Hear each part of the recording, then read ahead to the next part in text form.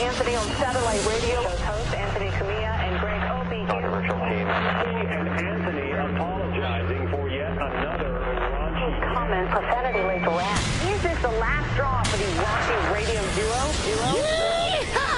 Yeah, come on, bring it on. You know what? I think this is hilarious. A whole big bunch of fun. The greatest show on satellite radio today. This show is like the box of chocolates that Forrest's mother was talking about. You're a no-good son of a bitch. Fuck you, motherfucker. We're so much fucking better than you. Absolute lunacy. If you're giving me the hook, fine, whatever. Well, what's going I do on? what I'm told. I don't. Completely out of control. It doesn't get better than this. Come on, it's shocking. But enough of this palaver. Let's get the show on the road. What the hell's going on? Who's Oscar? Oscar? Yeah, who's this Oscar guy? Who the fuck is Oscar? Where's E-Rock? E-Rock just got here like 10 minutes ago, so cut him some slack. Oh, E-Rock. So cut him some slack? Well, you just told the world that he was late again for are work. we on the air? Sam came in and... So you guys are supposed to stick up for each other and cover for each other. Yeah. What do you mean E-Rock just showed up 10 minutes ago? You just got here like 10 minutes ago. I'm saying How go about easy. we turn down the fucking music? Holy shit. Yeah, What is it, switch jobs day? well, we're covering and stuff, so, you know. Why did E-Rock just show up? Probably had a late night or something, you know. Yeah? Probably was, I don't know, playing I video thought maybe he games was tired from working out with the trainer. No, come on. No? Don't be facetious. Well... Where is he?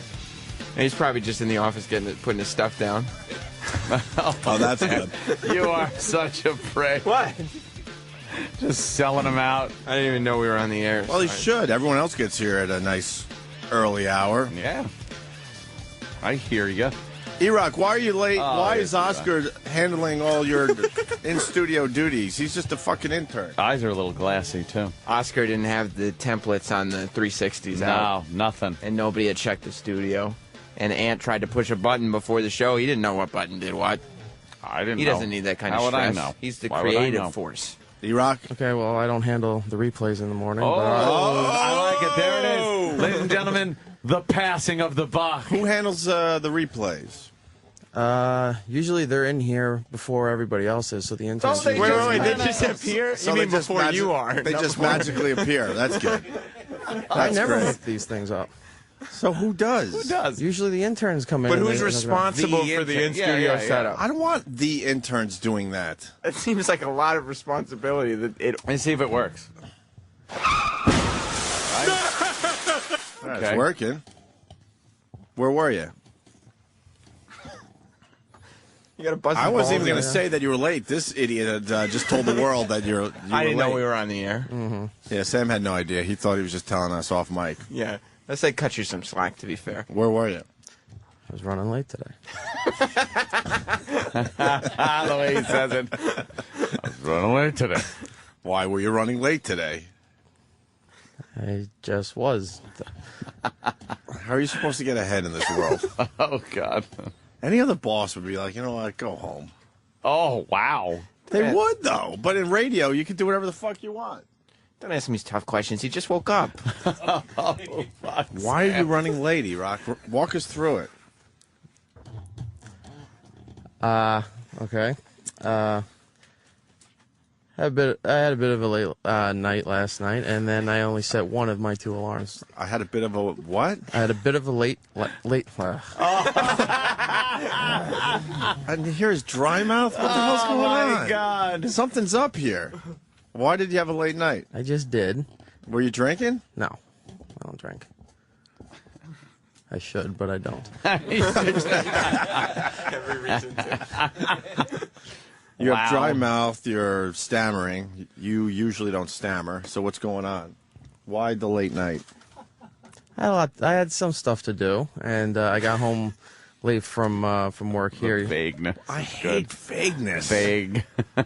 I hate it more than anything. Vague. Just fucking tell us what happened. I got home late. And don't yell at me. He fucking brought it to our attention. But I did it in your defense. Address Sam because he's very. I did it in your defense. Oh. That's on Address time. Sam because he's very concerned that he's here on time and you weren't. Yes. I didn't even know. I mean, I don't get home till like 6 o'clock at night. So what happened? And stop with the vagueness. Go ahead. I got home. Address Sam, not me. I got home about like 9:30. From where? We left work here, and then we went to dinner, and then You were here until 9 at night? I was here till about 8 last night. What were you doing until 8 o'clock at night here? I had some stuff to do. Get the fuck out of here! Shut up! You don't know what I was doing. What was it? Yeah, but if you're going to be vague about it, what were you doing until 8 o'clock last night? To be here at 8 o'clock at night. Okay, there was a reason I had to be here till 8 o'clock last night, because I had to get a bunch of the weekend stuff done, because I have to leave as soon as the show's done today. So I had no time to do anything else today. So I had to do it all yesterday. Well, you could have done it earlier in the week. No, I couldn't have. I had to do it yesterday. How come? Because that's when we recorded the stuff. Can I just ask weekend. a serious question? I'm not even shitting on you. Yes. I swear I'm not even shitting on you. When I used to take care of the weekend stuff, Oh, I was again. never here until 8 o'clock. Yes. I'm just saying, because there's never a time. Yes, but you also didn't have management going over. That's true. Over and over. Okay. No, that's this part that's should be in completely here. fair. This part should be taken out. Why aren't you teasing for the 9 million times throughout the entire program? So you have to go back and recut. I don't like that he's blaming management for his lateness. That's not cool. I wasn't blaming management for my lateness. So you left here at 9, so you were here about 16 hours yesterday. It was a long day. That's crazy. It was a long day. But we could have that just gotten in the studio and recorded earlier, and we could have done it throughout the week instead of doing it all in one Really? day. And who gets us the studio time? I could get it if you want. You're out of here. You're out of here early every day that we don't do it. I remember, Sam, do you remember that one time where Eric, he couldn't record for whatever reason, so me and you had to do the weekend recording? Yeah, I've done the weekend countdown. It's no joke. It seriously did take tens of minutes. Tens of minutes. I've done the countdown twice, and I've never been here doing the countdown later than 3 o'clock. Okay, and it doesn't sound as good. Is that so? I need to put in whatever the extra 5 hours, and it sounds that much better.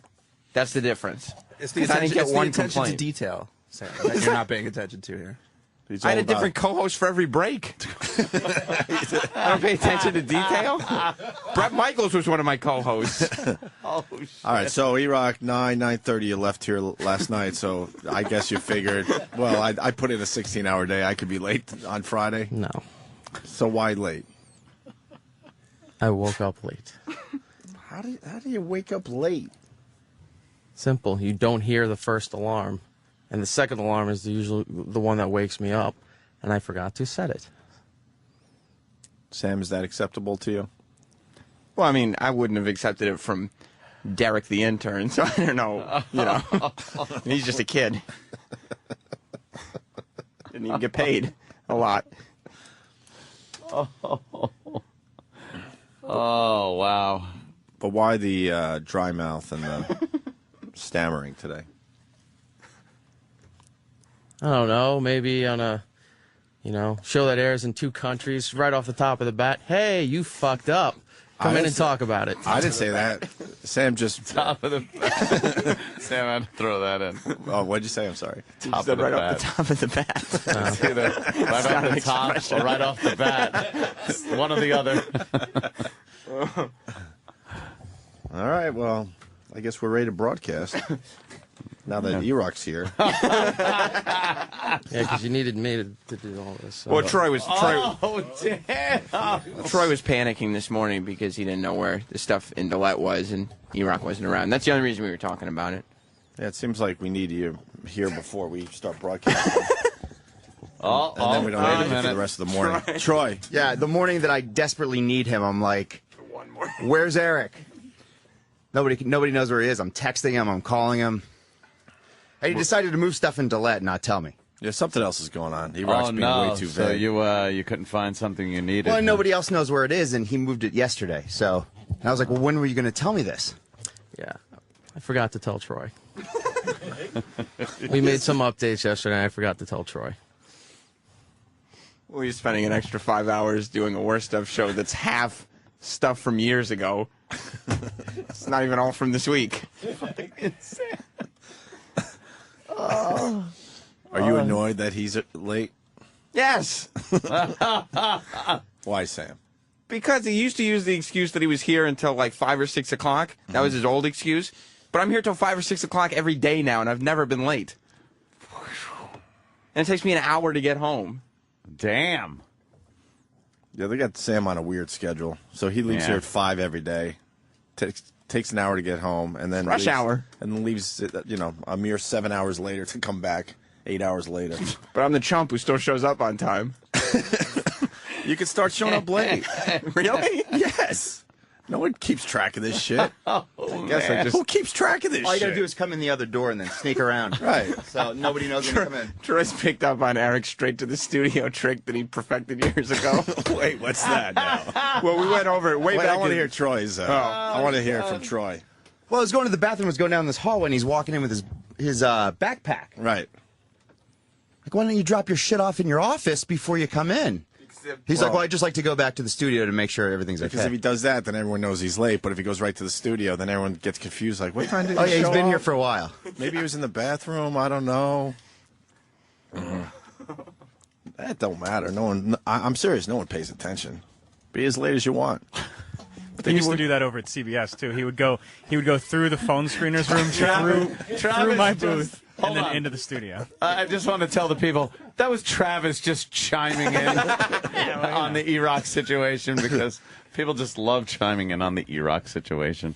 Well, honestly, I don't blame E-Rock. He makes his own hours. I mean, I make my own hours if no one cares. The guys that run the channel, they're still sleeping, I'm sure. I haven't seen them in days this early in the morning. And when they do show up, they have to, like, point it out. Look, I'm here. Oh, wow, thanks for throwing us a bone. Technically, you're babysitting the channel, and you're not even here half the time. So fucking make up your own hours. Who cares? Who cares? But I want to make sure you guys are prepared for a good show. Who? Yeah, we had, what's his name there? Oscar. Oscar came running in to save the day. To put the template That's down. good. When I was interning, I got to set up a studio for a high-profile fucking show. Yeah. Yeah, of course. Oh, I love that. It's not my responsibility. It's the intern. I was responsible for getting donuts and coffee. Oscar came in with the templates that we use for the very sound valuable effects machines. templates. Yes. And Moses should be fucking bringing these in every day. They should be kept in the Ark of the Covenant. Of course. Very valuable to the radio show. But And Oscar has them. Oscar had them. Did Oscar bring them home with him? Oscar had them. And then Oscar just kind of started laying them out one at a time on top of my machine. I'm like, no, just hand them to me. It's Oscar, okay. Who are you? Who are you? Yeah, where the hell did you come from? Hi, good morning. I was one of the interns.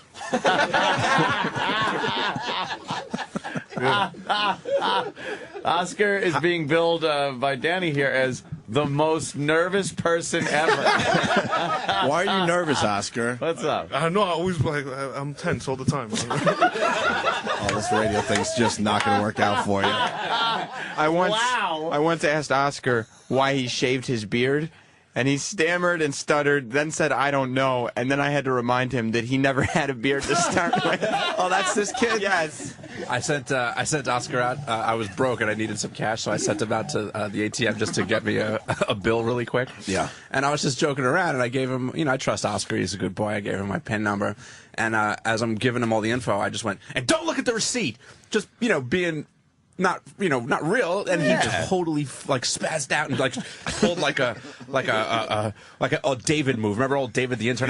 He would twitch and stutter, and that's that exactly was because what he was autistic. Now, what is where does this come from, sir? I don't know. Holy shit. I kind of cut the coffee, so I kind of helped a little. So you what? Yeah, I don't drink coffee anymore. So this guy's great. I talked to Oscar. He rocks off the hook. Maybe caffeine. Well, I do drink a lot on the weekend, so I don't know. Maybe that's just repercussions. From Anyone else years of hearing drinking. Jim Belushi? Anyone? No? All right. Yeah, well, I hear a little Jim Belushi in this guy. A little bit. Yeah, a little bit. A little bit. A little bit. So, Oscar, where did you get the templates from for this morning? And is that your job? Or? Yeah. This morning I had to run solo because I was Just Oscar. Yeah, it was just me this morning, and it was one of those things that I was thinking of everything and then totally forgot. Get on the mic. Oh, I'm sorry.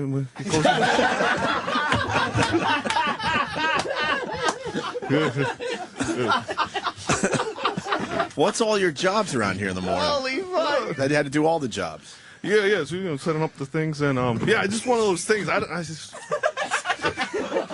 yeah. What?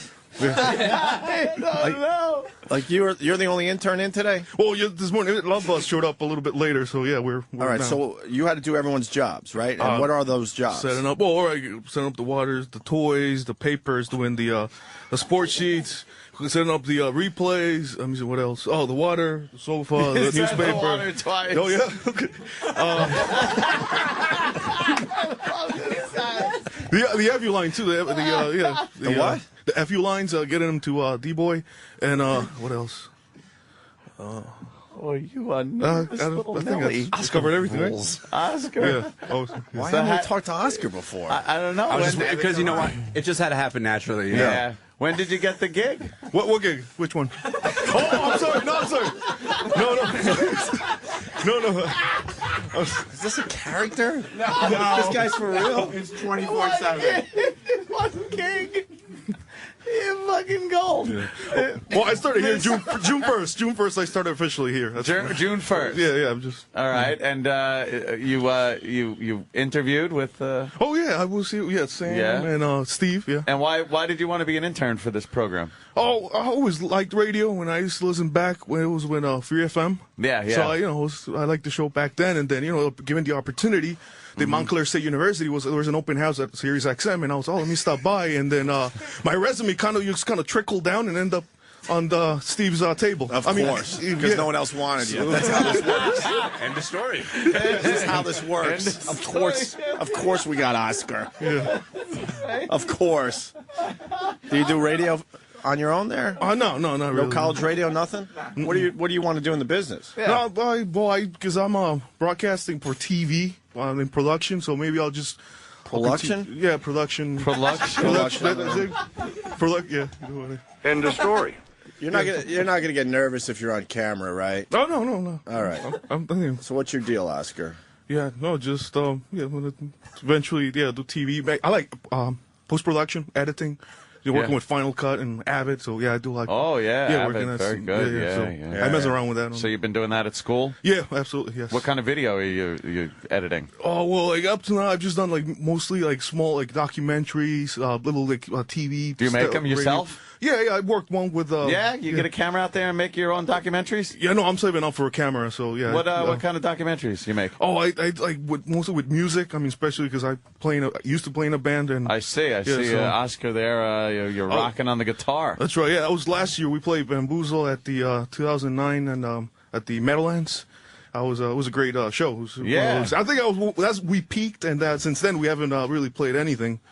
Yeah, that was it, huh? Yeah, no, we were doing so well, and then we kicked our drummer, and then that just. Or did he kick him out? Yeah. That's what happened. But yeah, no, music's fun too. I mean, just like doing the music. Yeah, absolutely. Yeah, you like playing. So, so editing. What are these documentaries you made? I'd love to see one. I did Where are they? Oh, you got so scared.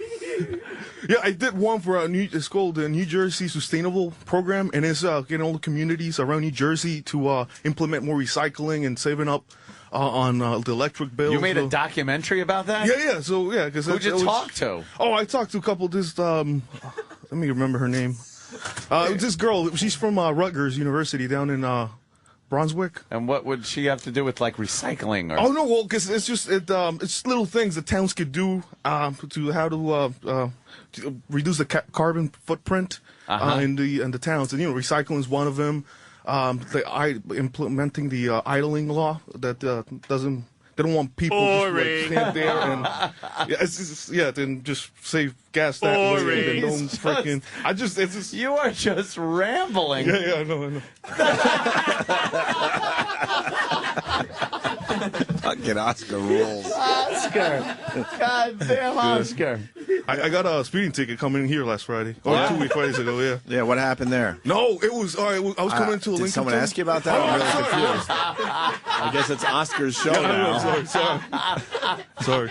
Oscar's picking the topics. All right, Oscar, let's talk about speeding tickets. What happened last week? Oh, I mean, okay. No, I'm sorry. what happened was, did you guys know that coming into the Lincoln Tunnel, that little bend that goes into the tunnel is 35 miles per hour? I did not know that after, like... The helix? Well, yeah, the little, I don't know, is that what this is called? I don't know. It's called the helix. Yeah. So I'm at the top, and then I see this one police officer. He was kind of hiding behind this little wall there, and he's looking at me with this radio in his mouth, and he's looking at me. So I'm like, oh man, what's going on? So I started to slow down. When I got to the toll, there was another police officer waiting for me, and he kind of flashed at me, and he told me, hey, let me get your license and registration. So I gave it to him and pulled over there. And then apparently it was 35 miles per hour, and I was doing 58. Who knows? Oh, shit. Yeah, End of story. So now it's End of story. So now it's mandatory court appearance and like $200. Yeah. That much? Yeah, something like that. And then like license and all. Well, what'd you tell him? Did you try to get yourself out of it? He was asking me where I was going, and I said, I'm going into the Sirius XM building. You know, I'm interning there. And then he said, oh, okay. And then he sent another guy with the ticket already written. I said, come on, man. You know, I'm working for free, man. Like, oh, sorry. So the other guy wrote it already. So, oh, come on. So I was like, so I just put on like a CD of music and just kind of continue through. Yeah. Rammstein. Yeah. Imagine how nervous he was getting that ticket. Oh, my God. What makes you nervous, Oscar? I don't know. I know. I've always been like this, I guess, maybe. No, it's probably because I don't know, anxiety, and then in the weekends I'm cool because I get to have a couple drinks and, I mellow it out and stuff. On the weekends, right? So maybe it's lack of alcohol in my system. Yeah. Yeah, not that I'm an alcoholic or anything. Well, what brings on the anxiety? If you've had this your whole life? I don't, well... Like what? I know, the past couple of years, I just been like busy with school, because I work full time. I'm in class. I wake up early. I'm always and I'm just wired and just trying to get things done. Homework and going to the library and doing all this thing. So I guess it's just like always trying to get things done and trying to not forget things. Yeah. So just watching him is like, whoa, it's exhausting. It is. It's Jimmy's on speed. Jimmy's in Atlanta at the Punchline this weekend. I think Oscar should sit in until fucking maybe Jackie Oscar the Joke could Man do comes in here. third mic or for a little while, maybe. Yeah, I think. Can you talk about topics, Oscar? Topic? Yeah, we can talk about cars. I love cars. Like what do you love classic about cars? European Ferraris, Lamborghinis. Yeah, I love those. Yeah, I'm a huge car guy. Yeah, did you get to drive many of those? No. Actually, I'm fortunate enough. I had to save up some money a couple years back, and I bought a '67 Camaro, and that's what I keep. Yeah. How'd you save up money for a '67 Camaro? Yeah. Well, actually, you don't really have a job. Yeah. No. You sell drugs on the side? Yeah. No, I work. No. I'm sorry. I didn't hear that. I'm sorry. Holy fuck! No. So you're a drug dealer, and you were able to save enough money for a '67 Camaro. Yeah. No. It was just a matter of like I've been working with the same Italian family for like 10 years now. You're Italian? No. I work for an Italian family. No, I'm Colombian. Oh. Yeah. What do you do for the Italian family? Oh no, they have a little retail store up in Morristown. So then I pretty much do deliveries, sales associates, and do a bunch of like little repairs. He's a low-level mafia guy. Yeah. You think so? Is that works for an Italian family. He's just Colombian. Yeah. Retail, delivering stuff. Yeah. So they never asked you to kill somebody, right? No. But they asked me, I'll do it. I don't care. I am stunned. So you saved up enough money for the '67 Camaro. Yeah. Well, and then half of it also I put on a credit card. Half of it on a credit card. How much? $12,000. $12,000. Yeah. And how old are you? I'm 26 now. And how much do you owe on that credit card? $10,000 now. $10,000. Yeah, but then and then I took off. I usually take out like student loans for the help me out during the year. Yeah. I don't know where I was going with that.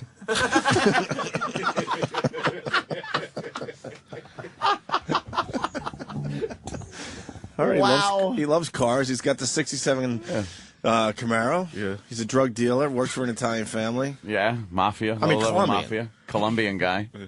You get the good coke? No, I don't. No, I don't get the. No, I don't. What are you trying to say, Oscar? No, no. I'm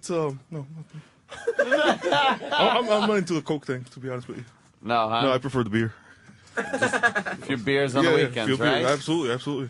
Yeah, Carlsberg and Carlsberg. Carlsberg, good beer, great beer. Carlsberg. Yeah. Out of every beer you could choose, You think it's bad? you like the Carlsberg? Carlsberg. No, I think I've had one or two in my life. Oh. That's what I drink if there's nothing left. Right. Oh, wow. That's Yeah. he goes, oh wow. Oh wow. That's interesting to you, huh? That's cool. Wow. What else with Oscar? He likes cars. He likes cars. What else? What else do you like? What do you do? I know. I'm just. I'm in the process right now of. I guess getting the. I want to buy a little guitar and like a custom-made guitar. So yeah, I've been working on it for like a week now. Trying to pick in the right elements, all the. So yeah, working on that. Can you play? Oh yeah, a little bit. Yeah, guitar. Yeah, I've been playing 12 years now. So I went to the American Institute of Guitar. I was there for a few. We got a guitar. I want to hear Oscar fucking play, man. Yeah, a little play. Do you sing at all? Guitar. No, I'm bad. I can only do one at a time. Yeah. And sing. I only do karaoke if I'm down the shore or something, and then you just order a pitcher and just drink and Carlsberg and you start karaokeing a little bit. No, but I can't get Carlsberg at the bar. I just get the Coors Light or something. Yeah, so that's the only thing you really can get there. You do realize you just became #1 intern, right? Really? Fuck Love Buzz. Fuck Derek. Yeah. Fuck all of them. Damn. Fuck them guys. Can we give him executive intern title? Just like that? Yeah. Yeah, Well, that's without up to a you. competition? That's up to you. It'll piss off the rest of the guys, but do you like interning here? Oh yeah, absolutely. Yeah, it's a fun experience. Every day come in and it's just always something new, and I like it. What was this? The revolving monk says Oscar sounds like he has perpetual shell shock. It's like you definitely seem like a guy that's a little on edge. Yeah. I just don't know where that comes from. It's Normal family? Oh yeah, absolutely. Yeah. Still with my parents. Yeah. Yeah, mom, dad. Yeah, mom, dad, little sister, 5 years, and I have a twin brother too. Oh, really? Yeah, Is he nervous like you? No, he's a complete opposite. It's just I don't know. You're rubbing your hands like fucking Yeah, I know, Carl from Sling Blade. Yeah, just, Why are you rubbing your hands? I don't know. It makes you feel better? No, it's just a little cold, so I'm just kind of a little colder in the room. It's kind of warm in here today, actually, yeah. Yeah. Just put it in my pocket and just keep him there. But now you're rubbing your thighs. Now he needs to rub shit. Keep his hands out. You can keep your hands out. Okay, cool. Just try not to rub them. Okay, all right, cool. Or your fingers are touching. Yeah, try not that to, really is. All right. Yeah. And don't hold on to the chair either. Okay. Don't touch your jeans. Yeah, give that a try. All right. Yeah, how bad do you want to rough. rub your hands right now? No, I'm good. I think I can manage. Oh, look, here's the guitar. Oh, that's Yeah. nice. You need a pick? Is it old too? No, I think I have one. What? He has one. He just carries a pick around Actually, with I him. don't have any more. Oh, well. I thought he did. Oh, it's all right. Oh, in tune. This is Oscar.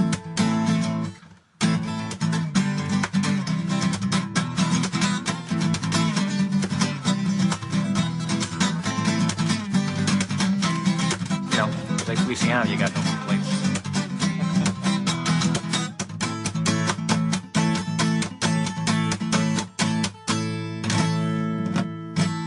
Getting a little warmed up. I mean, I haven't done.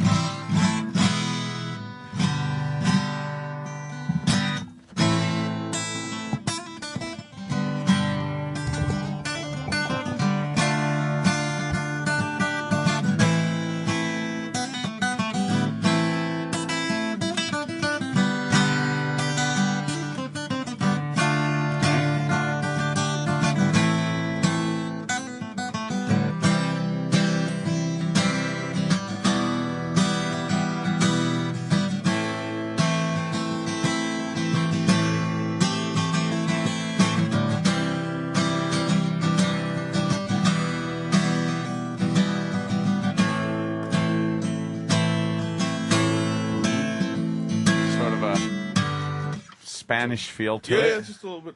But why aren't you nervous when you're playing the guitar? I don't Life know. is fucked up, man. Yeah. It's weird. Look, he'll start getting really nervous and start rubbing everything, but you give him a guitar and he's fine. Yeah, you should just walk around all the time with a guitar. Playing in your hand. guitar. Yeah, You know, smooth. Jose Feliciano, you got no like complaints. electric, you know, like, Love that one. You know, What? Jose No, I Feliciano, used you to got do no like complaints. Oh, wait, Ann was playing something. Oh, I'm sorry. I didn't hear You know, Jose Feliciano, you got no complaints. I'll play it 80 times. I don't care. I love that one. Jose Feliciano, you got no complaints. Yeah. He's a great guy. Great guy. You know any covers? Great guy. Is he a great guy? Yeah, he's really cool. Actually, I almost went to see him a couple years ago, but then I don't know why I ended up seeing him. But yeah, my mom said it was a great show. Well, Yeah. Was he playing the celebrity room? Yeah, the celebrity room. First time in a celebrity room. So you missed your opportunity to see him. yeah. Missed it. Sweet berry wine. Wait. He was doing Oh, something. I'm sorry. Sweet berry wine. Yeah, so Gypsy Kings a couple years ago. That was a great show up at the Radio City Music Hall. So you see a show every once in a while. Yeah. Muse. I'm really looking for the Muse and I like the October. Muse. Great band. Actually, I had the opportunity to meet them in 2007. Oscar, we didn't ask you. Oh, I'm sorry. Yeah. He looks around. All it takes to shut him up. I'm sorry. No, really, tell your story. I'm sure someone out there will really find it fascinating. Yeah, absolutely. So my brother. Yeah, it was fun. No, okay, so it turns out my brother calls me up. Hey, man, I just won a contest online. We're gonna get to meet Muse, and we went backstage, met him, got autographs, got a picture, and then and it was weird because we got free tickets too, like free admissions, but it put us all the way up at the Pigeons. Oh, at the shit. top. Yeah, it was still a great show. We got to meet him and just drank and got drunk. And, I don't know, always do this, but then because I hold my cup right there with the beer, and I always just spill like in front of girls. There always seems to be girls in front of us at these shows, and I was always just spill my beer over the girls. Last March when we went to Muse, what happened? Actually, What's going on? He spilled beers on girls. So then I elbowed this girl in the face. It was just no, but it was an accident because I just because you're a nervous wreck. Yeah. That's why. Anyways, cool. Yeah, you're kind of you're kind of a big guy, kind of husky, and you elbowed her in the face. Yeah. Right now, I just bought the Insanity, so I'm working out. So I'm working on the slimming down. Oh, really? Yeah. This stuff is insane. Oh, it's insanity. Yeah. Wait, what's that about? I don't even know. It's like P90X, but this one's all cardiovascular exercise. So it's like guaranteeing 60 days to like drop. Is it a videotape? Yeah, it's DVDs, like 13 DVDs. Yeah. So. 13 DVDs. Yeah. You are like the opposite of E-Rock. Yeah. Because E-Rock. I'm just saying E-Rock's very very mellow, and this guy's just like fucking crazy. Yeah. Yeah. Well, yes. Yeah. I don't know. Should I say something? They're just staring at him, and he has to say something. Yeah. He has to say something. Eric's a nice guy. He's petrified of dead air. Talk about something. Whatever. Something else. Look at him shake. Look at his shake. Look at his hand shake. From before. Put your hand out. Yeah. Holy shit! This guy's nervous. You are totally fucking nervous. Yeah. What happened when you were a kid? A kid? Yeah. Check it out. This happened. This past December, I went out with the family down in Colombia, right? So we would visit this guy who had a little like a little farm area, right? So I don't know, but I got electrocuted. So I got electrocuted. So I guess that I haven't really been the same since. What do you mean you got electrocuted? Maybe that has something to do with it, though. I was in the back of a pickup truck, and the guy said, "Hey, watch out for that wire." So I was in the back of the pickup. I was just, kind of ducked down, and all of a sudden, I felt like this blow, like it was like just a zap, and I was like, "Oh!" And then, wait, you were like what? Like, "Oh!" Like that. Okay. And then I hit the floor. So my mom picks me up, and he's like, "Oscar, wake up!" And like 4 or 5 seconds later, I'm like, come back. I'm like, "Shit, did I touch that cable?" And then, it was, And then it's been weird since. Watch the language. Oh, I'm sorry. I know. Okay, right before. Right. I didn't want He's quickly becoming the greatest intern ever. Oh my god! In one lousy half hour. Hey, can you play a cover? Man, I haven't played covers in a while. Although your playing was awesome, no matter what. Yeah. But then the guy is like smooth on the guitar. It's fucked up. Can't think of a cover, huh? Yeah, I can't think. I haven't played a cover in a while. Oh, I'm sorry. I haven't played a cover in a while. What kind of music do you like? As far as playing? Like Pantera, Metallica, and Flames. Yeah? Yeah, I mean, I stopped doing coverings a while ago because I was like, Coverings. why coverings? Yeah, you did. Do you know any Metallica? Yeah. Let me Got a lot of Metallica fans. Yeah, I haven't played Metallica in a here. while. Just trying to remember. Oh man, let me think. I can't think of a.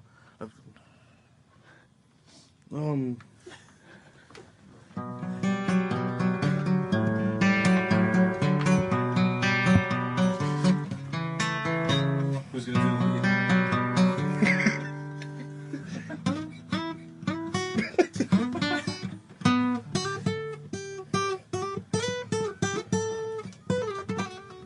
That's all I know of the lead. I'm sorry. Just his entire arm is shaking the guitar.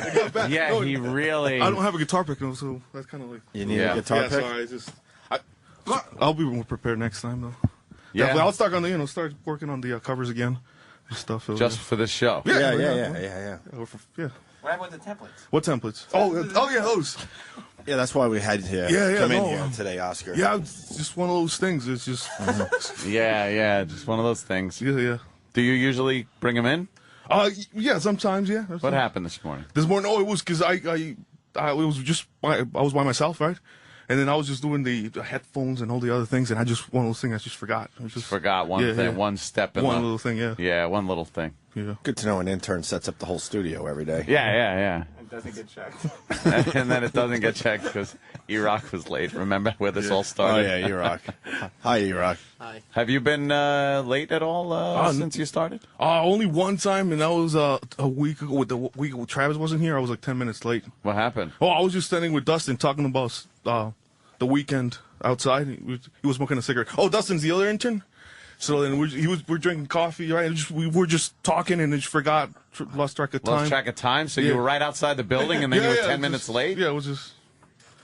Did you get a little talking to? No, it wasn't that big. The things still got done on time, so I guess it was. Oh, okay. What'd you think when you interviewed this guy? Did you think like? I would think gold. Yeah, I mean. Was he like this during the interview? He was kind of like this, but he was like the most eager person we've ever interviewed. Yeah. And he had a band and he made movies. He actually seemed good. Very eager. And then he got here, and he's just a wreck, and it's the most beautiful thing. He's a wreck because he's a good worker too. Yeah, he's an extremely good worker, but he's also got this personality quirk that's surfaced after the fact. You noticed that? But it's one of those things that Danny mentioned earlier. It's just not one of those things that you're going to notice, that you guys aren't going to notice until it happens organically. Yeah. If you try to force it, it won't happen. Yeah. But this kid is a shaky leaf. He really is. We are a little nervous Nelly. Can we see your movies anywhere that you've made? Or? No, I have them at home on DVDs. What about online? No, the thing is, I have to do the resolution, downgrade the resolution because they're so dense. So I haven't put them online. They're so dense. Yeah, because I shot an HD, and then so and then there's like a limit on YouTube, so that's why I haven't. Yeah, I have to. So you gotta. Yeah, hold. You gotta figure it out. You gotta compress them a little bit. Yeah, compress What's the movie them. about?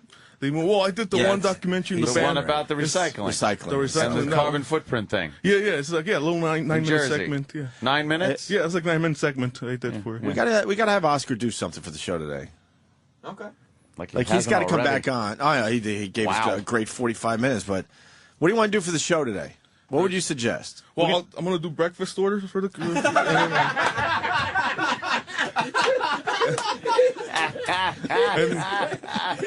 Oscar, we're actually talking about something that the audience can enjoy. Not just Danny and the rest of us. Yeah.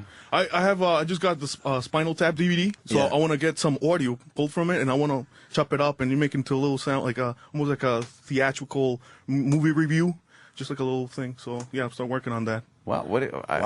Oh, just a little segment, because it's one of the requirements for school. I have to work on a little like piece that just getting. Why don't you do something on the air? Oh, on the air. Oh, I'm sorry. I would. Yeah, so you were talking about it's your time to shine. Oh. So if there was anything you ever thought of doing on the radio, We'll give you a little time, and you can do it. We can play my band if you guys like. I mean, no, okay. Not like a music thing. Yeah. Kind of a What interests you besides cars and music? Something that maybe the audience would enjoy. Ooh, What thing? What thing? You're on the air. I don't know what. Am I missing something? What are you gonna do? Well, do what? I don't know what. I can't think of anything right now. Really, that's just. But you gotta realize when you have an opportunity. You have an opportunity right now, where you come back in about a half hour, 45 minutes, and you actually do something. Current events, pop culture, I don't know, trivia. Maybe you could do like a car and driver report on some new cars that are coming out. That's fine. I'll do something. Yeah, that would be kind of cool. Yeah, we'll do that. We like a lot of guys that are interested in cars. Yeah, sure. cars. I mean, he obviously likes telling stories about his life. They just come up. Maybe also story time with Oscar, where he just gives his top 5 stories. Oh, I got a story just came up. All right. All right. Oh, I'm sorry. It's a story. Yeah, I'm sorry. Well, now that you brought it up, I guess you got to tell us. I can't even.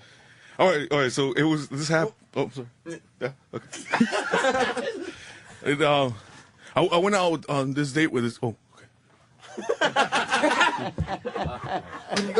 Yeah. You want me to go? Okay. He's not doing anything. You gotta go. All right. I went out this kind of like blind date with this girl. And it was Blind? no. No, it was. I went and picked her up. We went and got some Thai food and yeah. Just hold on. Cool. And? Oh, and what happened? So what happened was that I went and picked her up. Thai food? Yeah, Thai food. Yeah. And then we went and it's Thai food. Then. Yeah. Okay.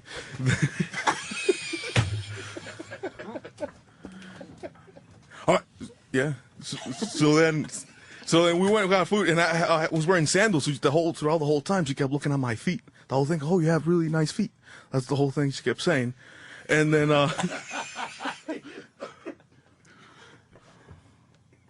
Hey, I forgot this stuff. No. Actually, that's not fun. That story's not fun. No fun. Yeah.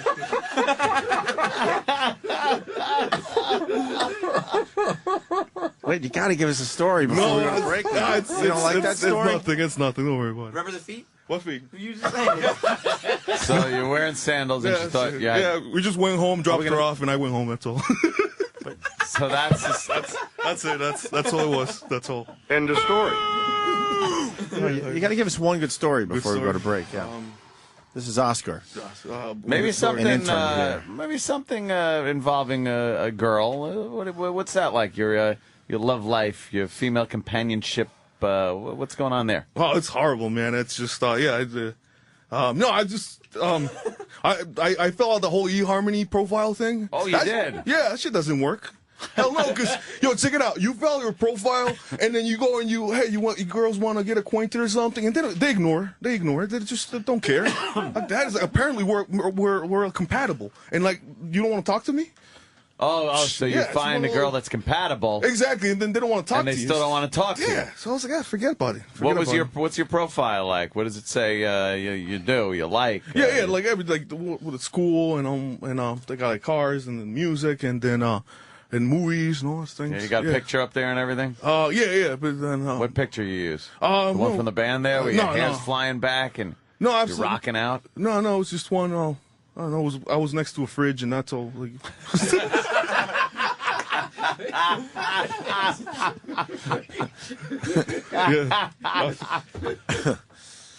Oh, shit, man. So eHarmony doesn't work. So where else are you looking for girls? Well, in school, it sucks. How does that work? Yeah, there's a lot of girls in school, right? But then most of the time, you just have friends and stuff, and then you're gonna start hey, you want to go out or something? And no, I'm busy or something. Yeah, let's just forget about it. I was like, yeah. What, is it you? Do you have game? Do you know how? Nah, dude, I have no game. I'm the most awkward kid, man. When it comes to talking to girls, man. Yeah. Oh, we got to get a girl. You fold up. Yeah. The best thing is if I'm drunk at a bar, man. Oh, I guess I just let it hang loose, man. I just go up to, hey, want me to buy a drink or something? Hey, yeah. Yeah? Yeah, something like that.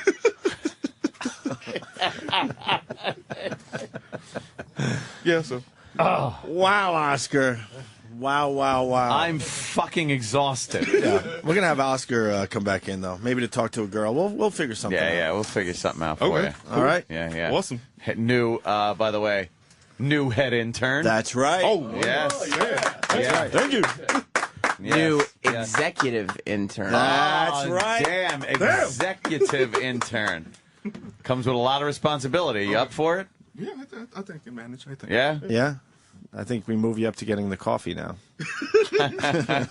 You can allocate responsibilities to the other interns. Yeah, now you can go to the other interns if somebody tells you to do something, and you can go, look, you do this.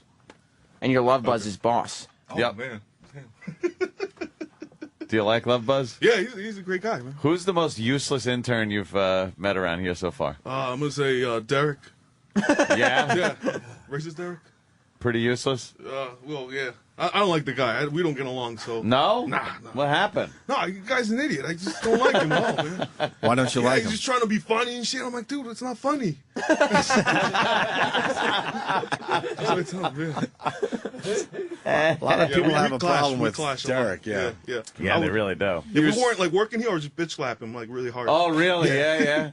Yeah, but we can. You fight much? No. No, you don't get into a lot of fights? No. What was the last fight you were in? I was probably in the 5th grade, maybe. Oh, okay. Yeah, so you like, don't fight. well, Not not a fight, baller. but but since then it's just mostly. Okay. Kind of tried it. That's good. You're a lover. Absolutely, yeah. Except you can't find anyone to love. Yeah. Pretty much. All right, we should go to break.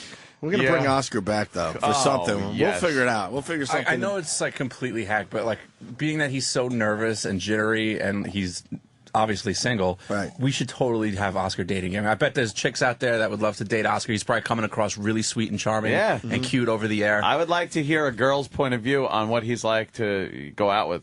Yeah, and I just bet him trying to just kick game to like 3 chicks would just be It's not a bad idea. phenomenal. Get a few girls to call the show. Yeah. You want to talk to some girls today, Oscar? Talk to some girls, maybe see what they're like. They'll ask questions about you. You can ask questions back. Just get to know each other a little bit. That type of thing. Yeah. Absolutely, yeah. Kick ass. Hey, could you play us out with anything? Oh, yeah. Let me think of... Play us the commercial anyway. This is Oscar, our intern, who's a fucking gold mine. And on the guitar, he does a great job. Take the guitar away, he's a fucking mess. Here's Oscar.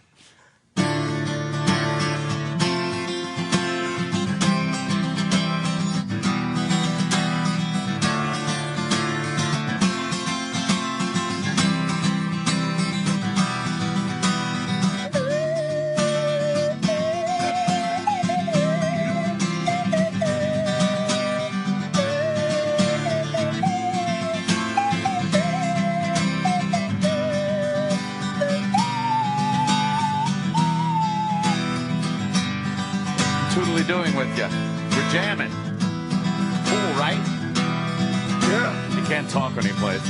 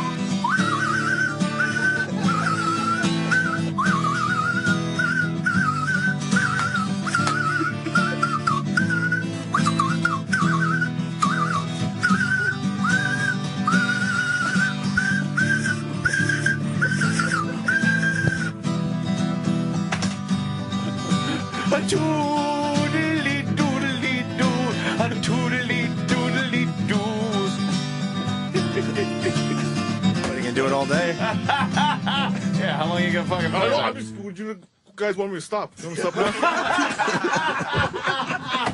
Can you tell tell the audience how miserable your life is? Call 866-WOW-WOW. That's 866-969-1969. And now, the Opie and Anthony Show on the Virus, Sirius XM. Busy show today. We will definitely have Oscar back in studio. Oh, yeah. Sometime this morning. He's a rising star here on the Opie and Anthony Show. If you're just tuning in, make sure you listen to the replay today. Wow. Radio Gold to start the show today. Wow. Colin Kane's coming in. Yes. Also, Jackie Martling. Jackie the Joke Man, who's now just a friend of the show. I don't know how that happened. If you know the history Jackie's cool. of our show. But, yeah, Jackie's really cool. He's coming in. I believe he's playing the Trump Marina down there in Atlantic City. Ooh, nice. And he'll be in at about 8 o'clock. Ian Halperin, our old friend. Oh, no, on the phone? On the phone. It's been a while. See what he's up to. Dishing the dirt, as it might be. What's happening in the world of entertainment that he's touching on? Why don't we tease that a little bit? What'll Ian be talking about today? Oh, my God, I don't know. Maybe a little Lindsay Lohan? Yeah, a little maybe. Lindsay Lohan? He might have a little something on that. Anything on Lady Gaga? Maybe a little on the Gaga. Lady Gaga. Lady Gaga. By the way, she's falling apart. Remember how Yeah. Jimmy thought he still thinks she's very sexy. Yeah. The more and more pictures that come out, she's a dog. She really is a dog. Yeah? A very talented one. But she's taking less and less hot pictures. It's something just about her long, thin legs, I think, is what.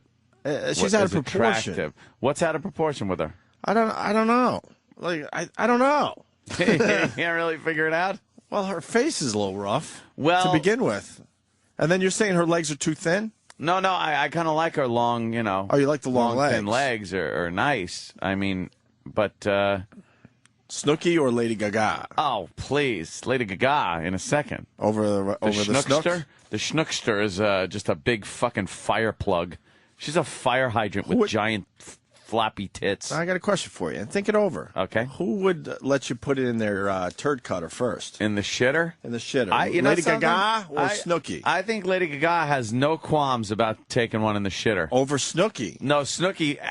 No, Snooki is probably a cock tease. You think Snooki would make you work for the fucking turd really cutter? work too hard for it for what she is. Exactly. And something tells me Snooki, not as wild as she wants to come off. Strictly missionary. Mm-hmm.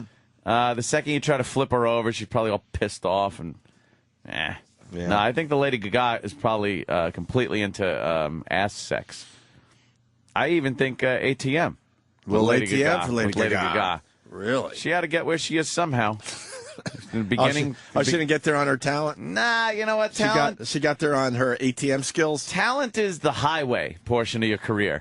There is an on-ramp that you have to kind of get on. That is the push to get on the highway. And a lot of girls, especially those like Lady Gaga, have to go through some shenanigans. I couldn't disagree with you more.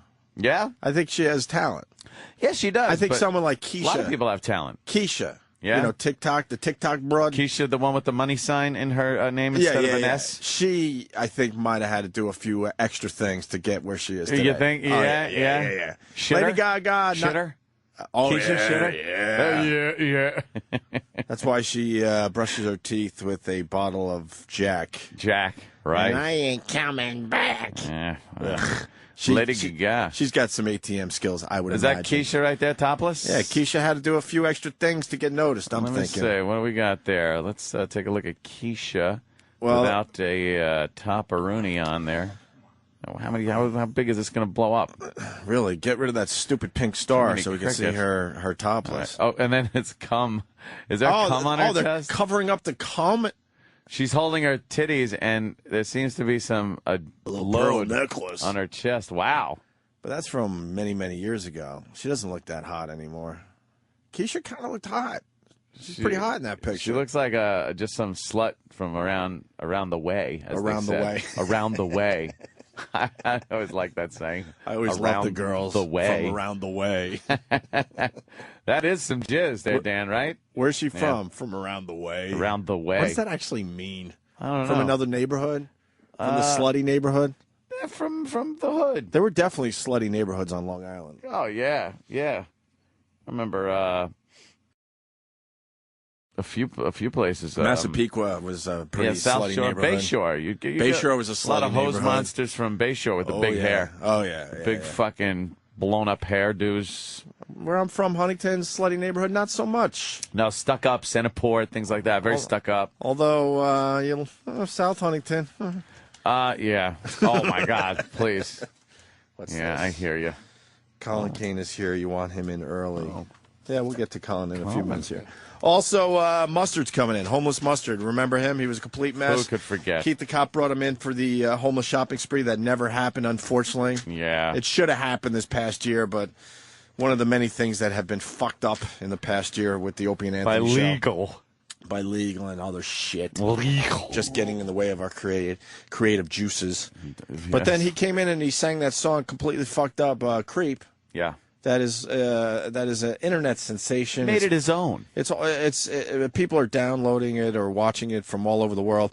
Then we try to make a little something with Mustard. He came in here and he was fucked up and he fucked it all up because we were going to put out a little CD for the guy. Did he fuck it up? Oh my God! Troy Kwan was on the project and it was a complete and utter nightmare. Engineering. Well, he decided to turn into a rock star. He brought other people in and we're like, no, just you, a guitar, have a posse? Sing a few of these fucking songs that are obviously doing really well on YouTube. We'll put it out somehow and you'll make a few bucks and maybe you could stay off the street. That's all. That's all we were looking for. Yeah. And he complicated it, and he was drunk, and he was hard to work with. Troy could tell you all the stories. So we had to say goodbye to Mustard, and he went back on the street. But now he got a hold of us, and supposedly he's 90 days sober. And supposedly... Well, we'll see if we can end that. Supposedly he's playing his first gig this weekend in the Village. A real gig. So we wanted to bring him in and get an update on him. So yeah, sure. We'll see what Homeless Mustard's up to that as well. Sounds good. Yeah. I went to the range yesterday. I saw the picture you tweeted. Yes, I took a picture. I got some video. I got to throw that together. Did the video come out good? Not as good as I would have liked. It's kind of hard to plant a camera near a target out at a range where people are waiting to fucking shoot. And you can go hold on a minute and run out there? Nah, there are just a lot of people. Are you allowed to do that? Line, and no, you can shut down the range for a couple minutes to get your HD flip set. Every 20 or so minutes, 25 minutes, he goes, Ceasefire, ceasefire. Get all your weapons up on the firing line, open the breech, and stick them in the fucking thing, and blah, blah, blah. And then when everybody's clear, you kind of get your hand up, make sure everything's clear, and then everybody walks out to their targets, checks them, puts up a new target, comes back. Then when everybody's back, everyone kind of raises their hand again, and the guy says, continue shooting. So why couldn't you set up a camera? Well, I did. I went out there. I put Sandy Kane, her dumb fucking hat, her stupid naked cowgirl hat. That she threatened our lives over. Yeah. I put that up on one of the targets. And then I had the flip cam that I had to lean on like a rock, and I had to kind of center it. So I'm kneeling on the fucking sand, trying to look and see if I got it in frame. And then when I finally did, I looked around, and everybody is on the firing line. Waiting for you? Waiting for me. And I'm 200 yards away from the firing line with heavy, 5'11" boots on, and it's all sand. It's like walking on a beach with combat boots on for 200 yards. That sucks. So they're all just waiting for me. So I finally got back there, and the camera wasn't set right? No, it was. You forgot to turn it on, right? No, I did turn it on. But, but it's like then it had to run for 20 minutes. Right. Because I can't just run out and get the camera. So it needs to be edited down, is all I'm trying to say here. So you're saying it's going to be a good video. I got it. You just got to edit it and get it together. And then some shots of so over the weekend, shooting. We'll all tweet that video for everybody. Yeah, that'll get tweeted. But in the meantime, I had a still pic that I popped up there of that is with the Barrett 50 cal, and I then hit it with the SP 89, which is 9mm. Looking at a hat with a lot of holes in it. Yeah. I thought there would be more damage. You know what? I did too, but apparently it's not enough mass to it now to really blow the thing out. So the is bullets this the final act like picture? A hole punch. Or did you do more damage? That's the final picture. That's it, huh? The top is pretty well fucked. There's a big hole in the top from the Desert Eagle, and then there's a nice one on the side also. But all the other ones are pretty much just holes that are in it. Okay. They're there. And then some guy, I tweet the picture, and some guy actually says, who'd you take shooting lessons from? Governor Patterson? and I'm like, okay, before I block you for just being a dickbag, I hit the fucking hat like 1,000 times. What does he think I was aiming for? The hat has holes all over it. So why would How did I miss? Well, yeah, why would he make a Patterson joke, which obviously is a blind joke, if you're looking at a million holes in the hat? If there was not one hole in the hat, then you could say something. And I wasn't going for a grouping on the top of the hat. I wanted to shoot the entire fucking hat, which I did. You wanted to spray with holes. So go fuck yourself, blocked guy. Oh, you blocked him. I blocked him, and then other guy chimed in and said, "What a faggot! You had to block the guy." And I'm like, "Yeah." And then that guy gets blocked too. I am a blocking maniac on the Twitter. I just don't take any shit. I block entire groups of people now. Good. If you're an asshole, then I look at all the people that follow you, and I just block all those guys. Block. I love blocking people. The second they get lippy with me, it's not a message board, shithead. He's very apologetic. Oh, is he? Mm-hmm. What happened? Well, he says that he was just kidding. He's a loyal fan. He's just busting. Oh, that guy? You know what? That was the dumbest joke. How is that a joke? Just kidding.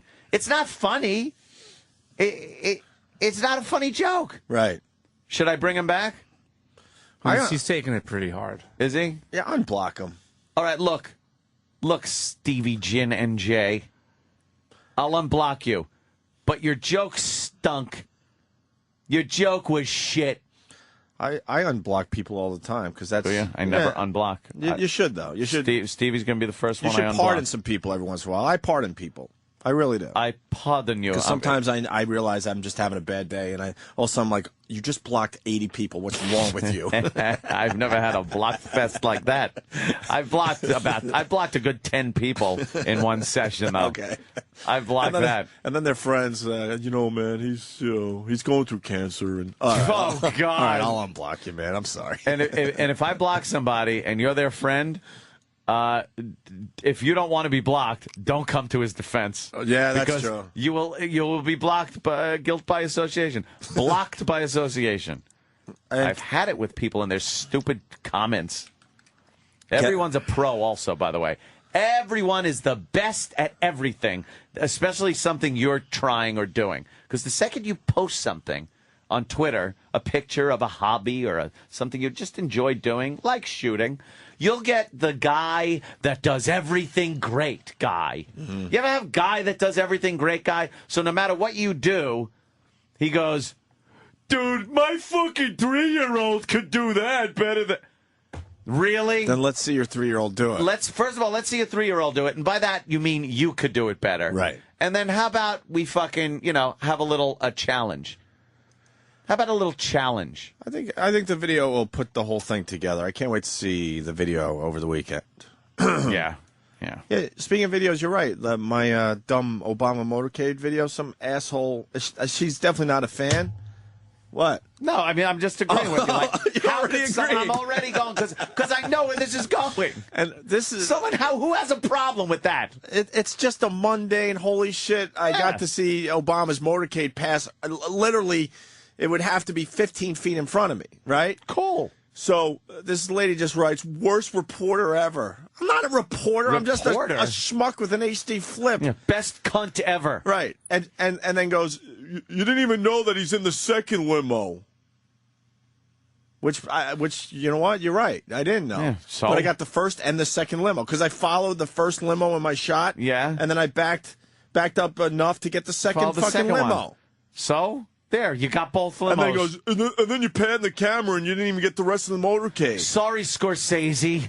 The rest of the motorcade motorcade your fucking video is fucking boring. I mean, the big get in that video is to get the fucking presidential limos. And actually, it worked out well because then when I panned, you see all the dummies losing their fucking minds because Obama's passing them. Here comes the man. Worst reporter ever. Reporter? You want to strangle these fucks. Greg Hughes live at the motorcade. Back to you in the studio. Right. What the fuck? People just really think a little too much of themselves on that Twitter.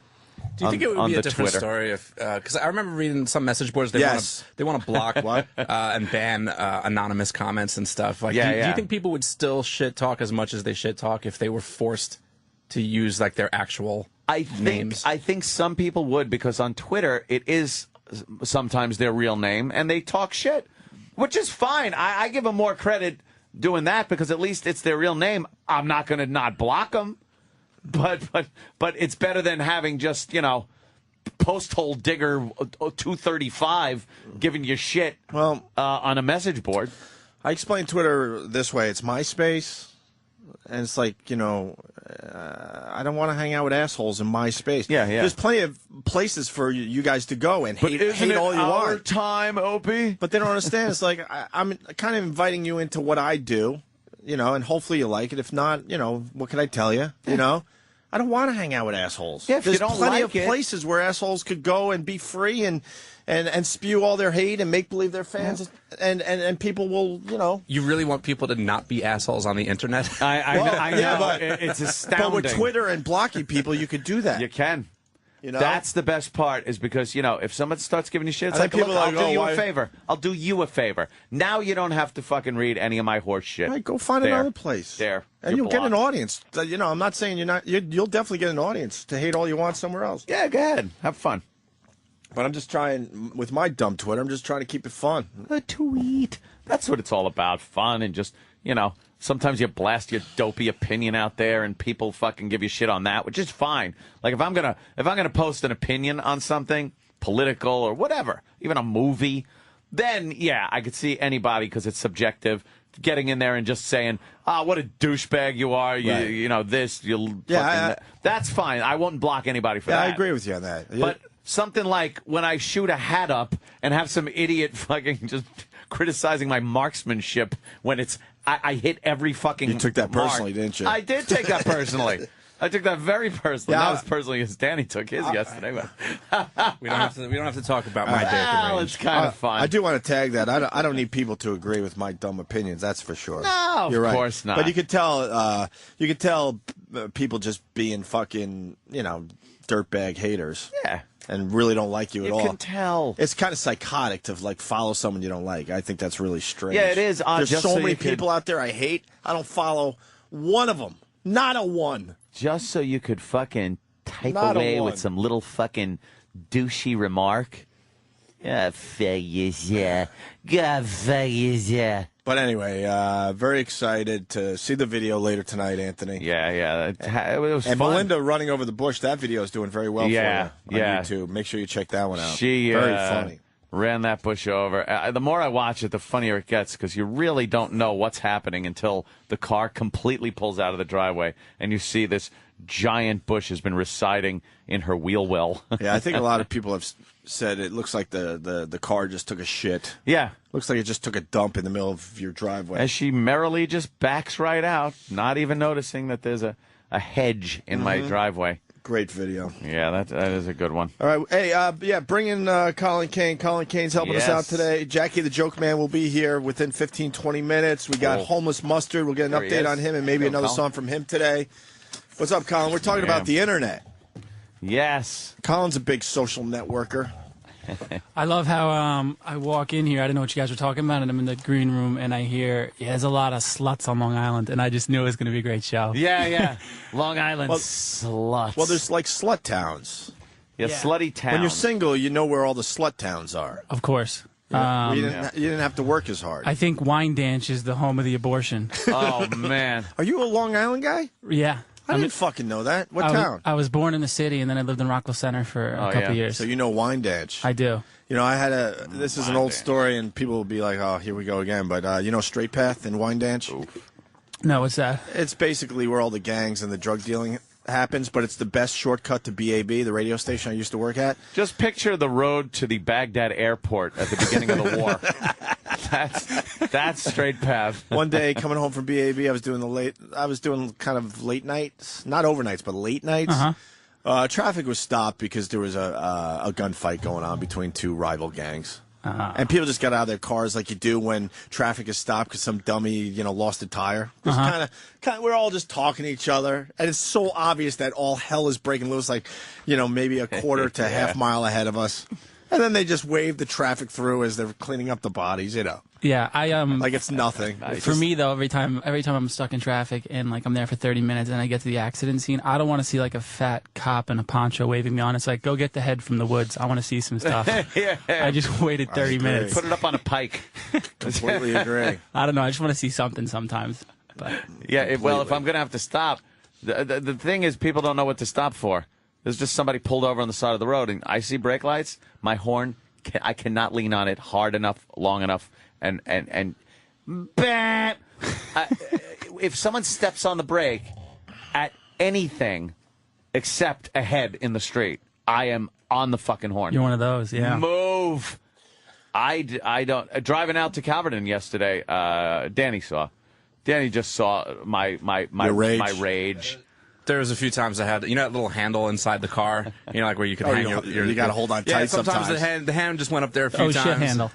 I feel bad. Yeah, the whole shit handle. Shit handle. I feel bad because I'm trying to squeeze between some cars, so I might have to creep up on someone's bumper and then look over and see if I got enough room to slide into the other lane. And I noticed Danny grabbing that shit fucking handle. I know it's not like I'm like because I'm sure you've been driving that car for a little bit now. I'm sure you know what you're doing inside of it. Down. But still, just the fact that it's not you driving the car, that's always going to be an issue. I love when people work the imaginary pedals on their side of the floor. When someone's like, their feet are going for a brake. You can hear the stomping. You can hear the stomping. You hear them stomping on the floorboard. They're like holding the fucking dash like it's a steering wheel. They want dual controls. My girl hates my driving. Really? Absolutely hates you erratic? it. I don't think so. Yeah? I brake a little too late. Oh, is that it? She hates you're one of those? But it's a New York thing. You don't see the problem with driving in New York, especially in Manhattan. Don't let them in. You can't leave any space between you and the car in front of you at all, because some asshole will attempt to get in. Even if you only gave them like 4 or 5 feet, they'll go for it. Yep. So then you take those driving skills everywhere else. In Philly, they don't drive like that. So she thinks, what the fuck? We're going to be in an accident. That's why I hate driving and having people in front of me that are leaving a lot of room. Now, there could be traffic beyond them, and I know their mindset is, well, there's traffic, you can't go anywhere, there's traffic there. But every time a car pulls in front of them, they back off again, because they don't, and then another car, and before you know it, you're 20, 30 car lengths behind where you could have been, and now you're missing lights. Right. Now you're missing fucking lights. I can't deal with that on a daily basis. Well, we got to move on to a video Colin Kane turned me on to yesterday. I don't even know what to think of this fucking rap guy, and I don't think Ant's seen it yet. Ooh, yeah. Can we get that really fast, Danny? It's quick. Pull that up. I'm intrigued. How do we find it? What's the easiest way? You can go to my Twitter if you want. You probably see the link right there. Colin Kane. Yeah. Oh, look at that, and Twitter. A little plug for the Twitter. Twitter. That? God, how smart are you? you? That was Twitter smooth. /Colin Kane. Where is it? Probably the third one or something. Well, look, it's right there. This? Yeah. Yeah. All right. Oh, fuck. The motherfucking rap sumo, YouTube, MySpace. You know what I'm saying? Niggas say said it don't be getting icy.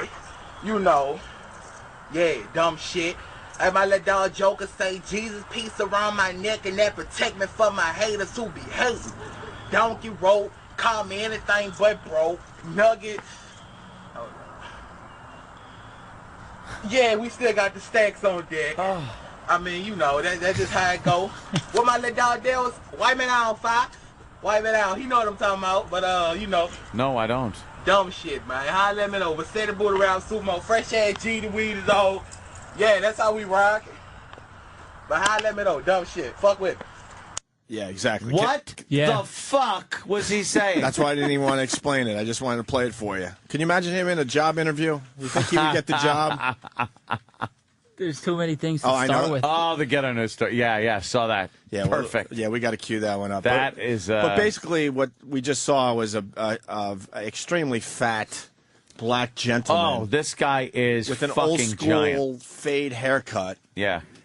No shirt on. Mr. T Jewelry. Mr. T Jewelry. He really does have a Steve Harvey haircut, doesn't he? Yes, he does. Kind of looks like a very fat Mike Tyson. He does. He looks like Mike Tyson in the face a little bit. Yeah. And the video is labeled Sedibu So Icy. I think that's his rap name. His rap name is Sedibu Icy? I think so, yeah. Because he's got the ice there. He was showing off the ice and the stacks. Do you know what under his tits must smell like? Yeah. He has his sister every morning just Swiffer. He just lifts up his waffle tit and just Swiffers that. Swiffer under his tit. Because he has giant tits. Those are tits. Those are tits. Yeah, yeah. They're giant. They lay down on what becomes his belly, and then he's got a double bunt that's split right at the belly button. 2 pockets of fat that go over his crotch region. He is extremely obese. Sedibu So Icy. Doing well on the internet, though. He's a fucking player. Look at him. Oh, he has a bunch of fucking videos, huh? It's one of those, when you first look at it, you don't know to say it just yet. You look at it and then you say, oh, there's a couple of things wrong with this. I don't know where to go. I mean, obviously the first is just the size. Well, but the size, the look, and then you start listening to the sounds that are coming out of him. I can't even say words. Well, he's bragging about having ice and stacks, but if you look in the background, it's one step above trailer homes. Yeah. That home is on a stack. If you look in the back. Stack of cinder blocks. Yeah, I think it's cinder a blocks. trailer behind. It could be a trailer, yeah. It's great, too, because you don't see too many thugged out dudes in trailer parks. So that's kind of funny, too. No, if you think about that. He's bragging about being the main guy in the trailer park. I want to go around and just meet some of these dudes and just to interview them. That'd be just as like a show. I think that would be hysterical. Yeah. Just really, if you lived through Daniel Tosh does something like that. He shits on a lot of YouTube videos and he does his thing. But I think that would be a funny show to get the real... Yeah, get the real story of Sedibu So Icy. I don't know what his deal is. Go around and interview these YouTube people, Did you see the rape video yet? Danny, that's the one you were talking about, right? No, I have not seen the rape video. Go with video. the long version when they set it up with the news story. There's 2 versions out there. What is the rape video? Well, I guess it was actually in the hood, in the projects. Mm-hmm. There was an attempted rape. Oh, right. And then a family member of the woman that almost was raped had a lot to say to the rapist. Yes, on the news. Very concise. Yeah. Very articulate. You know that's not good when they let him talk. No. But the news loves it.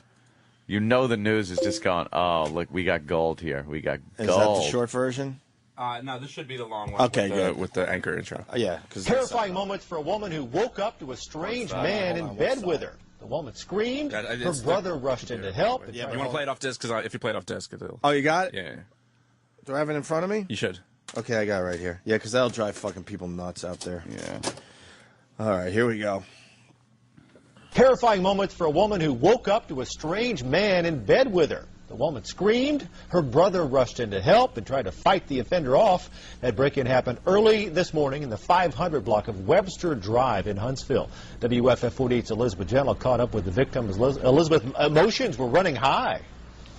And Mark, the woman, the victim, tells us that a man broke into her house and tried to rape her. Her brother went in and he tried to help her out, but the man got away, leaving behind, though, evidence of his visit.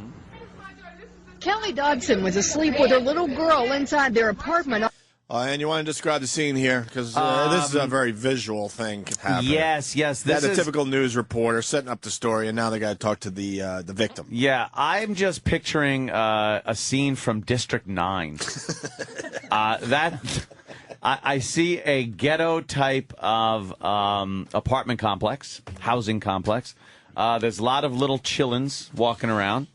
And this woman, I guess, is the one that had the attempted rape on her, is now going to describe what happened with her head going back and forth on her shoulders like a genie. Well, she's excited. Yes, very excited. Yeah, I mean, very angry. She just got raped. She's excited. Did she get raped? No, it was she an officially? attempt. An attempt. Oh, then why the news bother? Yeah, because, you know why? Why? Because they talked to these people and said, we need to put them on television. That's my favorite. Whenever they do the news interviews, there's always someone getting interviewed, and then there's like two thugs in the back. There's been like a double homicide. Some lady got shot in the face, and the dudes are in the back like, yo, just total disregard about what just happened. Question them. Yeah, that always, yeah, they might be right behind you. I think you got the murderers. Girl inside their apartment on Webster Drive when I was attacked by some idiot from out here in the projects. Dodson says her attacker used a garbage can to climb onto the unit's ledge, open the upstairs window, and then he got in bed with her. He tried to rape me. He tried to pull my clothes off. Dodson struggled with her attacker, knocking over items in her bedroom. Antoine Dodson heard his sister scream and ran to help. Well, obviously, we have a rapist in Lincoln Park. He's climbing in your windows. He's snatching your people up, trying to rape them. So y'all need to hide your kids, hide your wife, and hide your husband because they're raping everybody out here. The attacker got loose and went out the upstairs window, but he did leave something behind. We got your T-shirt. You done left fingerprints and all. You are so dumb. You are really dumb. For real. A crime scene investigator photographed and dusted for prints on the lid of the garbage can and the window pane and ledge. Dodson says he's never seen the perp before, but sends this warning to whoever is responsible. You don't have to come and confess that you did it. We're looking for you. We gonna find you. I'm letting you know now, so you can run and tell that, homeboy. The brother, by the way, is so gay. You think he's That's a why gay gangster? He could not fucking. He's the homo thugs. You know the homo thugs. Yeah, He's a homo thug. Yeah, homo thug. That's why he couldn't capture the guy. Right. He thwarted the rape by just walking in. But this guy ain't fucking. He ain't catching holding anyone. on to anybody. No. He's got a big red bandana on his giant Sam-like hair, and trying to talk thuggish with a Fire Island accent. You don't think it's working? No. No. He wasn't really. When he says we looking for you, I don't think the rapist is scared of that guy. Not him. That video is huge today. Yeah, that's a biggie. God damn, it's just black people must just look at that and go, "Oh fuck, not again." We got another fucking leprechaun in a tree video. You've heard the leprechaun. That's a great one. I want the gold. I want the gold. Where the gold at? Where the gold at? It's like you know, there's like black guys that are going to work, supporting the family, just looking and going, "Oh fuck, here we go." Have you ever heard the Miller guy? Which one's that? You've never heard the Miller guy? I might have. Tell me a little more about him. Because the leprechaun is played out. We've played that a million times. We might have a couple more plays left of this one.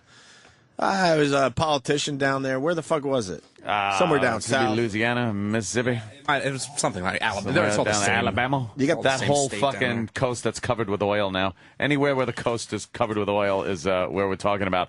And this guy taking on a very important issue, beer. Yeah, the politician was taking on beer and whether the alcohol level could be raised in some of the beer, whether it should be. A big debate. But then he needed to kind of talk about beer, and he forgot.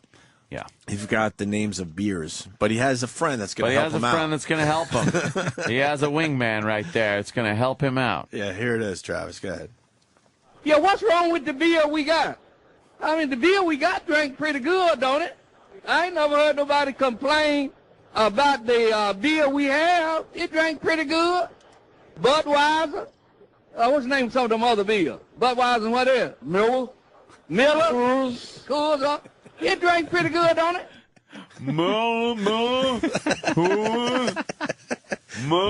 That's a politician.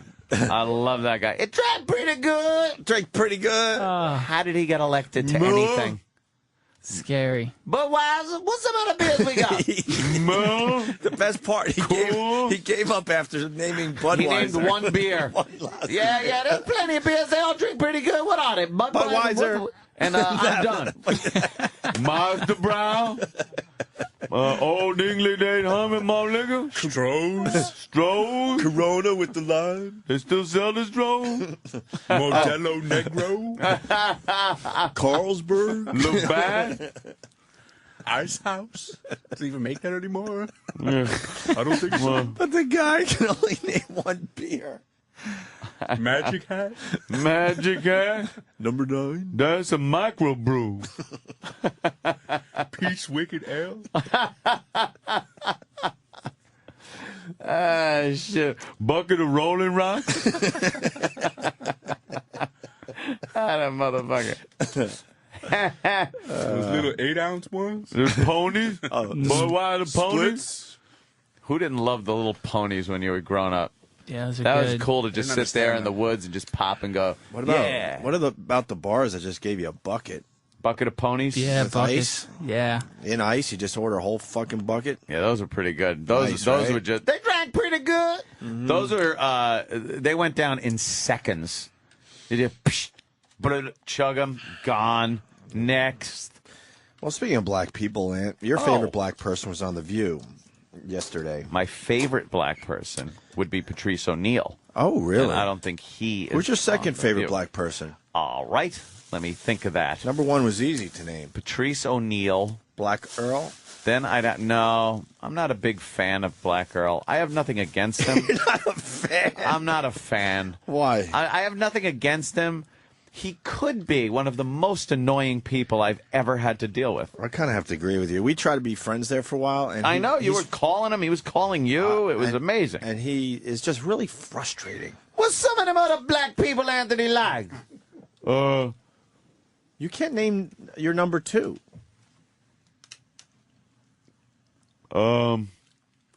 Miller. Cool. You can't name a number 2? Patrice O'Neill and then who? Old Spice guy? Old Spice Do you guy. even know another black guy? I don't think I know another black person Where you could put him in the second position? where I could put him in position number 2. I know Patrice. So if you have a falling out with Patrice, you don't have a guy that moves up to number 1.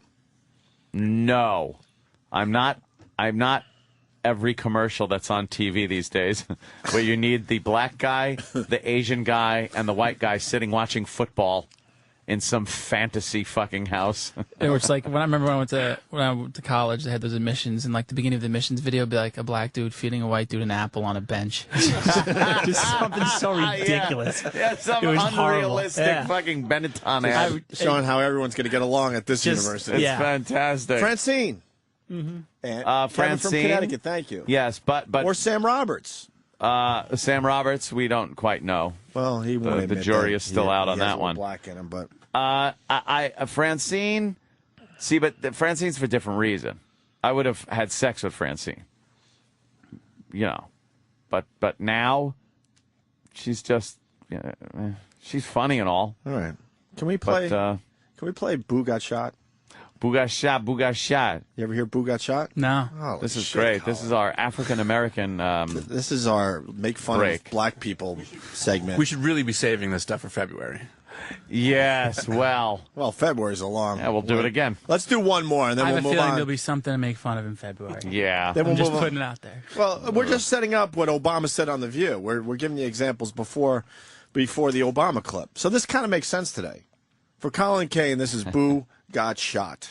She was taking real bad news. Peaches, they got shot. I said, who? She said, Boo got shot. I said, oh my God, we just saw it. My sister had called somebody up here. She called my cousin Pumpkin, just stay up there. She called her, and Pumpkin told her that she was on the phone with police. And Chichi, she had left out, and she went and got in her car, and she bailed out. And when she left out, when I heard the gunshot again, and when I heard the gunshot, and I seen some boy had running the building over back that way. He ran that building, I seen that car just flew off, and then I seen a long gun, a big old gun in the car. End of story. There you go. She was an eyewitness to the shooting. How many names could you name in that clip? Pumpkin and Boo. Mm-hmm. You got 2 out of the 4. That was a cousin Pumpkin, right? What makes me that too is black people always the first ones to make fun of us. Like their names like Kevin and like hello Kevin, but Yeah. it's better than LaQuanda or LaGuardia. They always try to say something like that. You missed Peaches. Peaches. And I think there's a Pauline in there. No way. I think there's a Pauline. That name I get think in that's there. all the names. You got Boo, Peaches, Pumpkin. I Pauline, like how the and way she said Pumpkin. Pumpkin. And my cousin, Pumpkin. Boo got shot. Boo. The Polly. Well, anyway, Obama was on The View. Yes, Obama on The View. Boy, this was really hyped up that he was going to do this. This, to me, is just blatant campaigning for trying to get the woman vote, I think. I think he wants to get the woman vote out there. He wants to get himself. Remember when he was campaigning, a lot of the black voters came out, women, young people came out for him. He's trying to recapture that for the midterm elections so the Democrats can hold on to something. To something, to anything. It's even obvious to me that they're going to lose a lot. They're going to lose some seats here. Holy shit. It's looking a little obvious that people are not happy with the way things are going here. He made a lot of promises. He campaigned well. I don't think he's doing very well as president. And this is just part of what he does best, which is campaign. Right. So he's being his charming self there on The View, talk with the View girls, sitting down, and I bet they were just lapping ass. Well, they kept it light. Although I heard Elizabeth Hasselbeck, who I really dislike, I heard she held her own. Did she? I heard she held her own. Did she ask the tough questions, as I like to say? She talked about the tough questions. Talked about jobs. Yeah, he had an answer for it. Blowjobs? Yeah, blowjobs. They were talking about blowjobs and Gurney. And Gurney, right? Have you heard the Gurney thing yet? I love that guy. Oh, Jesus! We got 8,000 things. Just send me.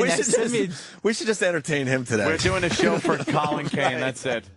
You have no idea that the fucking Obama got a blowjob from a gay guy in Gurney, Illinois, and they did cocaine together. Cocaine? Well, crack for Obama because he's a black guy, so the black guys do the crack, and then he did powder cocaine because he's a white guy. For the white guy, compulsive liar, freak, Can weirdo we play guy. this now? People are either going somewhere else or enjoying Hey, this. whatever. Sit and enjoy, motherfuckers. It's Friday. At least we're live. Travis.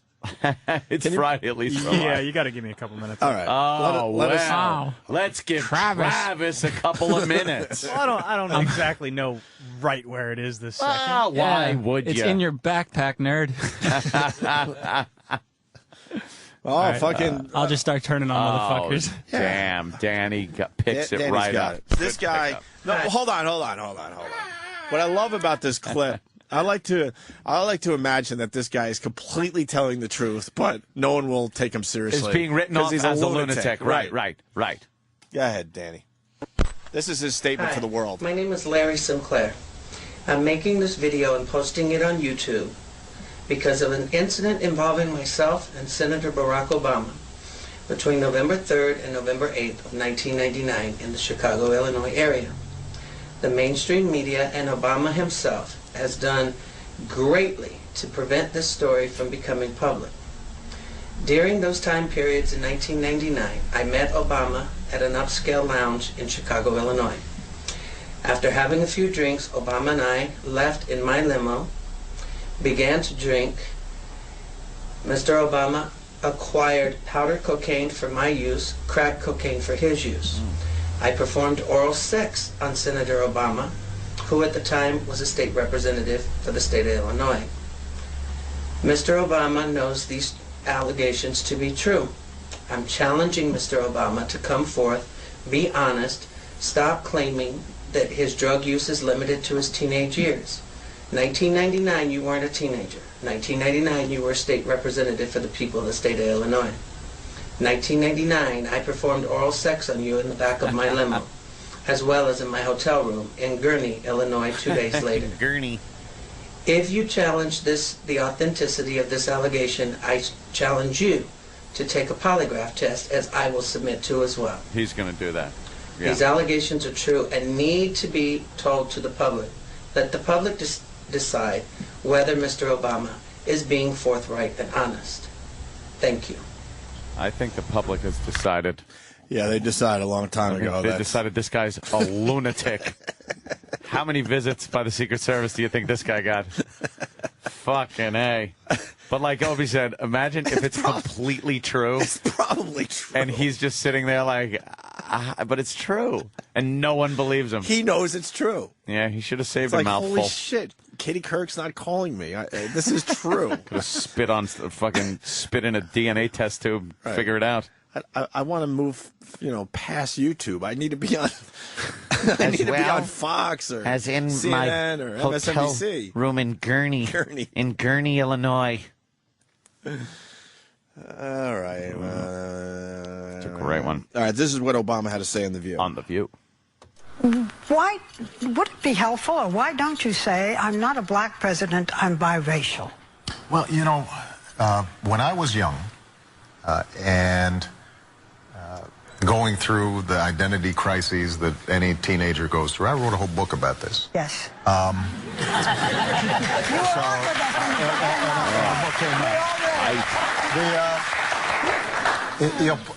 Part of what I realized was that if the world saw me as African American, then that wasn't something that I needed to run away from. That's something that I could go ahead and embrace.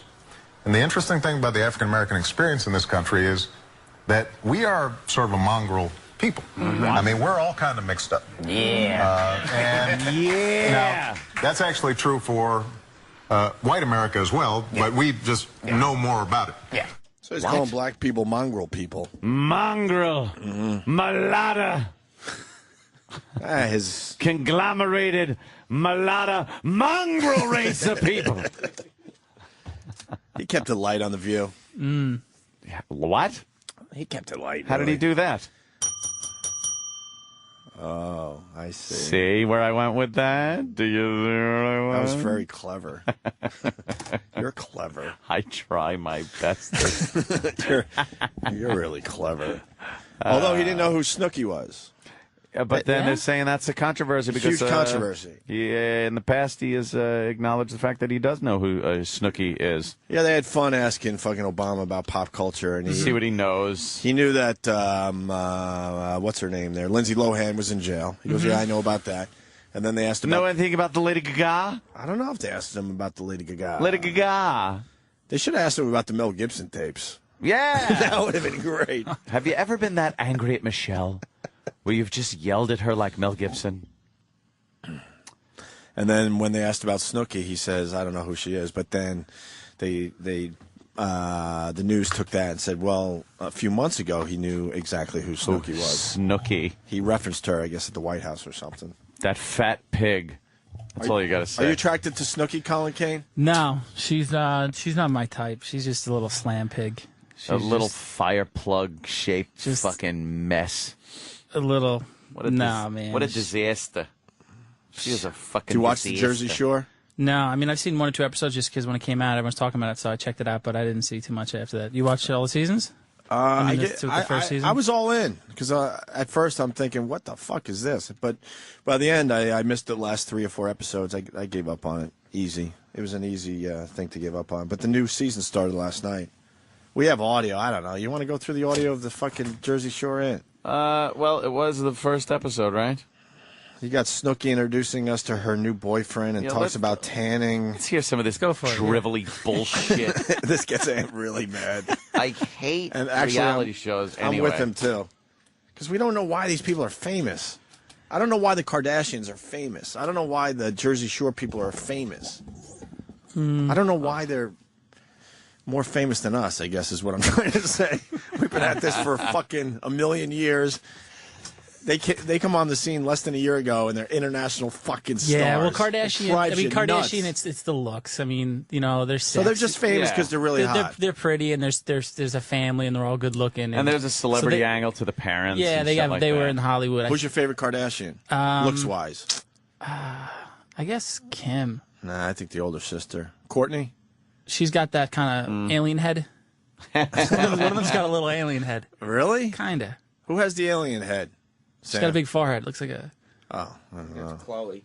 Is it Chloe?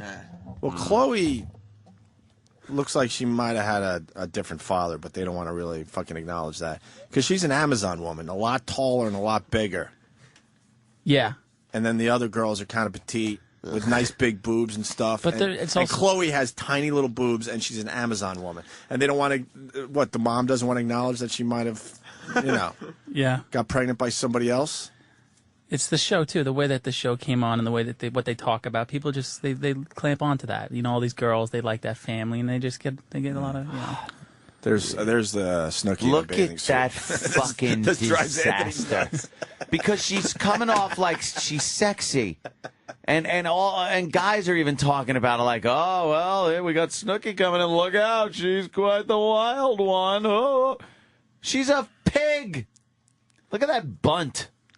Nothing wrong with a little extra weight. I gotta back up before we move on from Obama and The View. Thank you to Sarah from Buffalo, a regular to the show. Joy Behar asked him if he thought Mel Gibson needed anger management. Oh, really? Asked Obama, and this is such a bullshit answer. He said he hasn't seen a Mel Gibson movie in years. Come on. Yeah. And so he's not aware of that one. He's not aware of the Mel Gibson tapes. Why do politicians That's such bullshit. have to lie about not knowing about certain things? You just want to keep your distance from a sensitive topic. Is it like you don't want people to think that you're spending time when maybe you should be, checking out the oil spill or the war or so? They think you shouldn't spend time knowing about things that are going on. I want my president to be aware of the Mel Gibson tapes because the rest of the nation is. Something tells me if you don't know about certain things, even if it's just some stupid entertainment thing, that means you're out of touch a little bit. But he's well aware. But he's lying. Yeah, he's well aware. That's what bothers me even more. Of course he is. He's lying because he doesn't want to get into it. Yeah. Sam. Yeah? How was Jersey Shore Season 2, Episode 1? It was great. The kids are back. Shut up. What? The kids are back. Yeah, the gang is Aren't back they all in town. pushing 30? They are. kids. Yeah, they are. They're not even kids. No, they're all in their late 20s. 30s. I think they're late 20s. Late. They're asking for a good amount of money now at Season 2. I think each cast member. On Season 3, they got it too. I think they're asking for a good chunk of change each cast member. Which means Season 2 is really good. Or they would have said, go fuck yourselves. They deserve it. You watch Jersey-licious? No, I'm still. I don't know. And you watch Jersey-licious? No, why would I? What is Jersey-licious? It's on E. It's the Jersey Shore ripoff show. Is it? Got some Jersey girls working in a salon. How did Jersey get fucking, famous? Jersey was just known for smelling when you drove down the fucking turnpike for and for getting beat up by ethnics that would cut you in a Great Adventure. Really? That would happen? Well, no, never. Oh. I was never online at Great Adventure to get on a ride and cut by a fucking gang of Somalians. I thought you meant pirates. cut. No. They cut in line. But then if you argue, yes, you will get cut. You will get cut as they're it's cutting the you. cut and then the cut. Right, I got you. Yeah. Here they come, Somali pirates. Oh, boy, I'll never get on this roller coaster. I haven't been to a park in a long Why fucking bother? time. An amusement park? Do you go on, Anthony? No, I don't even go. All I go to is Disney. It's the happiest place on earth. And they don't allow until someone shenanigans. dies, and then they fucking have to They just hose it down. Hose down the blood. Open the ride back up an hour later. Yeah. Never happened here. It's the happiest place on earth. Right where someone dropped dead, there's fucking Mickey, dancing around, signing little autograph books for kids. Right. There's a fucking chalk outline getting all smudged from Mickey's big shoes. You think the police are dressed as like Daffy Duck? And... No, they're just like Keystone Cops. Oh, Keystone and Cops. They're twirling their batons and walking funny like Charlie Chaplin. But actually, they're investigating the latest fucking death at Disney. They bend over, they put one hand on their hip and bend over and look at the dead guy and shake their finger at him. You? Yes. I heard this story. It's the happiest place on earth. I heard this story. This keep the music going for this story. It's very poignant. This girl got lost at Disney, and the mom went to security and goes, I lost my daughter. And they're like, what color shoes is she wearing? Because there's so many kids. She's like, oh, she's got a red shirt. So basically, they looked on cameras that are on the ground, low to the ground, and all they saw was a dude with a big jacket overcoat and then just two legs dangling in between his legs. Get the fuck out of here. Yeah, he was bear hugging this girl, ready to run out the gate at Disney. Holy shit. Yeah, creepy, right? Wow. And they were able to stop him. Yep. I think she was wearing Teenage Mutant Ninja Turtle sneakers. And they have like fucking foot cam? Yep. Dude, they have everything. That's it's Disney. amazing. They have everything. I've always wanted to take that behind-the-scenes tour. Did you take that, Travis, ever? No, I want to, though. Yeah, it takes like hours to do. It's like a whole fucking day you spend in the bowels of Disney to see how the rides work. Because, it shows you the engineering behind it, and it's an entire fucking city underneath that park. Did you get to check out the morgue? Where they keep the dead people that have died at Disney, and they don't want anyone to know. Like that Asian guy that was standing too close to the Columbia, which is this little sailing ship that goes around Tom Sawyer Island at Disneyland. And they went to hook the rope on the cleat, and the boat was going a little too fast. It grabbed the cleat, and the rope fucking stretched, and bam, the cleat came out and whipped him square in the head and just knocked his head, half his fucking head off. And you know what they did? Hose it down. Keep the Columbia Ride's rolling. closed for an hour. That's it. Wow. Right, yeah. There's Mickey at the front of the line on that sign with, "We've had a death." Ride closed due to death. Check back in an hour. There's an urban legend. Get your fast pass. As soon as they see a black family going to Disney, they raise the fucking admission fee. Do they? Mm-hmm. So that doesn't happen again. So it doesn't happen again? Yeah. Opie, why don't you go on the rides? Why don't you go on the rides? I got a weak stomach there, Colin. Thanks for bringing it up. No, me too. I'm not. I don't. No, I go on rides. I actually do go on rides. I'm not a roller coaster guy at all. I don't need to be terrified that badly. Yeah, I agree. I went to Busch Gardens. I was in Florida working a couple months ago, and I said to myself, you know what? I'm just going to face my fear and get on this roller coaster. I haven't been on like 20 years, and I went on. I just said, I'm just going to do it. The whole way up, it's little kids and families inside. I'm just dying. You're just fucking anxious and nervous. I was with this girl, and I hopped on there, and then all you see is the picture they take when they come down. You see everybody's hands in the air, and I'm just huddled down. It was the worst feeling. Can't even look. No. Butterflies. I just always think I'm dying. Yeah. Like I can't. When do you ever feel that feeling besides that? I never. It's just like if I get on a roller coaster like that, I'm like, oh my God, I'm gonna be the one that just drops dead on this ride, and they're gonna have to take me off, and fucking, it's just gonna be awful. We have a guy that went behind the scenes. Oh yeah, Tony on Long Island. Tony. Hey, yeah. Hey guys, what's going on? You say Disney behind the scenes. It's creepy. Why is it creepy?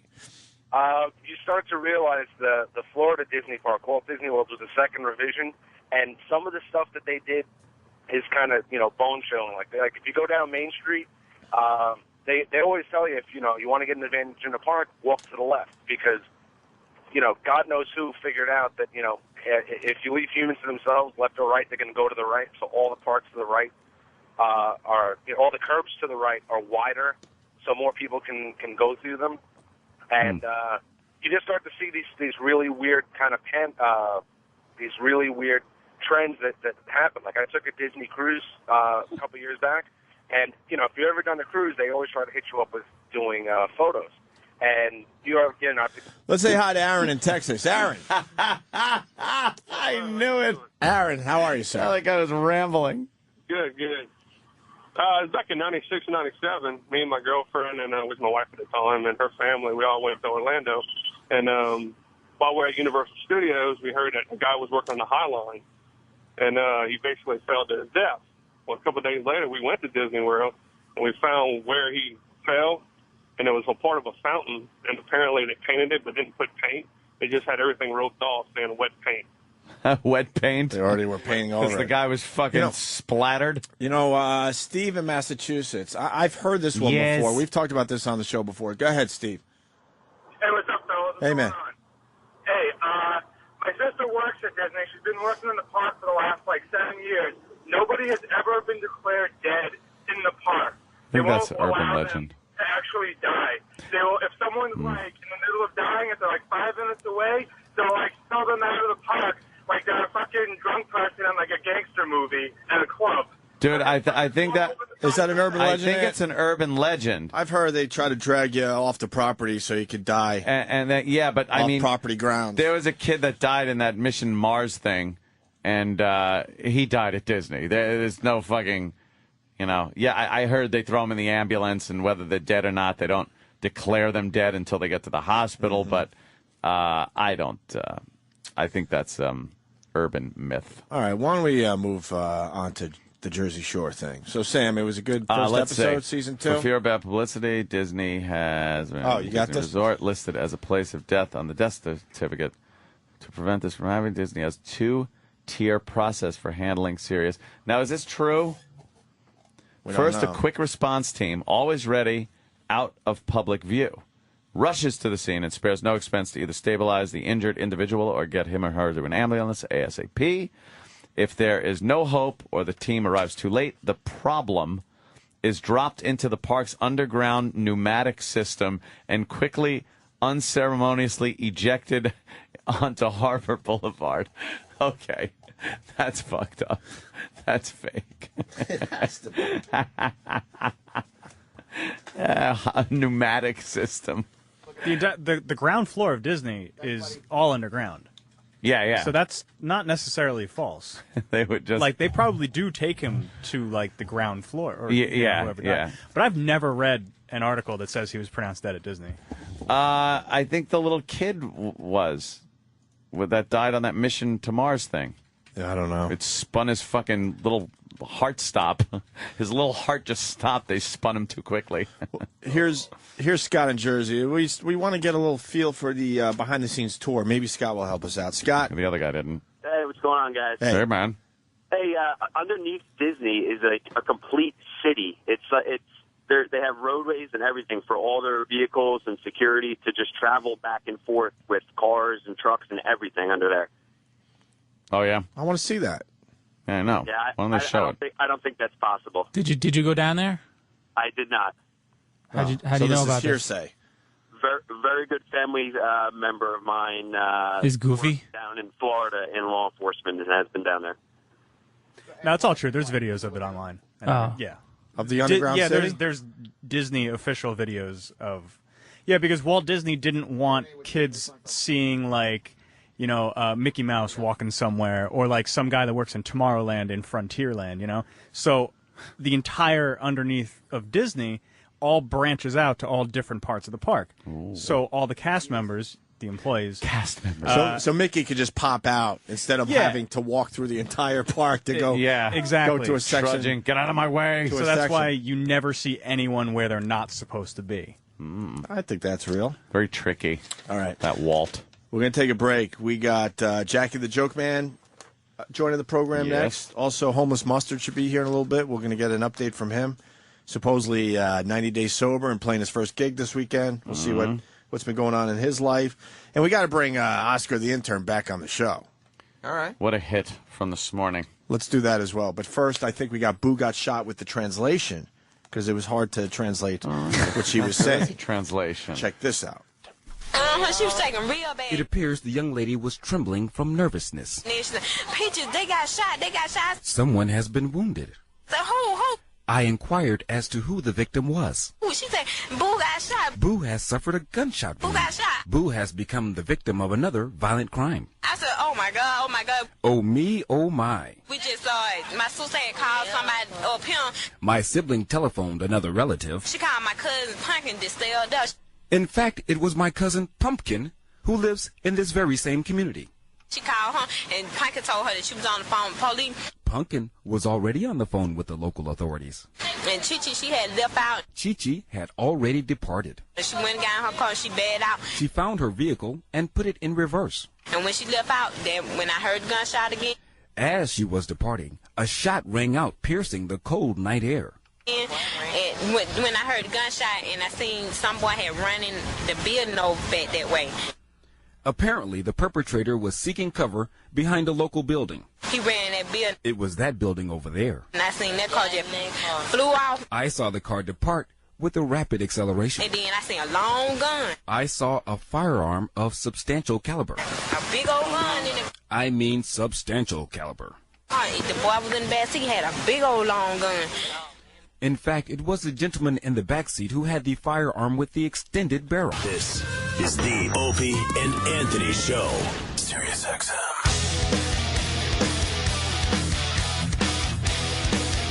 He's insane. Colin Kane in studio. He knows how it works. Colin, you promoting anything? Comics, August 12th. I'll be there. All right, and with that, Jackie the Joke Man has entered the studio. Let's make believe he wasn't in here for 5 minutes. See, trying to do a little theater. Ruining the whole thing that's supposed to come off sounding spontaneous. And then he walks in as we came back, which is very strange. Yeah. That's the way to do it, though. You want the guests to arrive as you go back live on the air. Well, I'll tell you what happened. You said, how are ticket sales at Trump Marina? And I said, I don't ask. And you know what happens? At some point, you start doing comedy or show business, and you think that there's a certain level where you've made it. In your mind, you think that there's gonna be that level. And when I met Rodney and got lucky enough, Rodney invited me to go with him. Rodney Dangerfield invited me to go with him to Las Vegas. And if anybody had made it, I mean, it's like 1980. I mean, he hadn't done all his movies yet, but he was already an icon. Sure. So there's a guy who's made it. Bob Hope, Rodney Dangerfield. Here's a guy who's made it. Excuse me. And we go to Las Vegas, pull up in the limo. I mean, it couldn't have been more big time. We walk into the Aladdin Hotel. The first thing the guy does is runs to the box office to find out how sales are. And I said, I'm telling you, it was the biggest epiphany. I was like, it never ends. You know what I mean? Here's Rodney Dangerfield. If anybody should not care if he sold a ticket or not, it would be Rodney. It would be Rodney. But he ran right to the box office to get the number. Big gas shortage right then. It was 1980. There used to be lines around. You guys weren't born yet. There was lines around the block to get gas. That. There's nobody in the goddamn town. And he's all concerned about ticket sales. And that's, I said right then, I said, I don't want to worry about this the rest of my life. Yeah. You think at some point somebody's going to say, all right, you've made it. No more worries about ticket sales. Sure. You know, it just doesn't happen. You're constantly, trying to figure out if you're there yet. Right. Joan Rivers was talking about that same thing, where she continues to worry about how many people, are going to be at the show. It's ridiculous. But and I know, I have a gut feeling I've sold like dozens of tickets. Could be tens of tickets. So what do? You just go in there, and then if there's a good crowd, you fucking feel good. If there's not a good crowd, you do your show. You blame the promoter. You say, blame that fucking asshole. You try to figure out who to fucking blame. Yeah, exactly. God bless a bad economy, Yeah. Got all those excuses you could always in the back blame pocket. Christina Aguilera canceled her whole tour. We're suffering one night. Relax, lighten up, Actually, tickets across the board way the fuck down. Yeah. No one's going to shows like they used to. Right, and there's nobody in Atlantic City, but there will be people in Atlantic City Saturday night. Yes. There's a big show at Trump Marina. At the Shell at Trump Marina. That's a good room. That is such a great room. I saw Bob Kelly there. It's a good room. 600 people, and it's small and nice little box and great sound system. And I just love it. Yeah, it's good. You gamble at all? You know what? I don't gamble and I don't drink. You used to drink, though, right? Oh, Jesus Christ. I used to drink so much that I used to forget that I didn't gamble. But I have a great time. What was your poison when you were drinking? Yes. Just everything? That's it. I was a beer drinker, Budweiser drinker. I mean, on the Stern Show, they went on and on and on about how many Heinekens I drank. Yeah, right. And I never drank a Heineken. But they were the sponsor. Starting in 1985, I realized that I can't drink and do my act because that's going to be too crazy. Luckily, because I quit drinking. Wait, 85 you were done? No. But I'm saying in 1985, I realized I shouldn't drink on stage. Okay. And thank God, because if I had been drinking on stage, that means when I quit drinking, I would have had to relearn show business.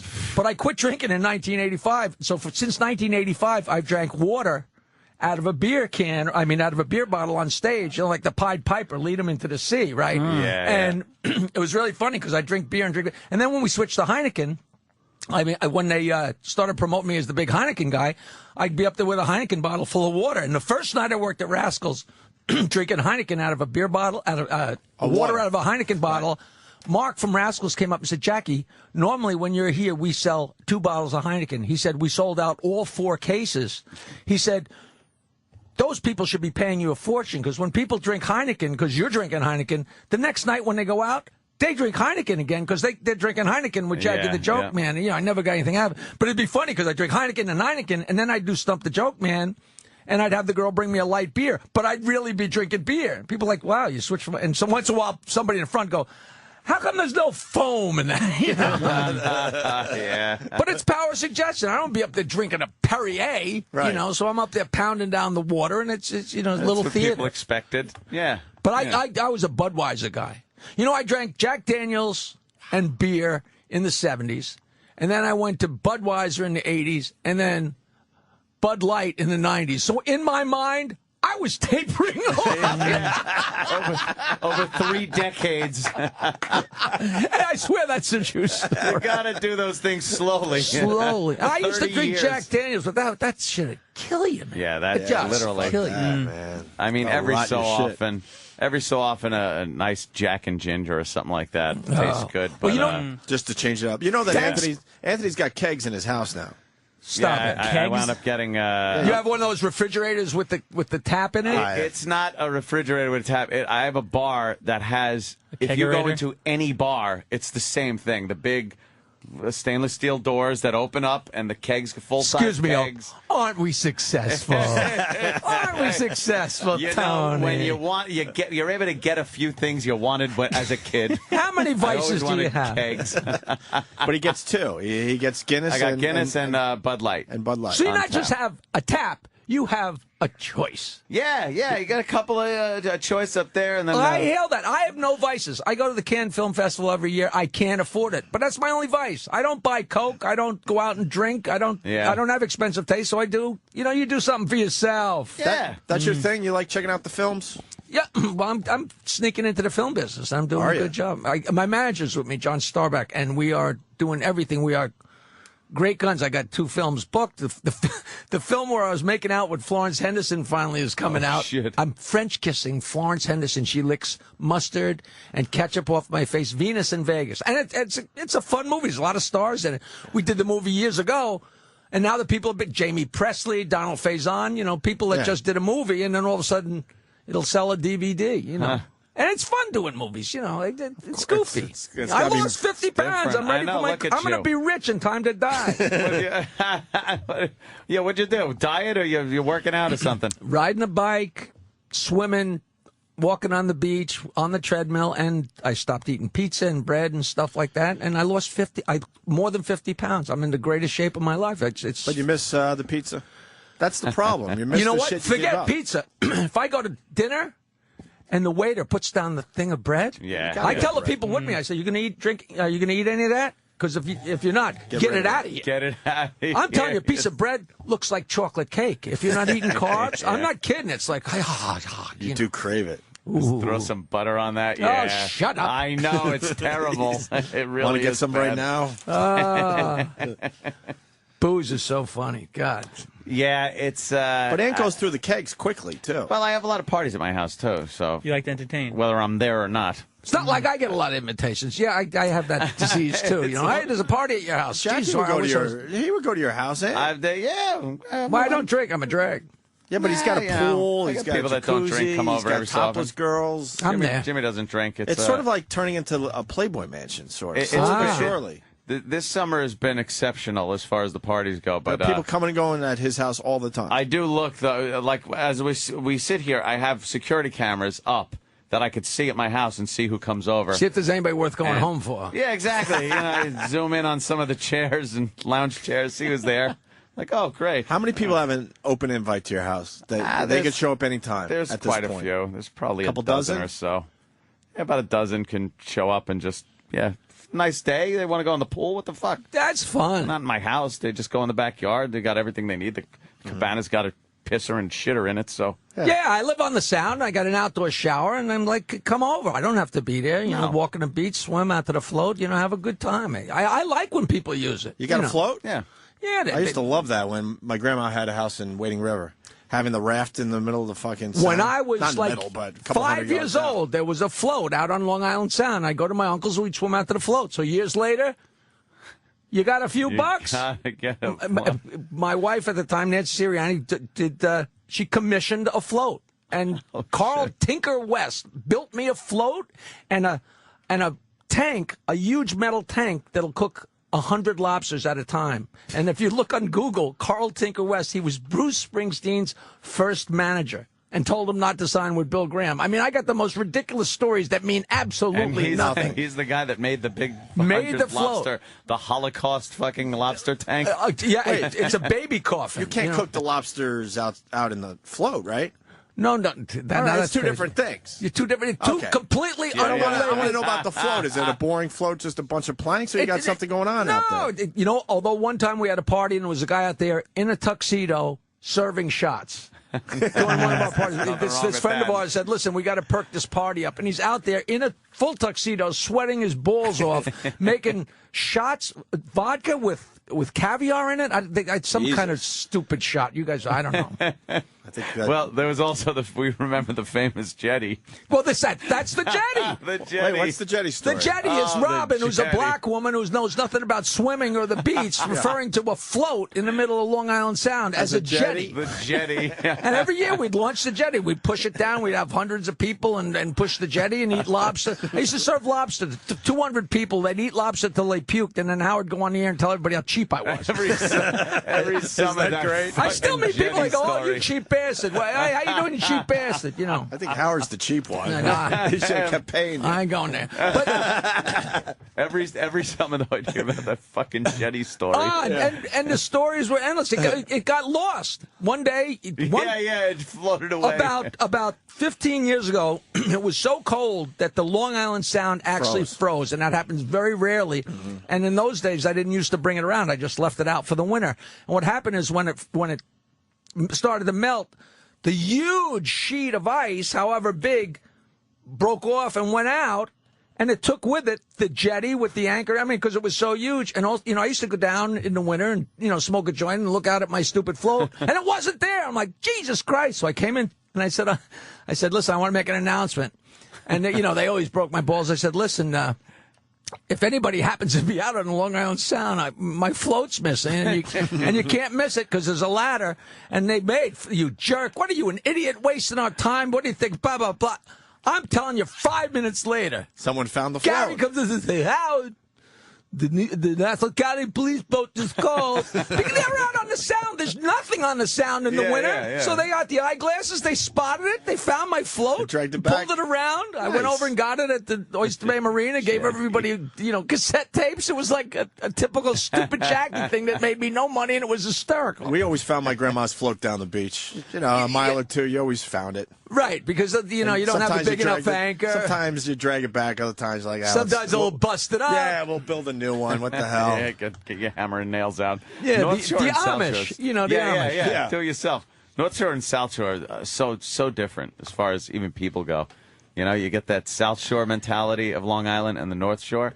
So goddamn different. The Sound and then the Great South Bay. You get the Bay Shore. We were talking about Bay Shore chicks before with the big hair. And it's unbelievable what a different world it is. It's, 20 miles from North Shore to South Shore? Long Island Expressway just cuts it in half. The Expressway's like the Mason-Dixon line. We never went south of Long Island Expressway. That was like another country for us. Oh, my cousin's husband refused to acknowledge that there was anything south of Jericho Turnpike. But the sand down there is so fine, and people come up to the North Shore and they're like, how can you walk on these rocks? And meanwhile, you go, I can still remember going to Jones Beach for 4 days. You're trying to get the sand out of your balls. You know what I'm talking about? Like powdered sugar down there. Right. And then, up on the North Shore, you had these prehistoric fucking horseshoe crabs and rocks and all kinds of shit. I forgot about those scare things. the crap out of me. It was like something from fucking... Yeah, why do they continue to survive, those horseshoe crabs? I think they've been around longer than... They're like cockroaches, And they're always screwing. You always see them connected, one hump and the other. Like a daisy chain. What else are you going to do? Awkward-looking little creature. Horseshoe crab. Growing up, though, on Long Island, it was a lot more wildlife. I remember growing up and just seeing fucking... You go into the woods and there's snapping turtles and fucking newts and chameleons and all kinds of other fucking... like Africa. Well, because it's the woods, it's great. You ever read about like Center Island, Bayville? They used to be, in the 1800s. I'm not talking about in the 1200s. In the 1800s, there were bobcats and bears and all kinds of stuff. I would love to see that stuff. You got to think there's one still around somewhere. I'll tell you, a stray bobcat's got to be out there. My sister-in-law came up with the 3 kids last week, and all of a sudden, her 18-year-old son, I don't know him that well, and he's a real nice kid. He comes upstairs. Now, he's never been in my house before. And he's down in the basement. My doors are open, and I got a cat door, And he goes, there's a possum downstairs. Oh, shit. And I'm like, I'm thinking, this kid's a little wacky, because I've lived in Bayville for 40 years. I've never seen a possum, let alone had one in my house. And I'm thinking, well, this kid's a little wacky. And now my cat, Jake, looks like a cat. It looks like a tiger. It's a bad mistake. And I said, are you sure? He said, no, there was a possum right at my feet, like, 1.5 feet long. And I'm thinking he's wacky. And 2 days later, I walk downstairs. There's a possum in my house. In your house? I don't know how the hell it got in, whether it came in through the cat door or if there's some kind. But a possum. I mean, what are the odds? Cat door, yeah. Well, I got fucking raccoons now. But how did we get attic. the possum out first? And then we'll move on. The point is, I don't know if it's still down there. I saw it once. Yeah, was it like a basement kind of thing? Yeah, it's my basement. No, it's not a finished basement, but it's pretty nice. It's got rugs. Is where I do my laundry and do my just mailing. left it down there. Yeah, and if I see him again, then I'll put a trap down there and catch him and set him loose. Because Ant's got the raccoon problem. Yeah, I got raccoon problem at my house. Guys came in to fix my air conditioning, and they come down and they go, "You got raccoons living in your attic." I'm like, what the fuck? How did they get in there? Workmen don't like to work if there's a they're scary raccoons. No, raccoons can be really nasty. So now there's traps on the outside of my house. Have you seen them since we talked about it on the air? No, these fucking things know that there's a trap set. I don't know how they figure it out. The first night that he set the traps, I go out before I'm going to bed. I figure, let me go out and check the traps. So I go out and I see glowing eyes in the trap. I go, fuck, that was fast. I walk up. It's Opie. There's a poor little Opie going, you son of a bitch. A little cat in the trap. Like, you dumb little shit. So now I got to figure out how to open this thing up, and I let him out and then reset it again. And since then, nothing. Not hide nor hair of any of those fucking raccoons. You know, my house, I expanded the kitchen, knocked down a wall, and chopped off a piece of the house and put a big picture window. But while the guy was doing that, there was a time where the house was totally insecure and had a big piece of canvas hanging there, right? So anything could go in and out. But, you know, you're doing construction.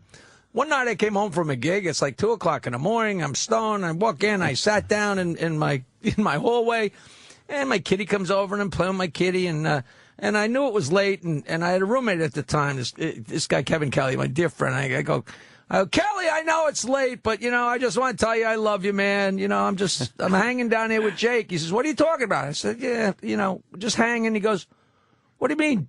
What do you mean you're with Jake? I said, I'm here with Jake. He goes, well, then what's on my... There was a raccoon on his bed.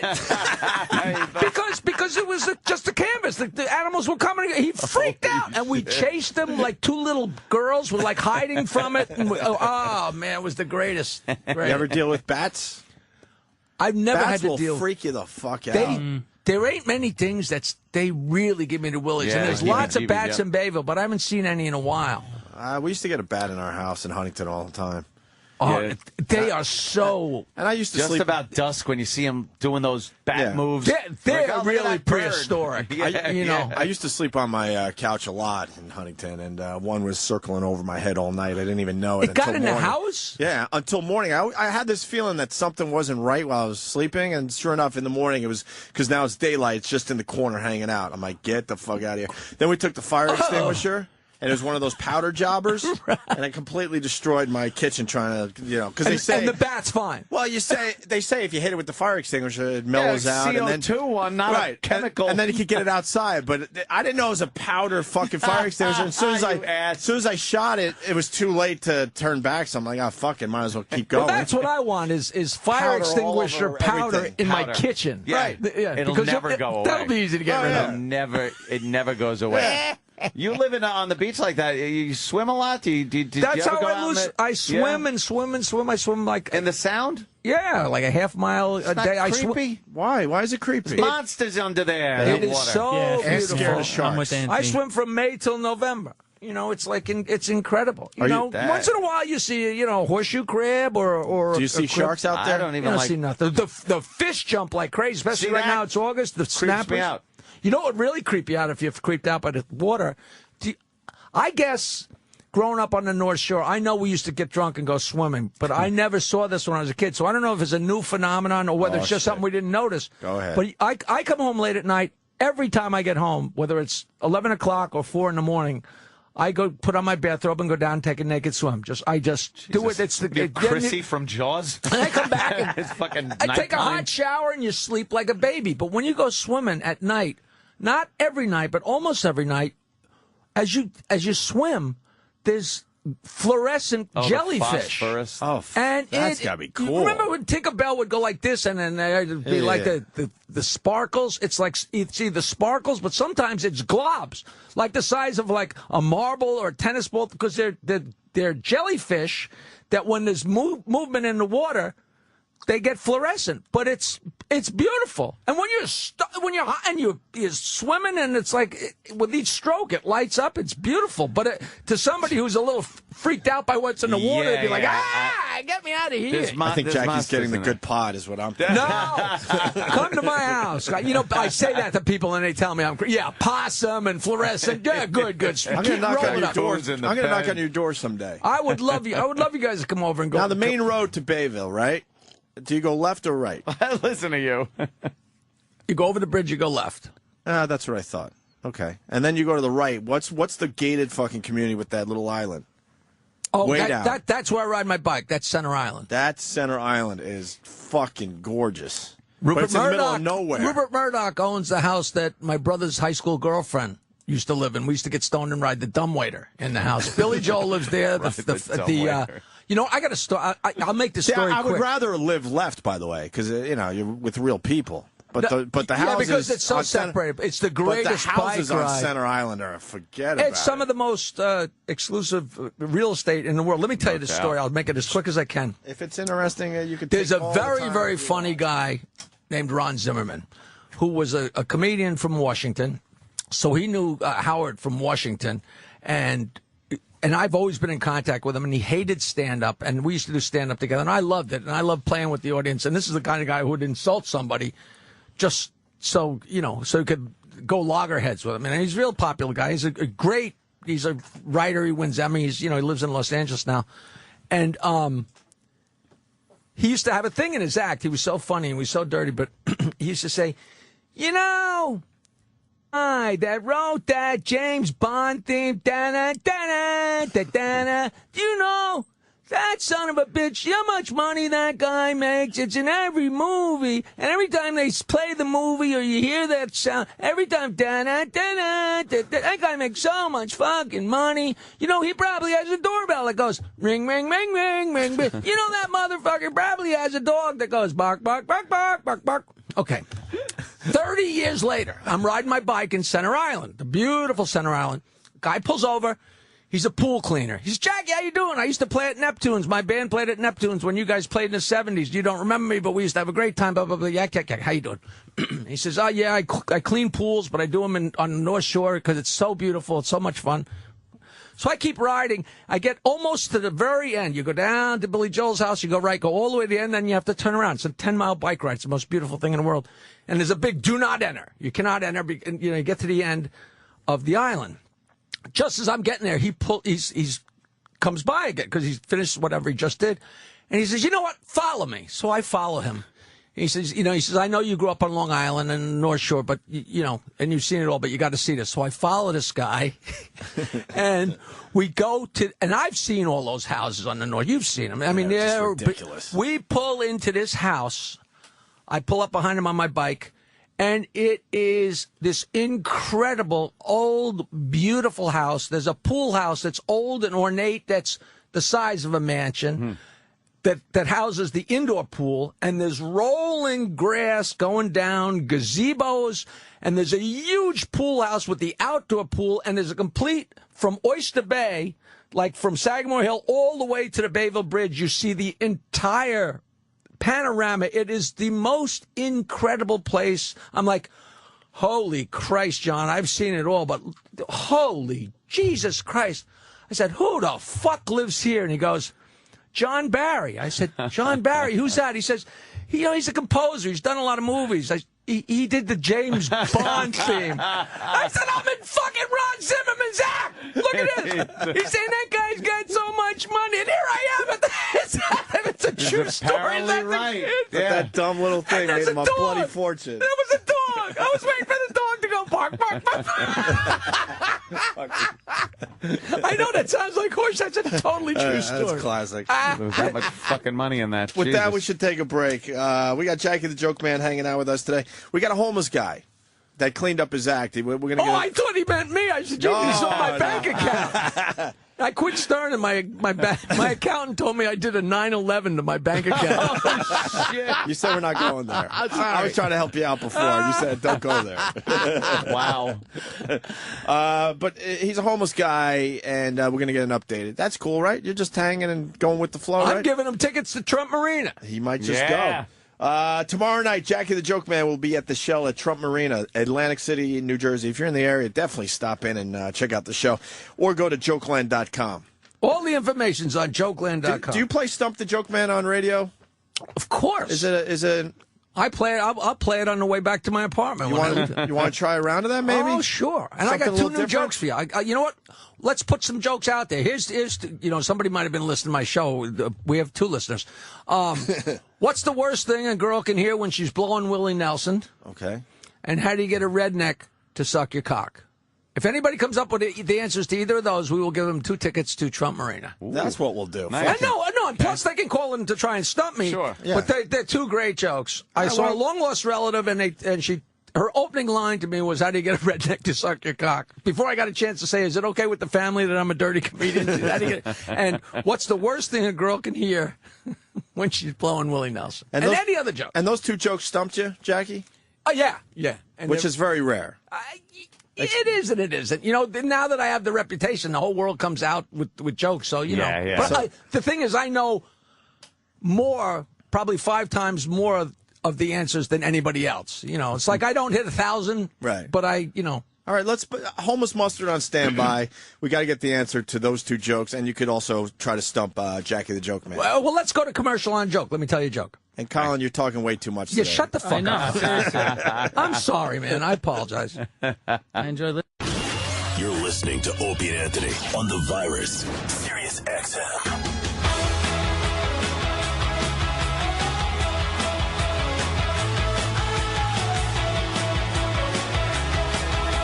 Busy show today. We got Colin Kane in studio. Also, Jackie the Joke Man, who's playing the Shell at Trump Marina tomorrow night. It's going to be a great show. Go to jokeland.com for your tickets, I guess, or Ticketmaster. How do they get the tickets for this, Jackie? I think it's Ticketmaster or one of those things. But if you go to jokeland.com, there's there's the link. It's a great everything's a click away nowadays. What I like about Trump Marina, I've stayed at a lot of the hotels down there. Trump Marina, though, you can go right outside and onto the boardwalk and see some real action. It's that really, boardwalk really great is place. just amazing for people watching, which is one of my favorite things to do in the world. And there's nothing like the freaks. boardwalk. The boardwalk in Atlantic City, rich people, poor people. I love walking up and down, and, I've been on a diet for like a year. So when you're walking up and down, the smells, the clams and the saltwater taffy, and it's just fun, As soon as you said clams, I was thinking of fucking pussy. Oh, Jesus, Christmas. Sorry. Hey, so we're going to play Stump the Joke Man with Jackie. You got a joke you don't think Jackie knows the answer to. Or the punchline to, I should say. And then we want the answer to the 2 jokes you said before the break. I'm going to give you 2 setups, and then I'm going to tell you a joke. What's the worst thing a girl can hear while she's blowing Willie Nelson? Okay. And how do you get a redneck to suck your cock? All right. If you know that, you're going to get tickets to the show this weekend if you're local. Before that, though, Sam just ran in here. Jim Norton's not here today. He's in Atlanta at the Punchline, and he went on local TV down there. Yeah. Good Day Atlanta. Good Day Atlanta. Did you have to do those shows, Jackie? The Good Day shows ever? I did one in when I was working Zanies in Nashville, and I did one of those morning shows with Paul Williams. I'll never forget it. Paul Williams, a little tiny singer-songwriter, and he actually, I got to know him a little bit because he was headlining with Rodney when we were at the Aladdin, but he was a great guy. And he said something that I still remember 35 years later. They said, wow, you wrote, Evergreen with Barbara Streisand. You wrote so many great hits. He said, yeah, but there were some songs I wrote that, that just missed. And they said, like what? He said, Brown Christmas. I just think that's just a funny line. All those little shows were so great. You know, the guy's the host, and then he runs over and starts the tape. One of those things. Well, Jimmy, old school. Old school. Jimmy just got in trouble down there in Atlanta. He was on Good Day Atlanta, and he cursed. Well, this is how it went down. He got the host very uncomfortable. So when you look around and you look at some of the comics that are out there now, When you think about doing a project with someone, has that come up yet? Or who would you like to work with or opposite of? I'll work with or opposite anybody on television who will have me. I'm 42 years old. I'm not picky. Play the wacky neighbor. Okay. You start out in show business. You're like, I have integrity. Believe me, I'm the biggest whore in the business. Whatever you need, I will do. Whoa. All right. I'll work with anybody. All right. It's a morning show. We got to. So we're gonna. Oh, okay. Yeah. I'm the biggest sellout in the business. Don't say the W word. What? Wow, That's what TV has become. What year was this tape? Yeah, exactly. An hour ago. Whore is. He's so funny. The W word. Yeah. That's Stop the guy in his hysterical. tracks with that. And the guy was not feigning it. He was like thrown. Yeah, At least he said the W word. Voss would have been like, oh, the H word. I can't use the H word. And if we know Norton, he doesn't like when people, do that to him. No, not at all. I'm surprised he didn't come back with, Well, at the end of the show, he kind of apologized. Yeah, well, he tried to. For real? But Norton doesn't apologize. He apologized as, he was being a good sport, but they gave him an opening and he took it. All right, it's going to be a great show. I hope so. Yeah, it was good last night, but, let's hope tonight is good, too. All right. Come on out, people. Absolutely. Jim, what a pleasure. Thank you for having me. Yeah. Sorry I said that naughty word. I hope I didn't, lose any audience for you. Which word was that? The whore word. There you go. You dummies! That's Oh, did he just set that That's up? wonderful. You dummies. Jimmy. We laughed over that. great. Hold on a second. There you go. Never ask which word. Why would you ask? Why would you ask? That is typical Jimmy right there. Oh, wonderful. You never know where people's sensitivities lie or where their lines are. It's just frightening. Whore, there's nothing. You go down to an Atlanta TV show, though, I guess people get a little, what the hell's that? I watch this show with my children. Enough Do ya? already. We can handle dirty words. I think we can. It's time. The whole shocking thing it's done. When I always say this, when you're 2 clicks away from a man dying from being fucked by a horse on the computer. How shocking is hearing? Wait a minute, you're 1 click away from that girl with the greatest jugs I've ever seen in my life. I don't even have to click. They're up there constantly. There you go. God damn. Well, Jackie, you got the phones. Aren't the rules? Now, hold on, Opie. This is the third time I'm breaking in, Anthony. I'm telling my joke. He won't let me tell my joke. I'm telling my joke. Oh, yeah, go ahead. Yeah. Guy gets a new job, so to celebrate, he gets himself a new suit, new pair of shoes, gets a pair of black patent leather shoes. He goes out to a dance. He's dancing with a girl. He says, I really like a girl that wears white polka dot panties. She says, I didn't know I'm wearing white polka dot panties. He says, I saw the reflection in my shiny new black patent leather shoes. Yes, another girl dances. I really like a girl that wears black lace underwear. How do you know I'm wearing black lace underwear? He says, I saw the reflection in my shiny new black patent leather shoes. Yes, another girl dancing. Looks down. He looks down. He says, what do you got on under that dress? She says, nothing. He says, whew. I thought I had a crack in my shiny new black shoes. I see you can get away with that on radio because it's satellite. All right, here we go. People want to try to stump the joke man, and we got to get the answer to those 2 jokes. Let's start with Brian in Virginia. Brian. Hey, Brian. Hey, guys. How y'all doing today? Good, Brian. All right, here's my joke. What does Tiger Woods and a Christmas tree have in common? What? Hold on. Tiger Woods is Christmas tree. The balls. Sleeper talking what? The balls. The colored balls. Oh, you got me.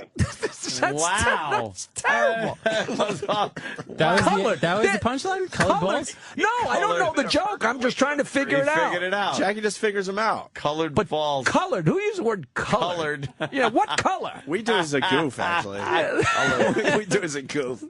All right, let's go to Footer. Footer, you're on with Jackie the Joke Man. Hey, what's up, guys? All right, how do you get a dog to stop humping your leg? Pick him up and suck his cock. You're the best. You are.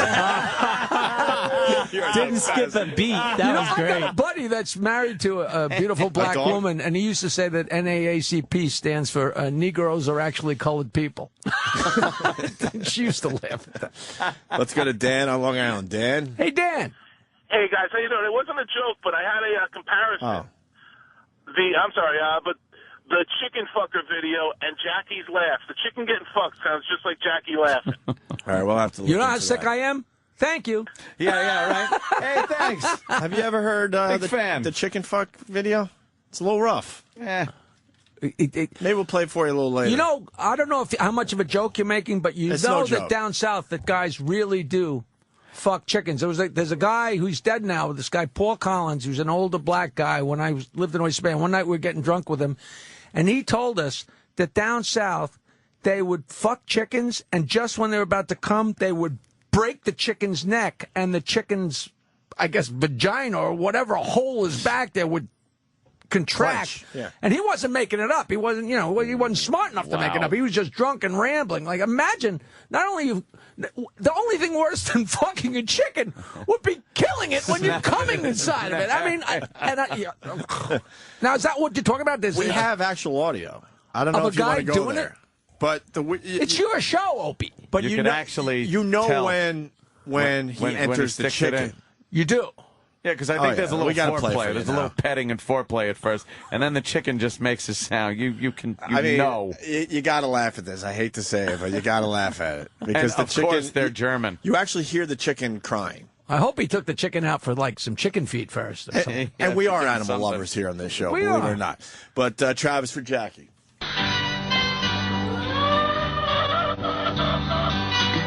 Great music.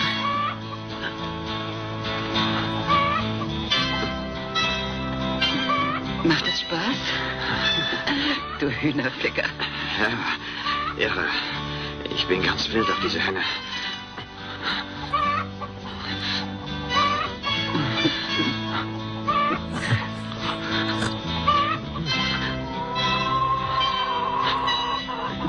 Yeah, that had to be right there. Ja. Ja. Ah, nun wird's gut. Ja, gleich. Like.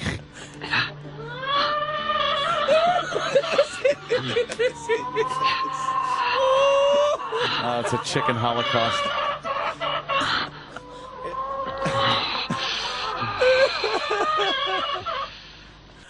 And that guy said that your laugh sounds like that. It's one of those things you probably shouldn't laugh at, but you have to laugh at that. Why is it always Germany? I remember a million years ago, before there was any internet, people had those porn videos, and there was a porn video, and it was from Germany of a girl blowing a white pony. Do you remember that one? That was very famous. It's always German. She was blowing a pony. We What's the come theory to the we have? conclusion that conquered, defeated nations like Japan and Germany just somehow have such low self-esteem that they like Japan is horrid with their fucking shitting videos and crazy anime porn, and I think it's just being a defeated nation.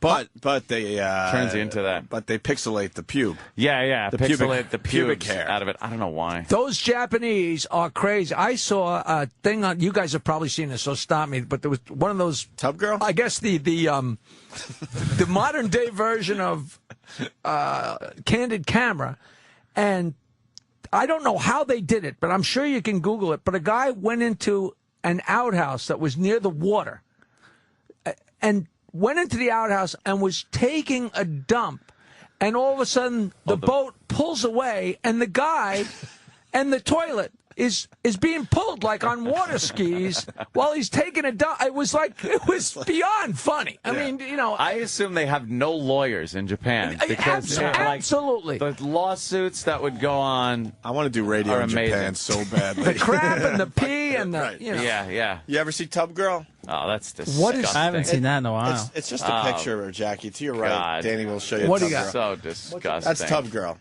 That's Tub Girl. Jesus. Oh!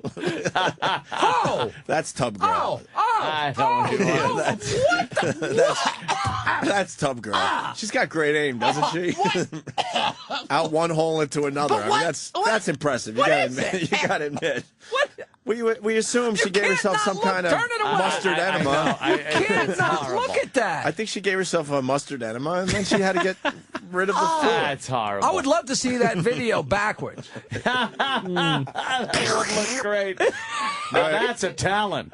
Let's try to stump the joke man. We got everybody on hold now. Richard in Florida. Richard. Hey, Dick. Good evening. Hey, Hello. Richard. Hey, Jackie, what's the difference between Bigfoot and a woman's pussy? One of them is scary and smelly, and the other one is Bigfoot. Pretty close. Let's go to Dave in New Hampshire. Dave. Howdy, Hey. faggot. Hello. Jackie, why were all the niggers killed in Vietnam? We don't use that Jesus, word. what are You you don't say doing? Vietnam, you say the war.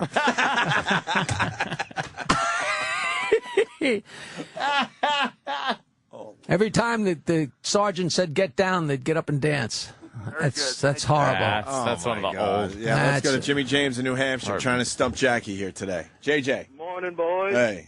Hey, what's the difference between a grizzly bear and a woman from Maine?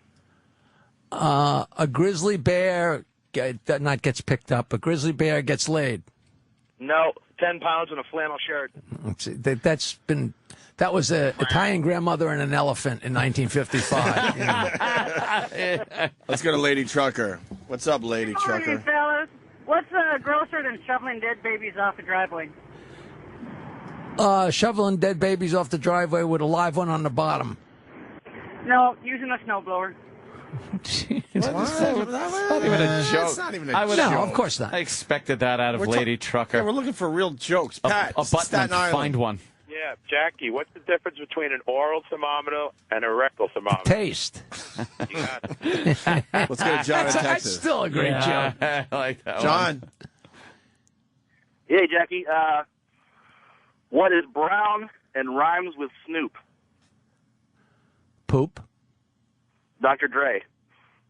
It rhymes with Snoop. I know it's good. You know, and I might even been able That's to not bad. figure that out if I knew anything about rap, but I Yeah. refuse to acknowledge that it exists. Not a big rap fan, huh?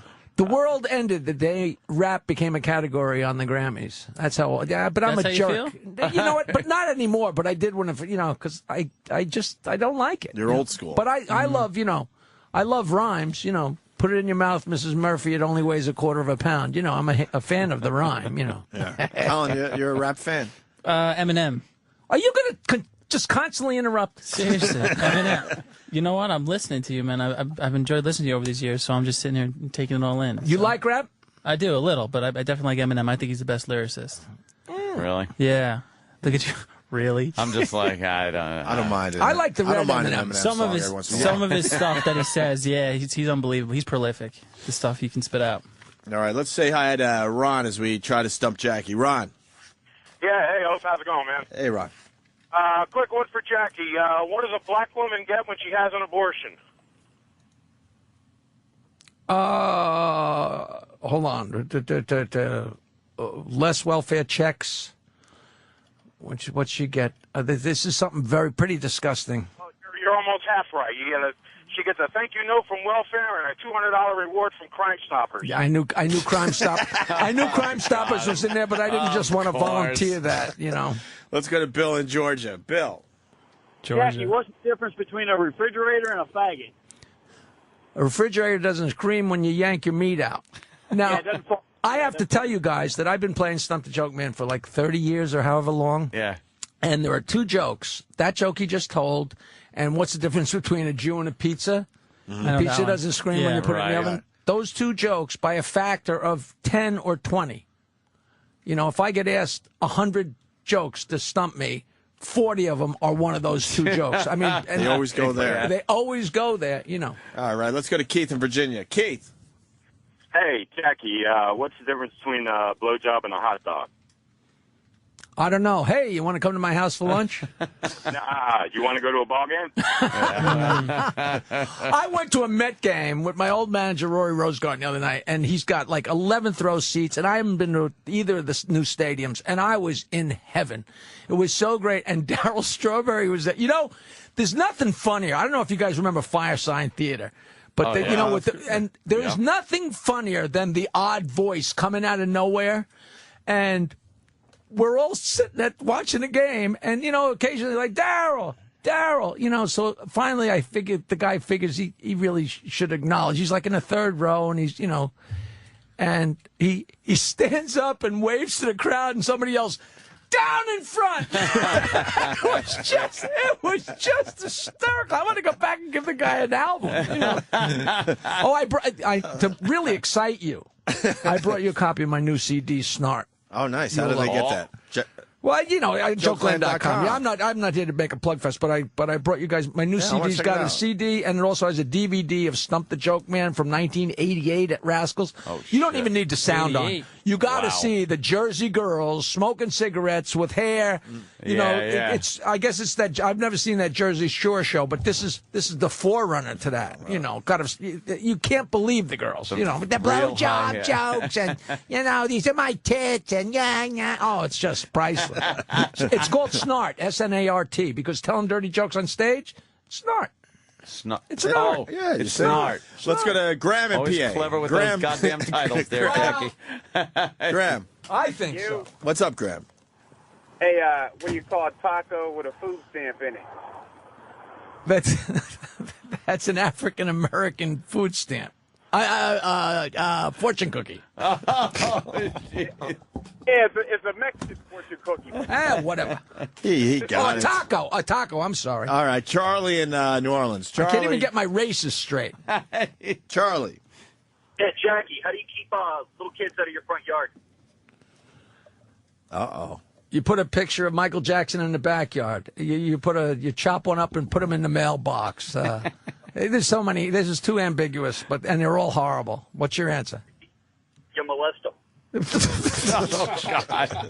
Doesn't get any better than that. Damn it. Of course. The greatest thing about telling jokes for a living is when people have subtle. Right. Yeah, the subtlety. You got to live for the great. subtlety. Yeah. What's the worst thing a girl can hear when she's blowing Willie Nelson? And how do you get a redneck to suck your cock? Oh. And how do you get a redneck to suck your cock? A redneck called up with the answer, and not only answered it, but answered it in his colloquial way, which I'll explain to you, which is just hysterical. I think John wants to answer one of these jokes. Okay. Yeah, John. John in New Hampshire. How you guys doing? All right. Love the show. Jackie, I love your show, too. I'm one of the 2 listeners, I guess you said. Thank you. I got an answer to the redneck. How do you get a redneck to suck your cock? How? Dip it in ranch. So stupid. I guess they put ranch dressing on everything down there. And, I heard, put ranch dressing on it. And then the guy calls up the other night on the joke hunt and says, dip it in ranch. Not even ranch dressing, ranch. Yeah, I'll plug my show. 7 to 8 p.m. Eastern Time on Howard 101 is Jackie's Joke Hunt. We're doing our 186th show this Tuesday called Yotox. That means they're going to start paying you soon. Oh, please, I never. think if you get to 200 shows, they start paying you. That's what it says in my deal. Let's go to Captain Auto. A couple more Stump the Joke Man. Captain. Hey, how you doing? Good, hey, Jackie, what's 12 inches long and makes a woman scream? Crib death. Get out of here. Oh, fuck. Let's go to Mark in New Hampshire. I'd like to say your listeners are horrible, but they're the same listeners as mine. Yeah. Mark, New Hampshire. Jackie, what do gay horses eat? Hey. Hey. that is the greatest. Let's go to Jim in Florida. How do you get a fat girl? Go ahead. How do you get a fat girl in bed? I don't know. Piece of cake. Yeah. That's my favorite. That's the great. Jim in Florida. Jim. Hey, Jackie, if you put Velcro on the ceiling to keep them from jumping on the bed, how do you get them down? Say that again? If you put Velcro on the ceiling to keep them from jumping on the bed, how do you get them down? You give a Mexican a bat and tell him it's a piñata. Correct. Yeah, that's horrible. Damn. Jesus. But you know him. Horrible, good. Yeah, I know, but it's my job to know. He's got him categorized. Right. Yeah, he's got him categorized like those porn sites. Yeah, I like how he's got to kind of go, let me think. Yeah, the Rolodex is going in his head. Yeah, that one. I got 3 checks the other day, $300 checks from Playboy. And I'm like, this is weird. I mean, years ago, I had the Penthouse joke page for 20 years, and I used to send jokes to Playboy. But I hadn't submitted any. I'm like, what is going on? And then I got an email from a guy saying, Jackie, please put me on your Jokeland email list. By the way, let me tell your listeners, if you like dirty jokes, all you have to do is email me, jokeland@aol.com, and I put your email on my list, and you get dirty jokes once in a while. No salesman will call. It's just dirty jokes. I'm an idiot. That's what I like to do, sharing jokes. That's why I have no money. I just give the shit away. So this guy says, I would like to be on the Joke Man list. And his name was Adam Smith or Smith Jones, whatever it is, at PlayboyEnterprises.com. So I wrote to the guy, oh, you're on the list. Do you know anybody at Playboy? I got a couple checks from there the other day, and I have no idea why. And the guy wrote back, I'm the new Party Jokes editor, and the last Party Jokes editor, you started forwarding me your Jokeland emails, and I love them, and I would take a couple jokes, and I took a couple jokes and put them in a magazine and made sure you got paid. Damn. And he said, and now the guy doesn't forward me the emails anymore, and that's why I want to be on the list. So now I have a direct pipeline. The Party Jokes editor came to me. I think that's kind of cool. Not only did he steal the jokes, but he stole them and paid me for them, which is pretty honorable. Absolutely. But how often does that happen? Growing up, that was always the second best thing about the magazine. True. My favorite thing, the first time I did an interview with Penthouse, and the guy I said, hey, why don't we put jokes after each of the... So they'd ask me a Q&A question, and... A Q&A, O&A. And I'd say, I've had a few of those. I'd do an answer and then a dirty joke. And then he said, everybody loved the dirty jokes. Why don't we do a joke page? I said, I would love to. And it was always someplace crazy scattered in the magazine. But the very first time I did it, they put it on the back of the centerfold a la Playboy. Oh, shit, and the first month I did it, Amy Lynn Baxter, who wound up being a person on the Stern Show all the time, who's been a friend for like 20 years, she was the girl, the centerfold. So my very first Penthouse joke page, if you hold up my jokes, you can see her snatch. it's just like it's a collector's item. With two Jews going to a bar, there's Amy's pussy. What's the answer to the other joke? Because no one's going to get it. Ask me. The joke? Yeah, go ahead, Colin. What's the worst thing? Come on. Yeah. I don't even remember the fucking jokes. I just heard 15 of them.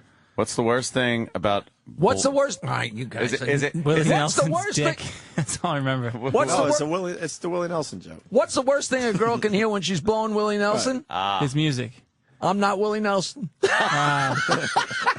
Is that just fucking hysterical? Thanks to Brendan Dunn, my nephew Brendan Dunn. Him and his friend Danny Gerges came over, and they always try to make me laugh. And we laughed at that for... That's a funny fucking joke, man. You're blowing the wrong old guy, And Willie Nelson, too. Blowing an old guy. That is a great fucking joke, man. It's one thing if it's a Brad Pitt lookalike, And Willie's my good friend. We send jokes back and forth all the time. I sent that to him. I'm sure it made him drive off the road. We used to love having him on the show. We haven't had Willie on in a while. We got to get him back here. Such a good character. Oh, he would come on just completely out of his fucking mind. Oh, he's great. And his daughters are both great musicians. His daughter, Amy, Amy's group is Folk Uke. Her and Arlo Guthrie's daughter play ukuleles and sing songs, and their best song is Motherfucker Got Fucked Up Because He Got in the Way. And I hosted a benefit for the Marijuana Policy Project and Normal in Austin with Willie Nelson and Asleep at the Wheel, and the opening band was Folk Uke, and Paula and Kathy, not Paula, but Amy Nelson and Kathy Guthrie sang Motherfucker Got Fucked Up Because he got in the way, and Willie sang it with him. That's so awesome. Imagine the three of them singing Motherfucker Got Fucked Up Because he got, and his other daughter, Paula, is a great country singer, like a Tanya Tucker type, balls to the wall, beautiful girl, kick ass. Are they getting attention down there in Nashville? Oh, yeah, no. She just sent me her new album. You know what? I'm going to tell her to send you guys. Send it to They're great guests. They grew up. Their father's Willie Nelson. Yeah, of course. They got to have some stories. Well, listen, let's take a break. You're hanging, right, Jackie? You know what? I told Aunt, when you're done with me, just say go away. No, we're going to talk to Homeless Mustard, but I'm sure you could work off that. And believe it or not, I can sit here and shut up. I can. Well, like Colin? Well, he's going to teach me during the break. Colin's like, I got up early for this. He's going to badmouth me to all the young guys. No, not at all. Jokeland.com, but Jackie's going to be playing the Shell at Trump Marina tomorrow night. Go see Jackie, man. It's a great, great show. Thanks, Hope. We'll continue with Homeless Mustard next. The Virus, Sirius XM. This is the Opie and Anthony Show.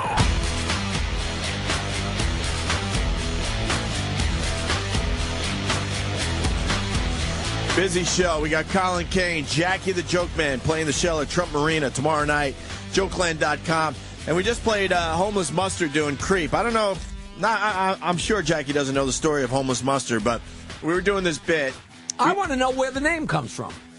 Well, the homeless part you can figure out, right? Oh, geez. I'm going to ask. Isn't he a funny guy? You should start a radio show with this guy. Yeah. Mustard, Homeless Mustard. So we were talking about what you can't do on radio anymore. Me and Ann had a great bit we came up with years ago called the Homeless Shopping Spree. It was great for everybody. You get a bunch of fucking, homeless guys. I was ready to say dirty bums, but I'm sorry. Oh. And you bring them to a mall. And the listeners show up, and it's just a party for everybody. Buy them stuff. And we used to like yeah. taking them to the really uptight malls, because then you see people closing their gates during the middle of Christmas shopping because they don't want the homeless in their freaking store.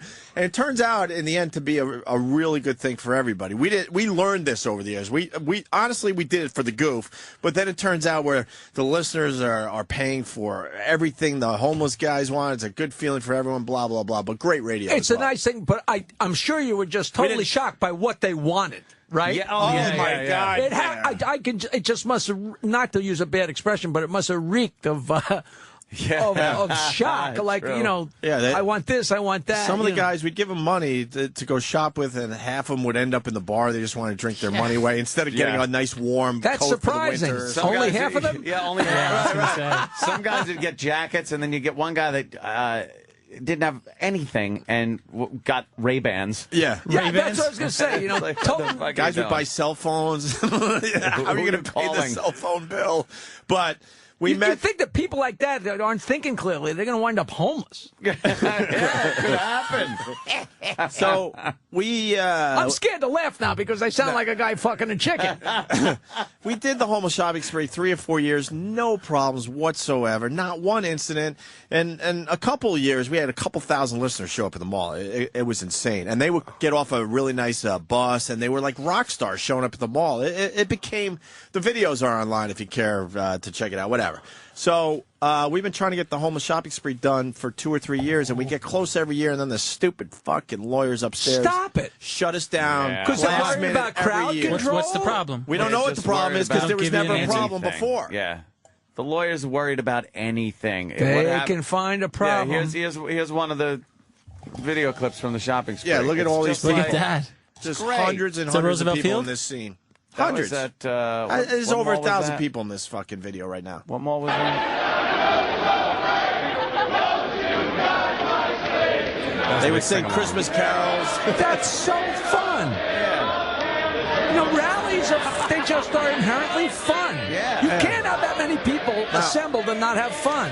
Now, and here's the logic of dopes that have no business. Are they afraid you're going to get sued by the homeless? By the stores, by the mall, there might be something damaged. And how the bit worked, you don't tell which mall you're going to. So those people showed up with us telling them last minute what mall it's going to be at, which was like, wow, we got a little power.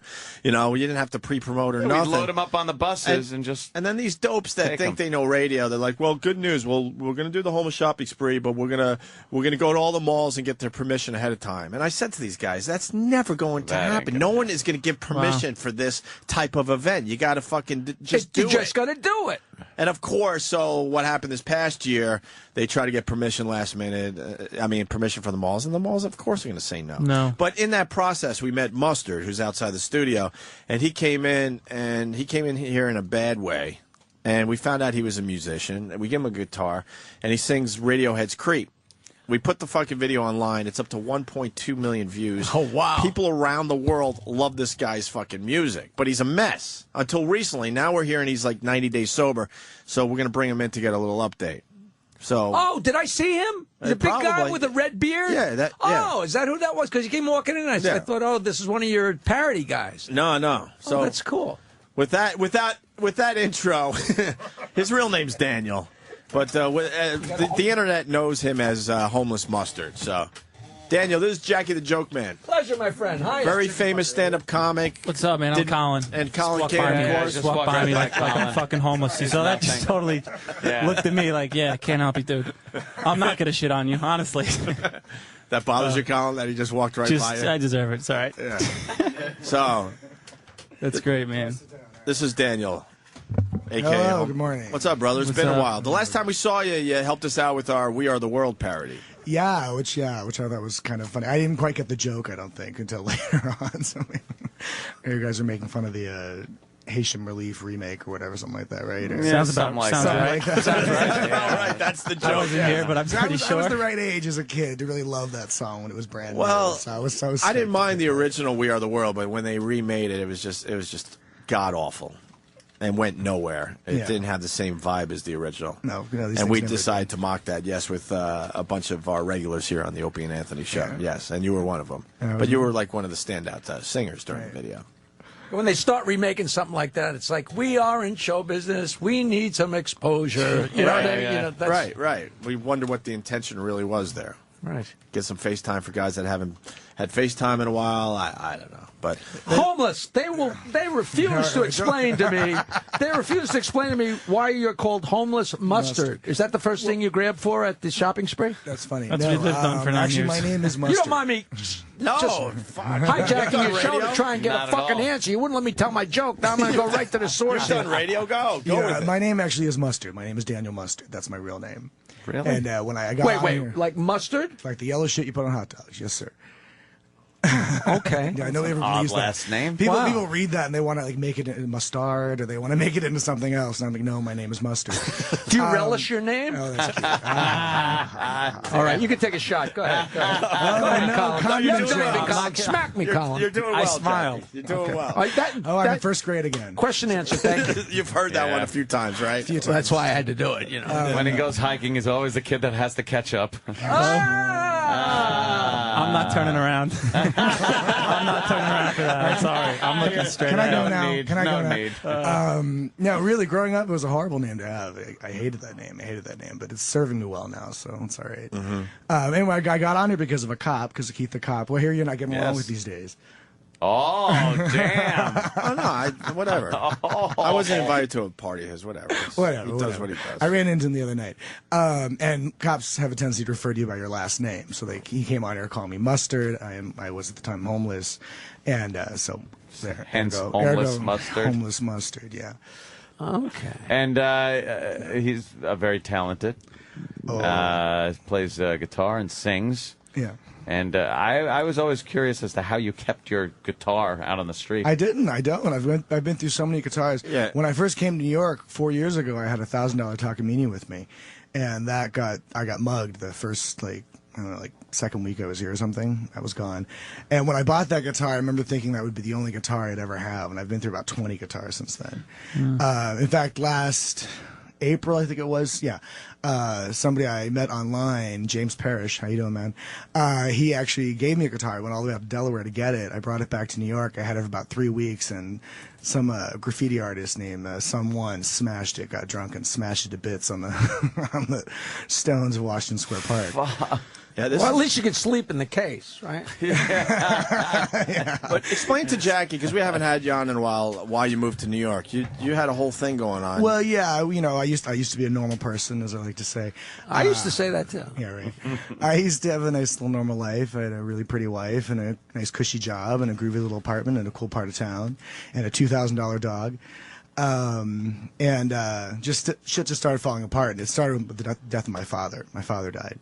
And that really fucked me up. And some other people died. And I didn't deal with it well. And then I lost my nice cushy job. And I got really depressed. And I sat in a corner for about a month doing nothing, saying nothing.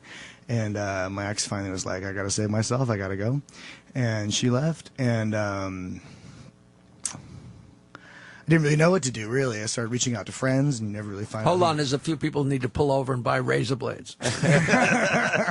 Really? Jesus Christ. I've heard, that's a horrible story. I've heard such worse shit stories. happens, You know what I mean? Like, it really happens. Are you in touch with the ex at all? No, I haven't talked to her in like 3 years. I haven't talked to her When since. did all this go down? 3 This years is like ago? 5 years ago. 5 years ago? I haven't talked to her in a long time. In fact, and the only friends that I was still in contact with, who were in contact with her, don't talk to her anymore. And I'm not. They won't tell me why exactly. So I don't know. I don't even know what happened to her. Do you still have something for her?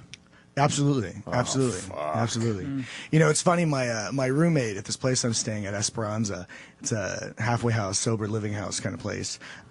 He talks to his ex-wife, and they've been apart for like almost 20 years, and he talks to her every night on the phone, and he still talks to her like that's his wife. He still relates to this woman like his spouse. $2.99 a minute.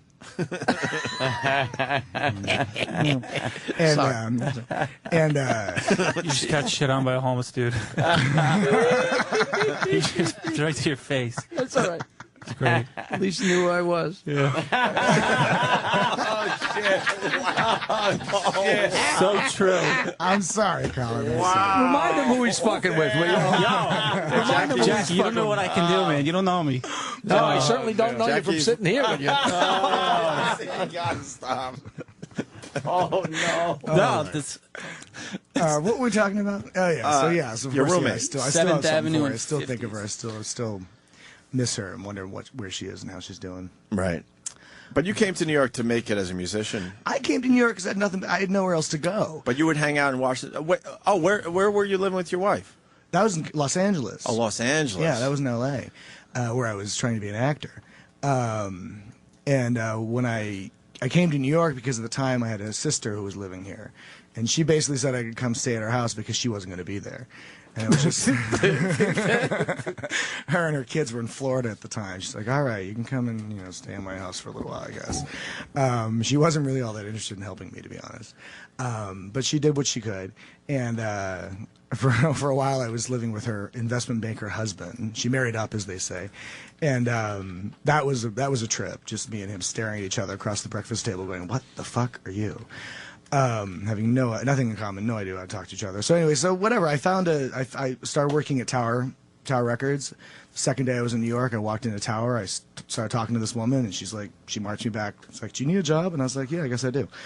And I worked there until they shut that place down. I actually cried the day they closed the doors. Then I kind of bummed around for a little bit, just staying with people. I crashed in a friend's basement for a while. Spent a winter in a basement in Brooklyn with Jeremy Kivett, and then. But obviously, it kept getting worse for you. It's gradual and sudden. It's it more of a gradual thing? What was your job before all hell broke loose? Well, when I was in LA, the last long-term job I had, I worked for a vitamin distribution company. I sold vitamins over the phone. I made a lot of money doing that. But that wasn't your dream. You wanted to be an actor or a musician, obviously. Okay. So now you're down to a basement in Brooklyn. Yeah, basement in Brooklyn. Anyway, eventually he finally got to the point where he's like, "You know what? You got to find something else to do." And I stayed with a friend in Flatbush, Kristen, for a little while, and then I ended up at the shelter. There's a big intake shelter on 30th Street and First Avenue. And I was there for like 2 months or something. And I got in an argument with the cafeteria lady one night. And so because she thought I'd already gone through the line, but I hadn't. And see, there are more people that look like Willie Nelson. That joke could be real. No, the reason she got confused is even if you went through the time, line, who gives a shit? Well, really? No, I mean, no. This woman need acted like it was her food. Of course, they always do. Offense or something. The power trip people out there. They should all die.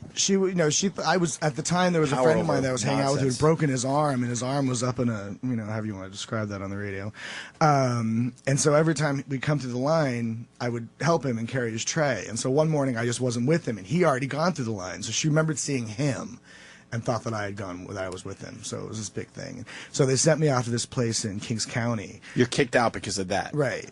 Let me just jump in here and say, if I'm a homeless person, I think the last person that I would want to have a fight with Is the cafeteria lady. Is the cafeteria lady. Whatever you can do to keep that relationship afloat, right? All right, good point. Sorry. Thank God Jackie's here today with the logic. So they kick you out for that nonsense. Well, they sent me to this place out in the back end of Brooklyn that was for middle-aged ex-con junkies, and I am none of the above. And that place really freaked me out. So I had been hanging out with some people in Washington Square Park, musicians, and one of them, a guy named Joel Young, he said, "Fuck this shit, man. Come on out here and just hang out in the park." And so I did, and that's how I ended up officially on the streets. Living on the streets. Yeah. Jesus. And it was all gradual, as you gradual pointed and out. sudden. Unbelievable. You sound good now, man. The way you're talking, you sound good. I'm doing all right. Sobriety is treating me well. It's kind of a trip. Now I'm hearing 3 months sober. 93 days. 93 Congratulations. days. Now what? Thank you. That's Did you the have longest I've been sober in like a decade. Why this time? Why did you decide 93 days ago? Did you have an incident? Well, no, it's one of those things you kind of think of, for the last 2 years I've been thinking of this myself. I need to do something. I need to get myself off the streets. I need to move on. I need to get on with myself. I've been playing a lot. And then this happened. Coming on this show was a big deal. And the whole, you guys offered to, make a recording, and then I came up that one time, and I was It was a drunk, disaster, let's be honest. I had to let you go for a while there, Mustard. Yeah. But we're more than willing to give it another shot. Everybody was very disappointed in me, yes. And one night I was... Yeah, Jackie, I got involved with this. I told him I would, get an album out for him. And he came in and blew it. Oof. He blew it. It was He was kind of like, the Bugs Bunny frog it's that doesn't perform when it's time to perform. It was a mess. Mustard, it was a mess. Yeah, it was a But mess. we're going to give it another shot. It's funny. It's one of those things when you drink like that, when you're drunk like that, you don't realize how drunk you are. And it wasn't until I heard the recording afterwards, like a week later, that I realized how, oh my God, what the fuck. When I heard that, I almost cried. It was horrible. I was like, what the fuck is this? Right. And that was a big deal. That was a big moment of really, I gotta get my shit together. And then one night I'm, sleeping on the vent at NYU, and a friend of mine starts kicking me, and he kicks me awake and screaming at me how pathetic I am. And telling me I gotta do something. I gotta, gotta get, I was doing something. I was sleeping, you fuck. I was having a nice little dream here. And so, I went to rehab. Went to the Addiction Institute in Roosevelt Hospital, which is not far from here. And that went well. And now, I'm staying at this place up on 107th called Esperanza. Right. And I'm going to meetings and stuff. I go to... Is it rough? What? Staying off the sauce. They say it's harder to get sober than just to stay sober. No, it's harder to stay sober. Getting sober is easy. No, I heard the opposite. No, I don't know about that. But yeah. No. Getting sober is easy. Getting, that's detox or rehab. You're in a hospital for 28 days. You don't really have an option, no matter how much you want to drink. It's when they say, beat it. The hard You're part cured. is when going back to life. Well, the hard part is going back going back to life, going back to the real world. And even right now, I have the convenience of being in this facility where they they piss test you every week, and it's like if you fuck that up, they kick you out. So even now, it's like even if I want to have a drink, I have that to encourage. So you're still not integrated back into the real life yet. Yeah, you still got checks and balances. That's the real test. The real test. But how long are you allowed to stay where you're at? Where they're checking on you a little bit. The idea is that they try to get you housings. Yeah. Oh shit! That's coming soon, I would assume. Huh? 5 to 8 months kind of thing. Okay. So I've been there about 2 months now, and it's all right. It's all right. It's a little odd. It's kind of a strange environment. 80 men trapped in a house, and find out what happens when you stop being polite and start being. It would make an interesting reality show. And, most of the guys in there are like ex-cons or on mendations or they're dealers or stuff like that. So it's like... That's nice. Prison light. Yeah, a little... That's funny. That's fantastic. Sleeping with one eye open or what? Well, no, they're all right. They're pretty nice to me. I'm kind of an anomaly there because I'm one of only 3 white guys in the whole facility. Oh, that's... So they all kind of look at me like, what the fuck? Holy shit. And then with the music, you must really want to get sober. Well, once I started bringing the guitar, I think that will sober you up. Really, yeah, right. Yeah. People really are nicer to you when you carry a guitar around. So that's been all right. Right on. Well, we brought Mustard in because I got word that you're playing your first gig. I'm playing Mustard live and sober. That's this Saturday at 8:30 at a place called The Groove, which is on McDougal and West 3rd. I'm also playing again at Cafe Wah on August 27th. No shit. With a band. With a whole Cafe band. Wah is world fucking famous, exactly. man. That's the top of the food chain. That should be, it's going to be... And did you know Lady Gaga? Or am I knew Lady Gaga. This guy knew Lady Gaga. Stephanie, as we called her, yeah. This is like at least 3 years ago, maybe longer. There's a friend of mine, Paul Alves, who is one of my only few sober friends, but at the time he was not. And he used to organize this songwriter showcase called Songwriters from Hell. And the first gig I booked in New York City, like 4 years ago, was this show, and was the Songwriters from Hell. The second one, I actually played 3 of them, and the second one and the third one, I'm not sure which one I played. Lady Gaga was the headliner. Jesus. And maybe she could help you out. She was pretty badass back then. You don't need me. You got Lady Gaga. I don't got her number. All right, so tomorrow night, that's cool. Mustard plays for the first time. I mean, I think a bunch of our listeners will go check it out if they're local. That would be cool. If they're not local, they're going to see fucking Jackie down in Atlantic City. Trump Marina. Maybe you guys should fucking do a show together, Jackie. Let's combine the plugs here. He's auditioning right now. You know, it's so funny when he was talking, one of the things he said sounded like a band. Middle-aged ex-con junkies. Doesn't that sound? It sounds like a band. You should open up for you there, the middle-aged ex-con junkies. Middle-aged. Now, I want to call my band Fall Risk. When I go to Detox, I often get a band because I'm a fall risk. When I have a tendency to fall down, you get this bright-colored band that says Fall Risk. Fall Risk? Yeah. You're a Fall Risk? I don't even want to know there's such thing as a fall risk. Yeah. I know. I thought that was called The Weekend. Yeah, right. Going back to college. You want to play something today? Yeah, sure. Daniel? Yeah. Daniel Mustard? Thank you. Sort of homeless mustard? I gotta get rid of this homeless thing. This is where he opens up the case and says, "Who took my guitar, man?" Yeah, right. Well, it was here yesterday. Yeah. Well, you know, Desperado, really, Jackie, you know, people can be complete assholes. So he plays this version of "Creep" for us, and it was amazing. It really became an internet sensation, and everyone's like pointing out the guitar he's playing. Like, sure, he's homeless. He's got a $2,000 guitar. How could he be homeless? But not thinking that obviously where we work, we would have guitars like Not that. my guitar. In fact, I wrote a new song. There's a lyric in there. I don't know this guitar. So. Oh, really? Are you playing your own guitar today? No, this is actually a loaner I've been playing. It's Rich Brownstein who booked this gig for me at the Groove. He lent me this guitar. Oh, very nice. Don't lose it. Yeah, right. Yeah, exactly. All right. So you want to play something now? Yeah, sure. Well, give me a second. While he gets it out, I will kiss some ass, and we're going to dedicate this song to Steve Getka, who booked me at the Trump Marina at the show. He's a big fan of the Opie and Anthony show. I met him, and he really is a fan. Well, then and we he really like is a him. nice guy. And John Starbuck, my manager, who's out there saying this is so great that Jackie's on the show, and now he's not only on this show, but he's getting to see Homeless Mustard play. Yes. Where else is that going to happen? You know, he walked in, he couldn't have looked more normal. He looks very different. You know what I mean? I mean, that, you know. We'll tweet some pictures and videos for everybody later. But Mustard, you said you gained a bunch of weight because you're not drinking? Yeah, I'm off the all vodka diet, so I've put on about 55 pounds since the last time you saw me. When I can speak from it. When you stop drinking, it's like one of the bennies is what. My God, food! This is great stuff. Does food start tasting better? Wow, man! Yeah, It starts to taste. Period.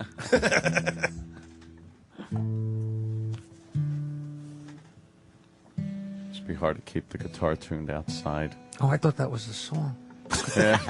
Can you imagine? It's his stomach. Oh, jeez. Hey, the Grateful Dead made a living out of this. What the was hell? All the talent was in the booze. What do you mean made? That's fine. Grateful Dead. They continue to make a living even though half the members are dead. That's just amazing to me. Unbelievable. Yeah, they're still out there touring. I know some kid that's following around the country. All right, he's got the mic. His guitar is No tuned. pressure, He's Mustard. Just fucking ready to go. Just go with it. I do believe. Thank you. All right, what are you going to play for us today, sir? Oh, should it just be a surprise? Okay. That sounds good. I think he meant he forgot.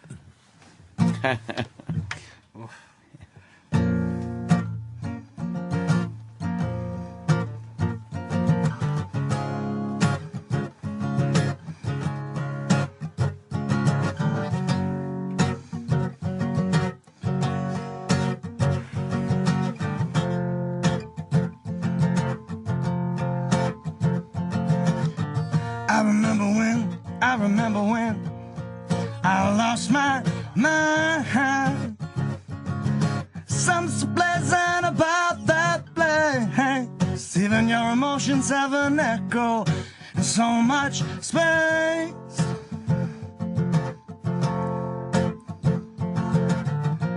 And when you're out there without care, I was out of touch. Wasn't because I didn't know enough. I knew so much. Does that make me crazy? Thinking I'm crazy. Does Does that make me crazy, crazy, crazy? Possibly.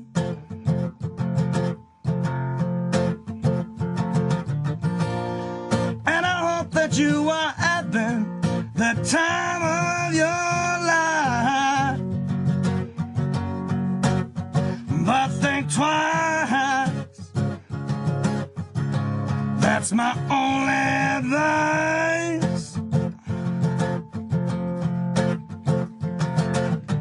Who do you think you are? Bless your soul. You think you're in control? Well, I think you're crazy. I think you're crazy. I'm thinking you're crazy, crazy, crazy, just like me.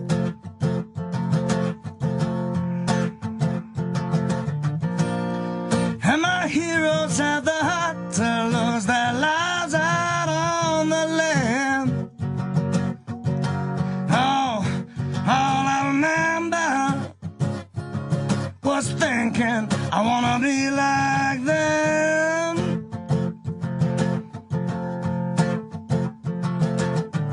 Ever since I was little, it looked like fun. And it's no coincidence I've come. And I can die when I'm done. Does that make me crazy? I'm thinking I'm crazy. I must be crazy, crazy, crazy, naturally. Oh yeah, I'm crazy. I know you're crazy. Yeah, we're all crazy, crazy, crazy, possibly.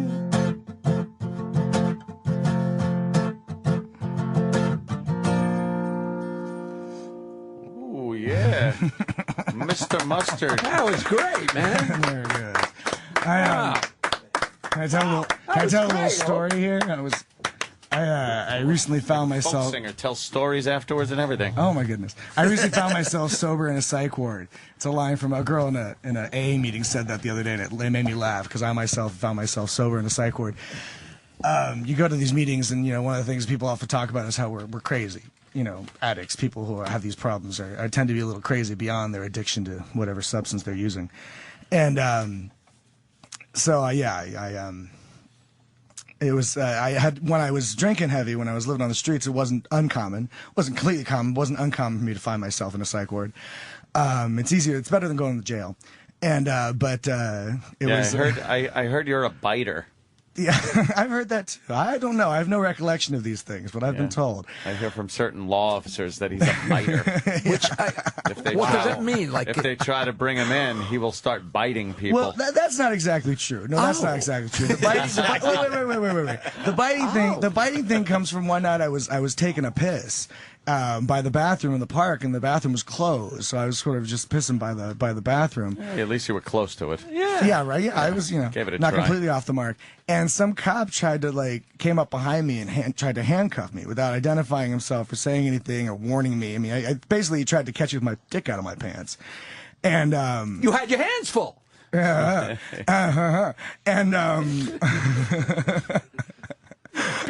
he claimed that I bit him. It's a lie. There were witnesses. There's people that can contest that is not true. He totally made that up to justify throwing me on the floor and roughing me up the way that he did.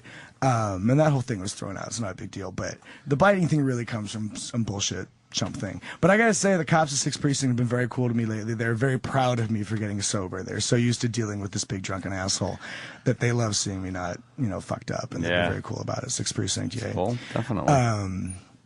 Anyway, so I was joking that I should do a whole song of whole record of cover songs called Crazy. Seal's Crazy and Patsy Cline. A few crazy songs out there. Yeah, there's a lot of crazy love, songs Crazy out there. for You. I'm a Crazy girl on biter. You. Crazy Train. Crazy Train. I'm a girl biter. And then I went and wrote this. a song, wrote my own song called Crazy. So now I have Let's my Go own song Crazy. called Crazy. Prince. Let's Go Crazy. Yeah, there you go. Yeah. Well, fuck. And what are you doing for money these days? Oh, I can't say the whore word, right? I think you can. You realize the show has come full circle, right? Yeah. You know who wrote Crazy? Willie Nelson. Very good. I'm still here. What's up, buddy? I'm still Colin here. Kane, everyone. Yeah, Comics. Willie. August 12th and August 20th. That's right. Colin Kane. Comics. Very funny comic, by the way, Colin Kane. So, fuck, Mustard, sounds like you got your shit together for now. I hope you continue down this road, man. Yeah, go out and celebrate. There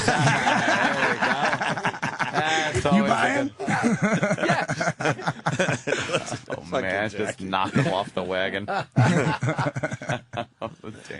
quit drinking Cinco de Mayo 2001, and I just did it on my own, but I went with a guy to an AA meeting. My God. I never saw people consume more cigarettes or coffee. Oh, really? And coffee, rather. It was like, wow, you guys there's a lot of cross addiction. My people God. just pick up something else instead. Anything, right. Yeah, and the coffee and cigarettes. It's a big But one. now even cigarettes are out. People aren't even smoking anymore, especially in the city. Well, it's what, $14, $15 a pack? Yeah, over right. here? It's ridiculous. I'll stick to booze. Right, booze is so much cheaper. Hell. Listen, I'm being critical. And Meanwhile, crack is this is my cheaper than fourth cup of cigarettes. coffee, and it's only 6 o'clock in the morning. All right. Well, Daniel, where's the gig tomorrow night again? It's called The Groove. It's on West 3rd and McDougal. Okay. In the Village. You're playing a whole set? Yes, sir. Other people playing or just? No, it's just going to be me this week, tomorrow. The show on August 27th, Cafe Wall will be with the whole band. Are you practicing with the band? Half of them are out of town right now, but as soon as they get back, we'll be practicing. Do you play and sing with the full band, or you just handle I'm lead hoping vocals? to not have to play. I'm not really. You much just of a want to guitar sing, player, right? to be honest, but whatever we figure out, Right. Okay. do. We're getting close to wrapping up, but I want to get that intern in here again real fast. Yeah, bring that. I forgot his name already. Oscar. That's right. How new is he? Oscar. Oh, Jackie giving you props. Very That was cool. good. Oh, this is Oscar. I really enjoyed his song. I'm not just... We got to bring him back in. This is Oscar. He's our intern, and he's very nervous. He's a little jumpy. Yeah. A little nervous. Have you been listening to the show, Oscar? Yeah. Stand over there. Sorry, I want to give you. Don Knotts. Tripping Ripped over the microphone in half. He fell off the mic. Just came off of the mic stand. You're gonna think this is a bit, Jackie, but this is how this guy lives his life. He's just a nervous wreck. Look at him. There you go. He's All still right. working on the microphone. Cool. No, I got it. I got work. How's it going, Jack? Hi. Hey. Hi. Oh, it's yeah, I know. I'll hold on to it. They're shaking. Yeah. He's freaking out. I was fine a second ago. I don't know why. Just something about this room. Well, you know Everybody's Jackie, looking right? at you. Yeah. How you doing, man? Hey, how's it going? Wow. What's up, dude? I'm Willie Nelson. What's going on? Oh, yes. What was the question? What?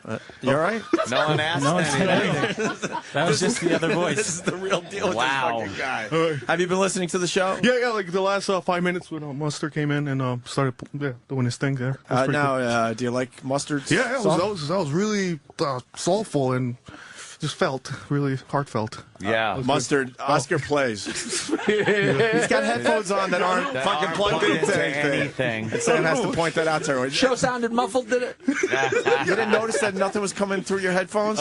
No, I just just noticed a second ago. Just, yeah. What's up? Yes. What?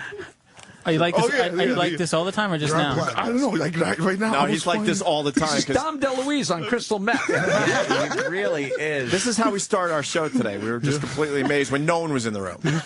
When we had no big stars in the room. He just gets all nervous. Yeah.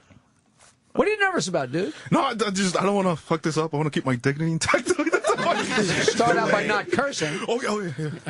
Yeah. Just slammed you. Yeah. Wow. You got a girlfriend? No. Single for a while now. Really? Yeah. Wonder why.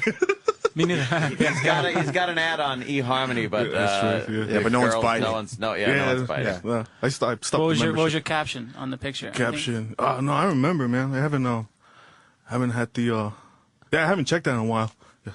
Yeah. Oh, yeah. See, that's what that's. Oh yeah, that's right. Oh yeah. Into the microphone. Of course, just holding on to the boom here. Now, we were talking to you about. He's just a wreck. You guys are so wrong. You're not asking him questions. You're just letting him stand there and hang out to dry. We're trying to get. I'm thinking, why aren't they interviewing him? And Shut I'm up, like, Jackie. Yeah, shut up, Jackie. Didn't you learn anything from Howard? Shut up. No, I didn't. Yes. Huh?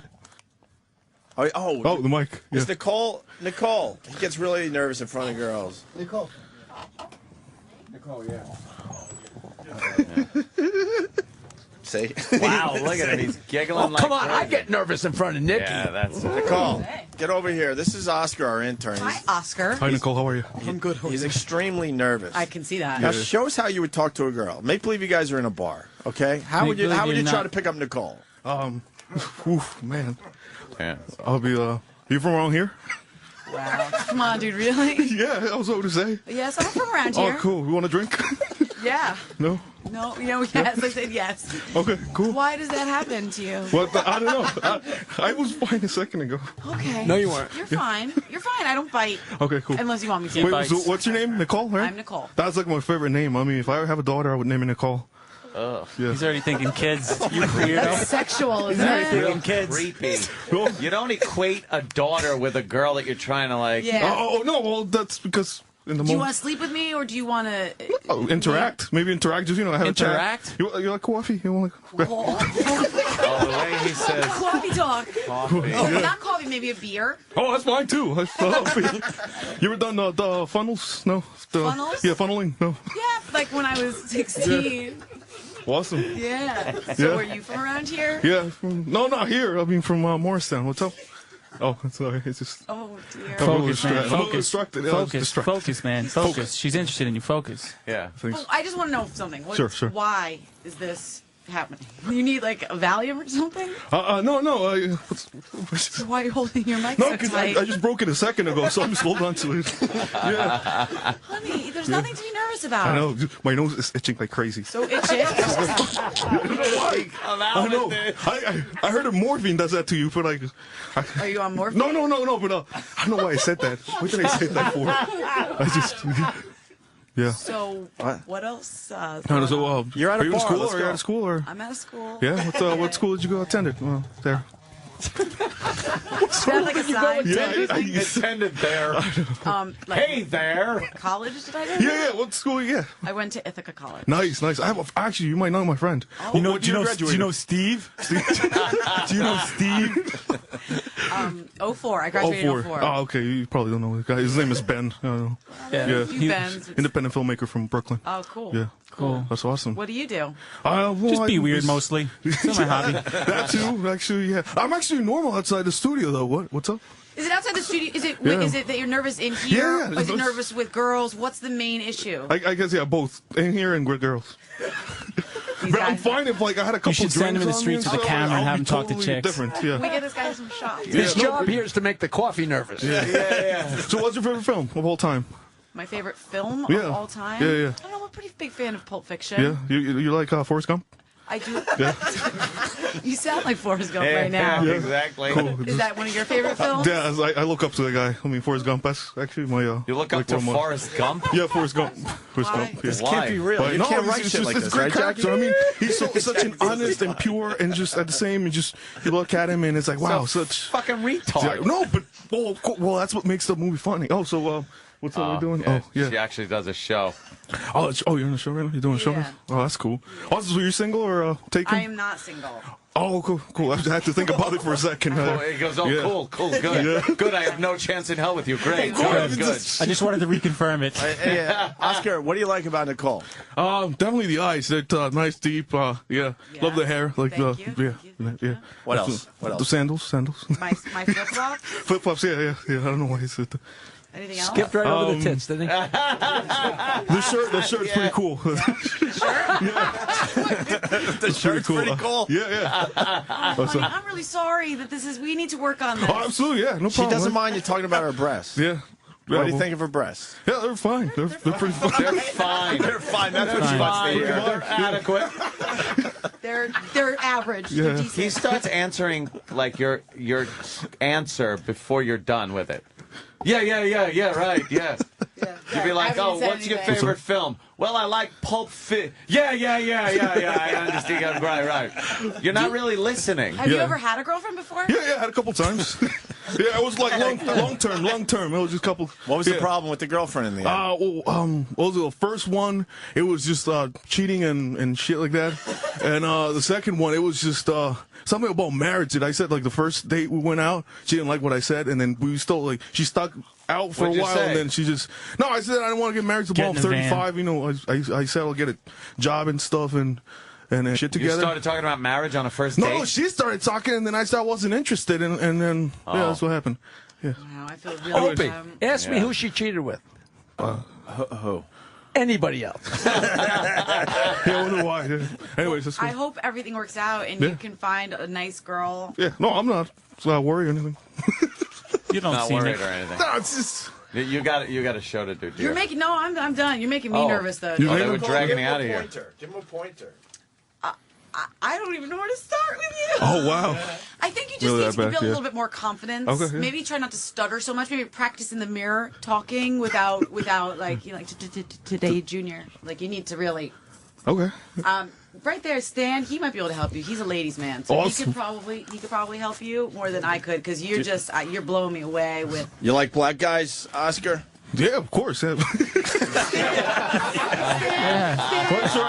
Stan, can you help a brother out? Oh, man, this is a fucking train wreck for real. Yeah, he's a disaster. All right, what you need is an exit strategy because talking is not your strong point, okay? This is what you do, okay? You get a card. You put your number on the card. You take Nicole, look at it. Stand over here for a second and look at my mannerism when I speak to her, okay? Nicole, get back on the mic like I'm talking to you. There you go. Oh, man, listen, I gotta go, but you are very, very, very sweet. Oh, and then he slips the card And to then you don't her. have to talk so much. And now he's But got to go. I'd love to know more about you, but I gotta go. But Oh, I like and that. leave. See? There you And go. leave. Exit strategy. Out, gone. Cool. You know what I mean? Yeah. Exit strategy. Exit strategy. You got 3 seconds. You need 3 seconds. But he's got to talk to her then at some point. I know. Well, at least he can regroup, Yeah. get his mind. He can regroup, get his mind together, and think of something. Yeah, you get know? his mind together. All right, try Well, that. I like that. Let's That's have a Oscar good- try good that. one. Try it. Yeah, just Here's like the you card. heard Stanley T do it. Pretend it's your name. From the Morning Mashup, by the way. Hits one. Nicole, I would like to stick around and learn more about you, but then here's my card. Give me a call. No. You got it. No. Nicole, I'd like to stick around. No. You Just slow it down a little busy bit. man. You got to go. You're Holy busy. shit. Girls like confidence and arrogance. Believe it or not, they don't want to tell you that, but they like confidence and arrogance. shit. You go, just look at her Fucking body gold, language. Just go, baby, I got to go, but please give me a call. Okay, try it. Now you try it. And lower the voice a little Yeah. bit. Yeah, bring it down a little bit. Baby, I gotta go. Here you go. Here you go. Here you go. It's like a fucking telegram. Like he's at the fucking deli. Oh, you call my number. Come on, man. You got to be smooth. I with gotta it. go. Here gotta you be go. smooth with it. And the word baby doesn't really roll out of him. No, you know? it Maybe really try something doesn't. else. Maybe try listen, girl. I gotta go. Let's try that. All right. And slow it down. Relax. Yeah, relax. Alrighty. Chill. Listen, girl, I have to go. no. Here we go. Yeah, no, what's the thing? I swear he's handing how her about the this card one? like a telegram. You got to do it. Maybe you could get a little bit Saying closer, that right? your kid has try been try killed this in the approach. war. Nicole, play with me. Hey, listen, I got to go. Oh. But I'd love for you to call me. Oh, you love me. Oh, Get, shit. hey, Oh, get the and then fuck out. out the meet. Get gone. Leave the whole building. Deploy. You know what I mean? Oh, I don't shit. know. Can you handle whispering in my ear? Maybe. Try it. Yeah. All right, cool. Yeah, then now there's a whisper in the ear. Look, I gotta go. That's a market improvement. Boom. Market improvement. Hey, I gotta go. People should be fired for not bringing Oscar to our attention before today. I know. He's been here for months. This guy's a gold mine. Listen, good luck. Nice meeting you. You're a very sweet guy, and I'm sure it'll all work out. Awesome, yeah. What's up? Do it. Do what? Do it right now. Do it. Do what? Kiss her goodbye. Pull out Bye-bye. your dick. Pull out your dick. Love the O&A show. See y'all later. All right. Thanks Morning a lot, Mash man. Up. Thank you. Wow, that exit strategy is pretty good. Yeah, That was good. That's a good huh? move. You learned something there, Oscar? Yeah, definitely. Everybody doesn't get to rehearse with a girl like that. No, Man. no. Yeah. Exactly. Perfect. Wasn't there a girl, though, he was supposed to Who? talk to? Oh, is there another girl in the building? I wasn't sure. Yeah. You got one? Yeah. Yeah, bring another grab girl. up another girl. Daniel, I see you laughing pretty hard over there. You like this Oscar guy? I don't know. I feel bad for him. That Nicole girl's pretty hot. I'm sure that would scare the shit out of him. Maybe Yeah. you should give him somebody a little more in his league. Dude, you just got to treat him just like they're another girl. You don't, that's it. Wait, where's yeah, your but guitar? that's the whole mentality. He's not. He doesn't understand that at all. You're right. He's not You know homeless. what I mean? Yeah. Stop giving me shit. Now watch this, Jackie. Then you give him a guitar. Mustard, he knows how to play too. Just give us a quick something. Now he's got all the confidence in the world when he's got a guitar. Come on, everybody's nicer to you when you have a guitar in your hand. Trust me. But watch. Don't bang it on anything. He's banging the guitar everywhere. Lunatic. But then you give him a guitar. Here she comes. Yeah, just play something really fast. Just a quick thing while we get the girl.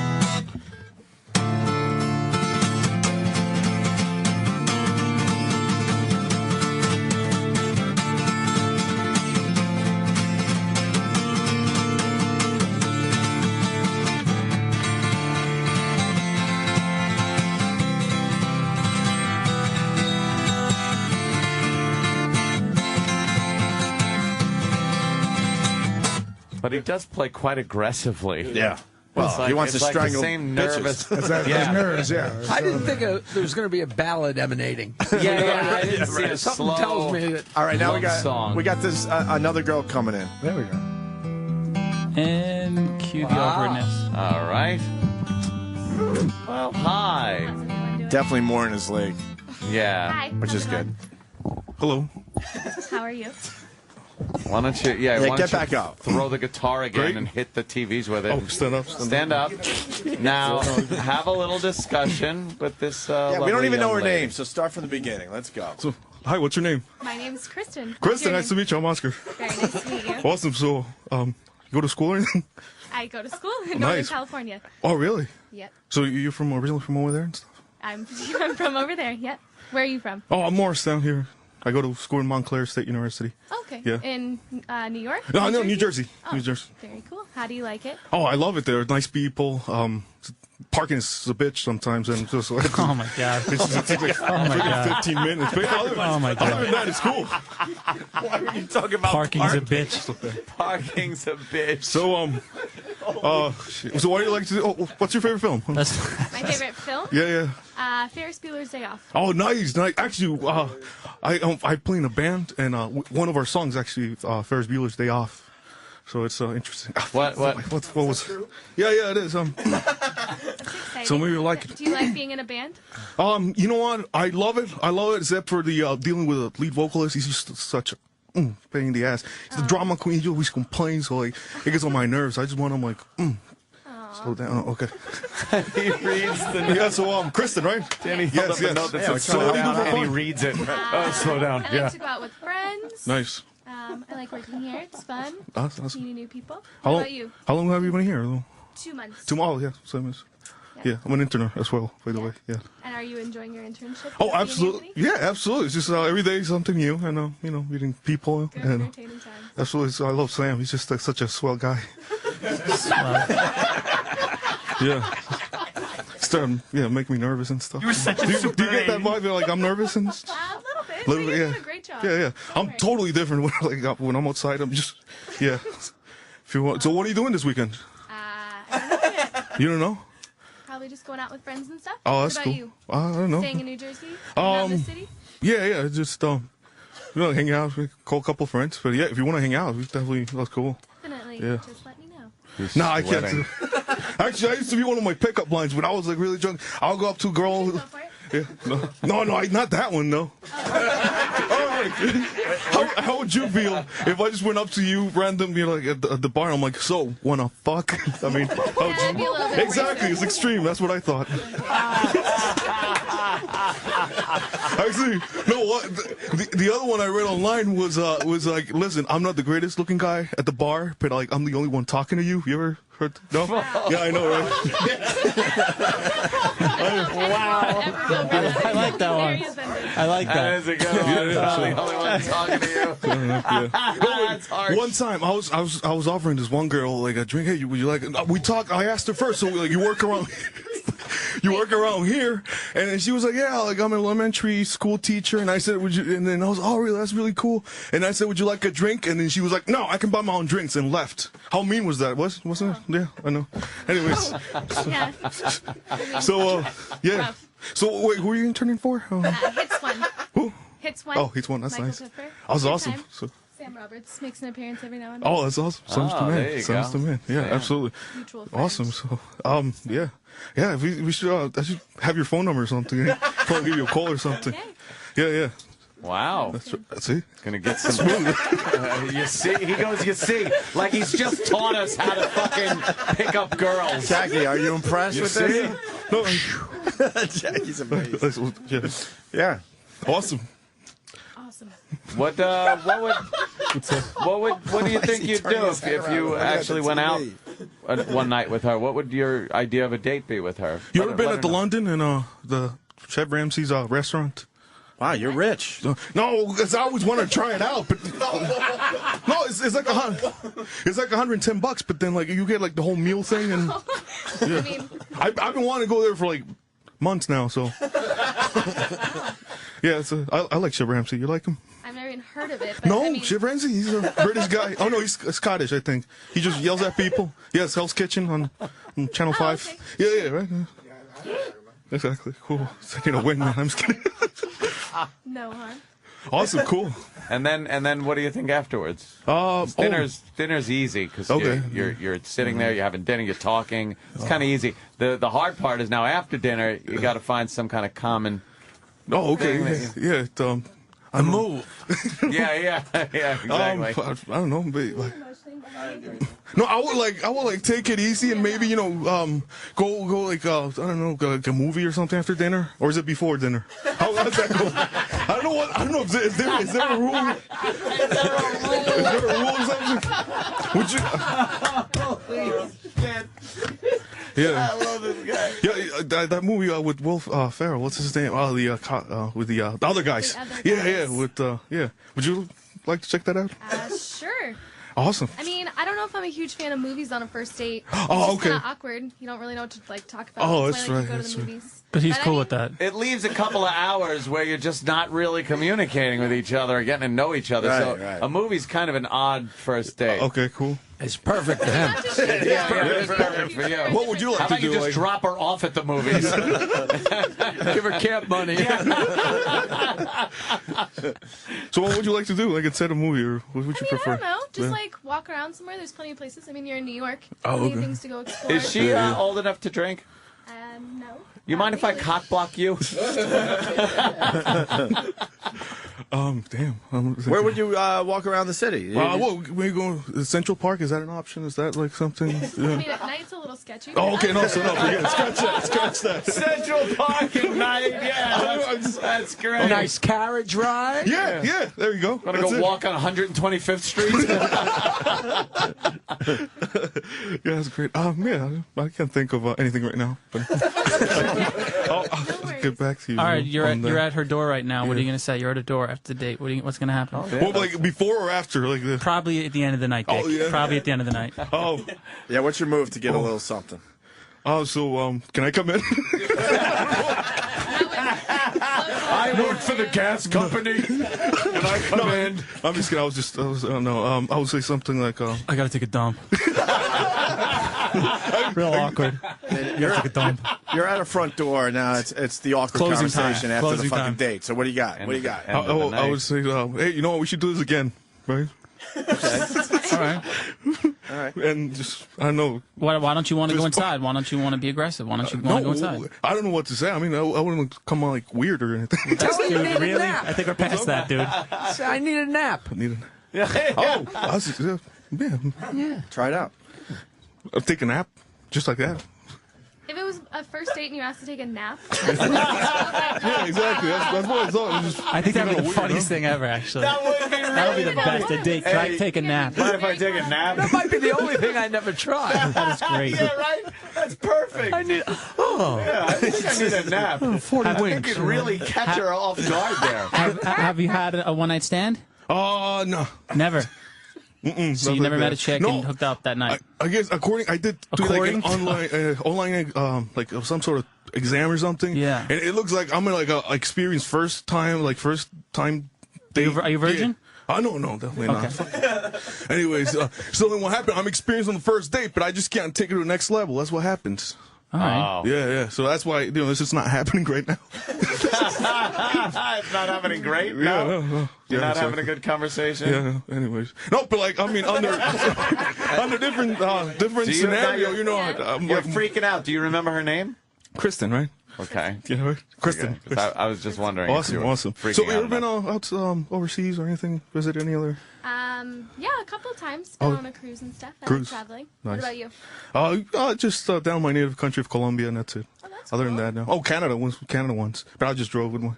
No, that's in Canada. Okay. Colombia counts. Yeah. Good coffee. Awesome. What kind of music you like? I like all kinds of music. Yeah.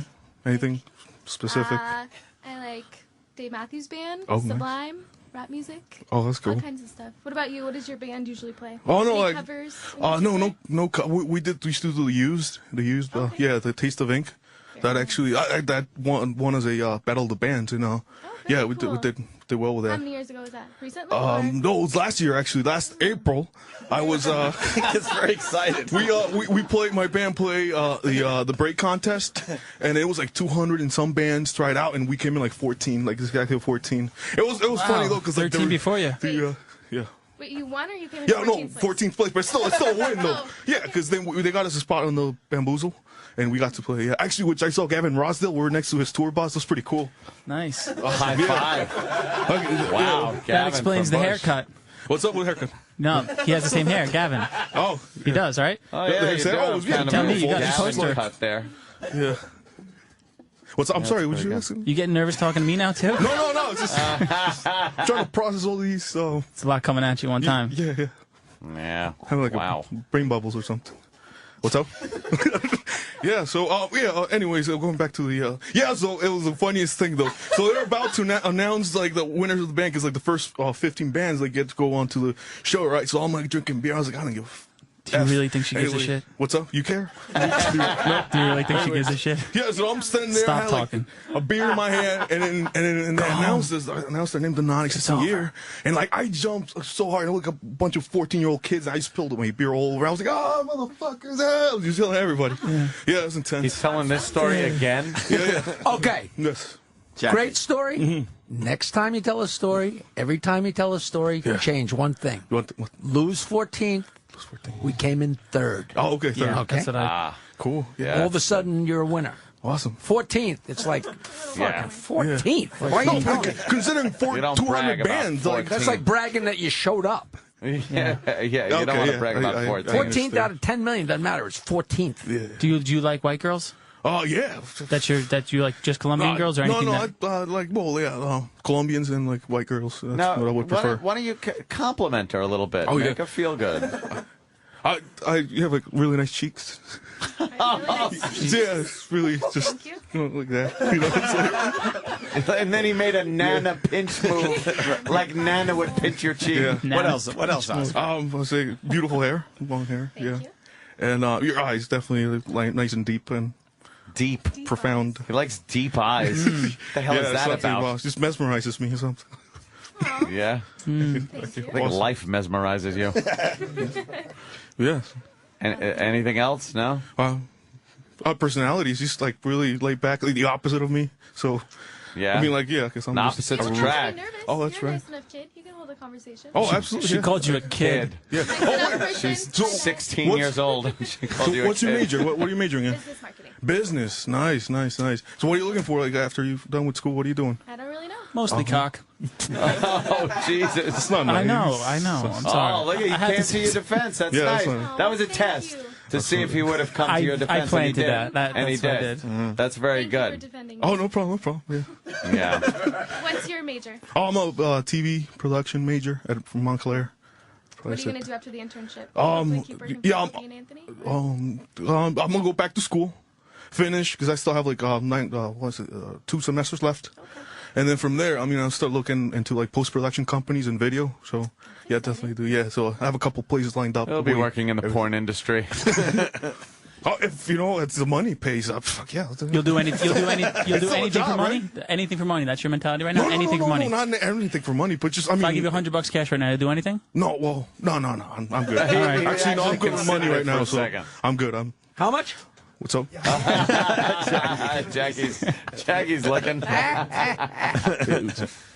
Well, I think you're doing a good job. I think you did great. I think we made a love connection. Yeah. But he's got to wrap it up, though. Give her a hug. Oh, yeah.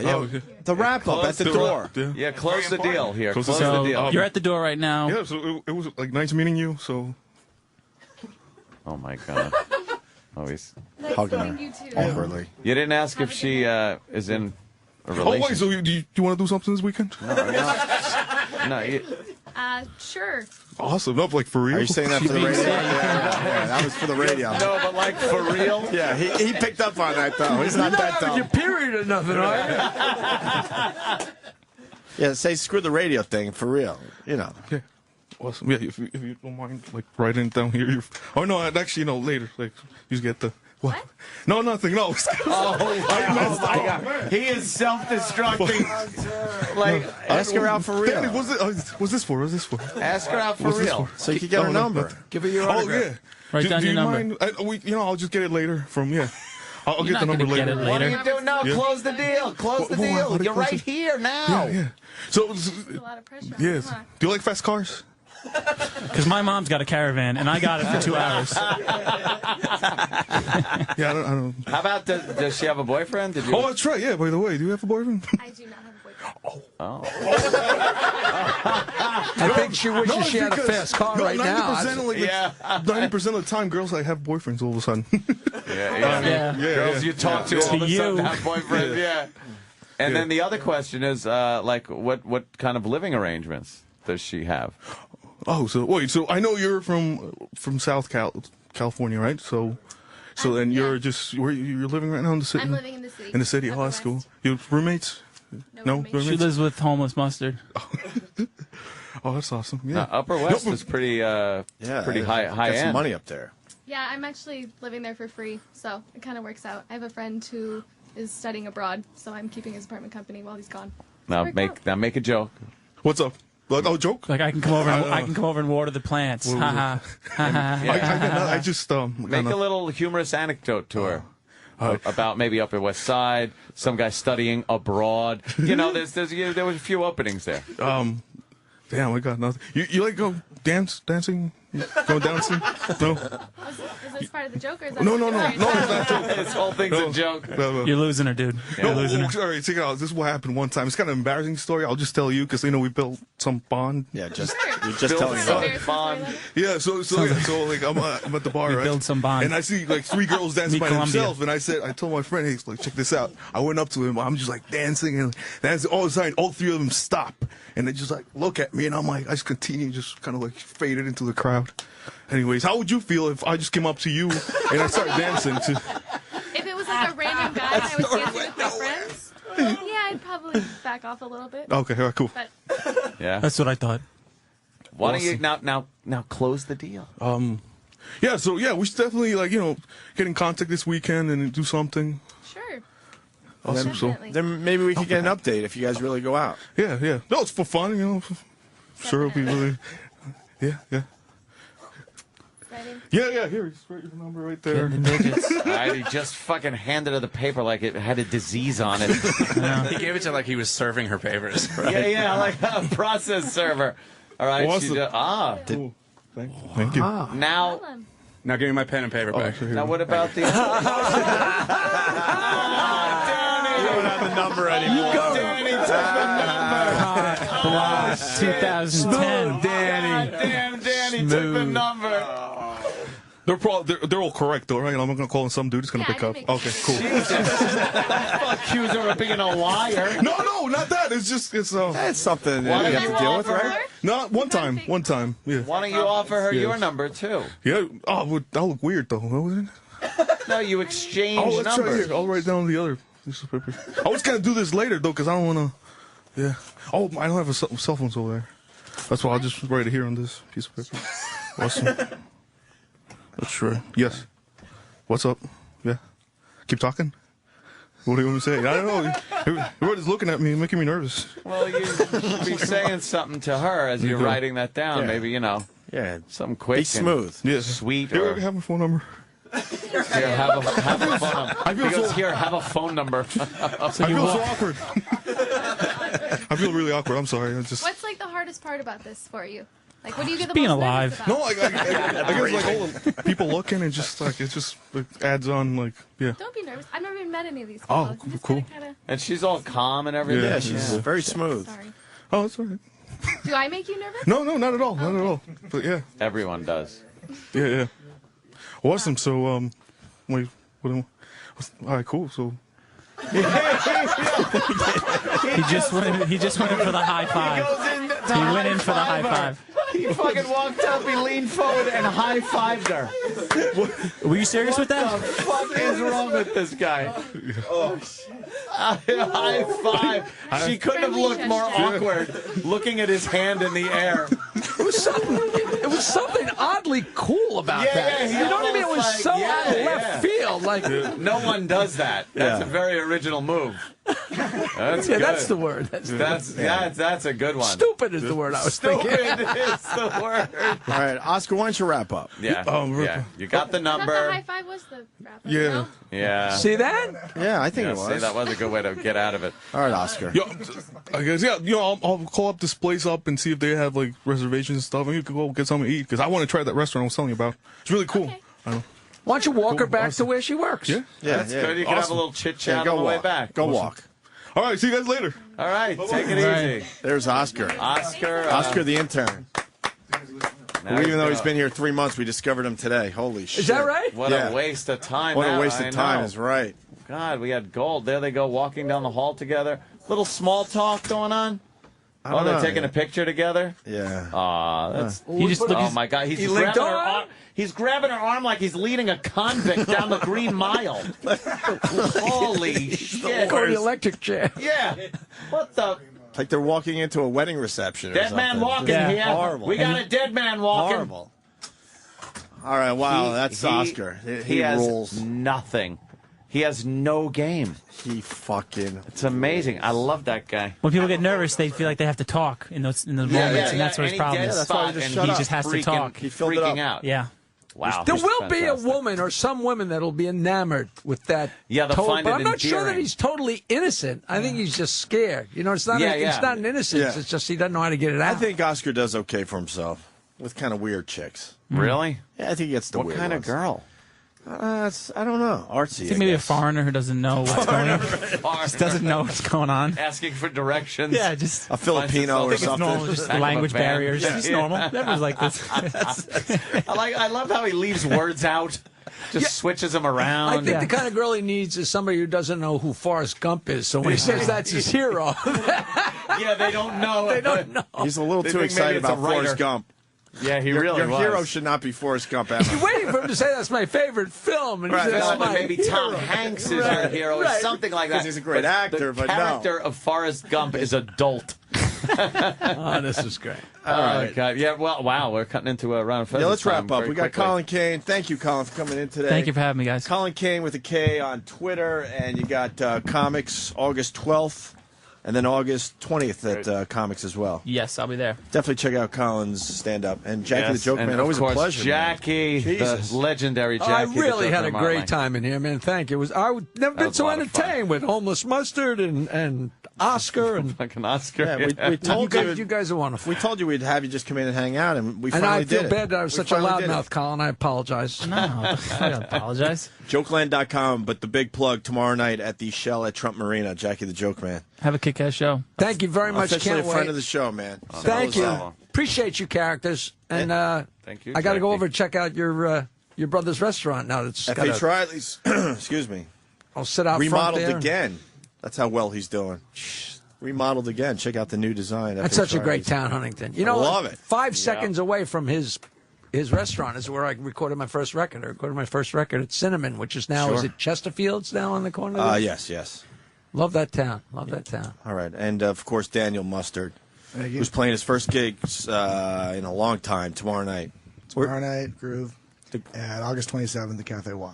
The Groove is where again for tomorrow night? West 3rd McDougal in the Village. And I have 3 meetings today, and all with my manager, John Starbuck, so I got to say his name, so he'll be really nice to me at the meetings. That'll work for you. Mustard, you want to play us out, or are you good? It's up to you. You good? You all right, though? I put the thing away. It'll take... No worries, His song was great, man. It really was. Yeah. He did a good job. Very good job with that song. Let's start our weekend. All right. Mustard, good hearing from you. Thanks for the update, and we'll see you guys Monday. Have a great weekend.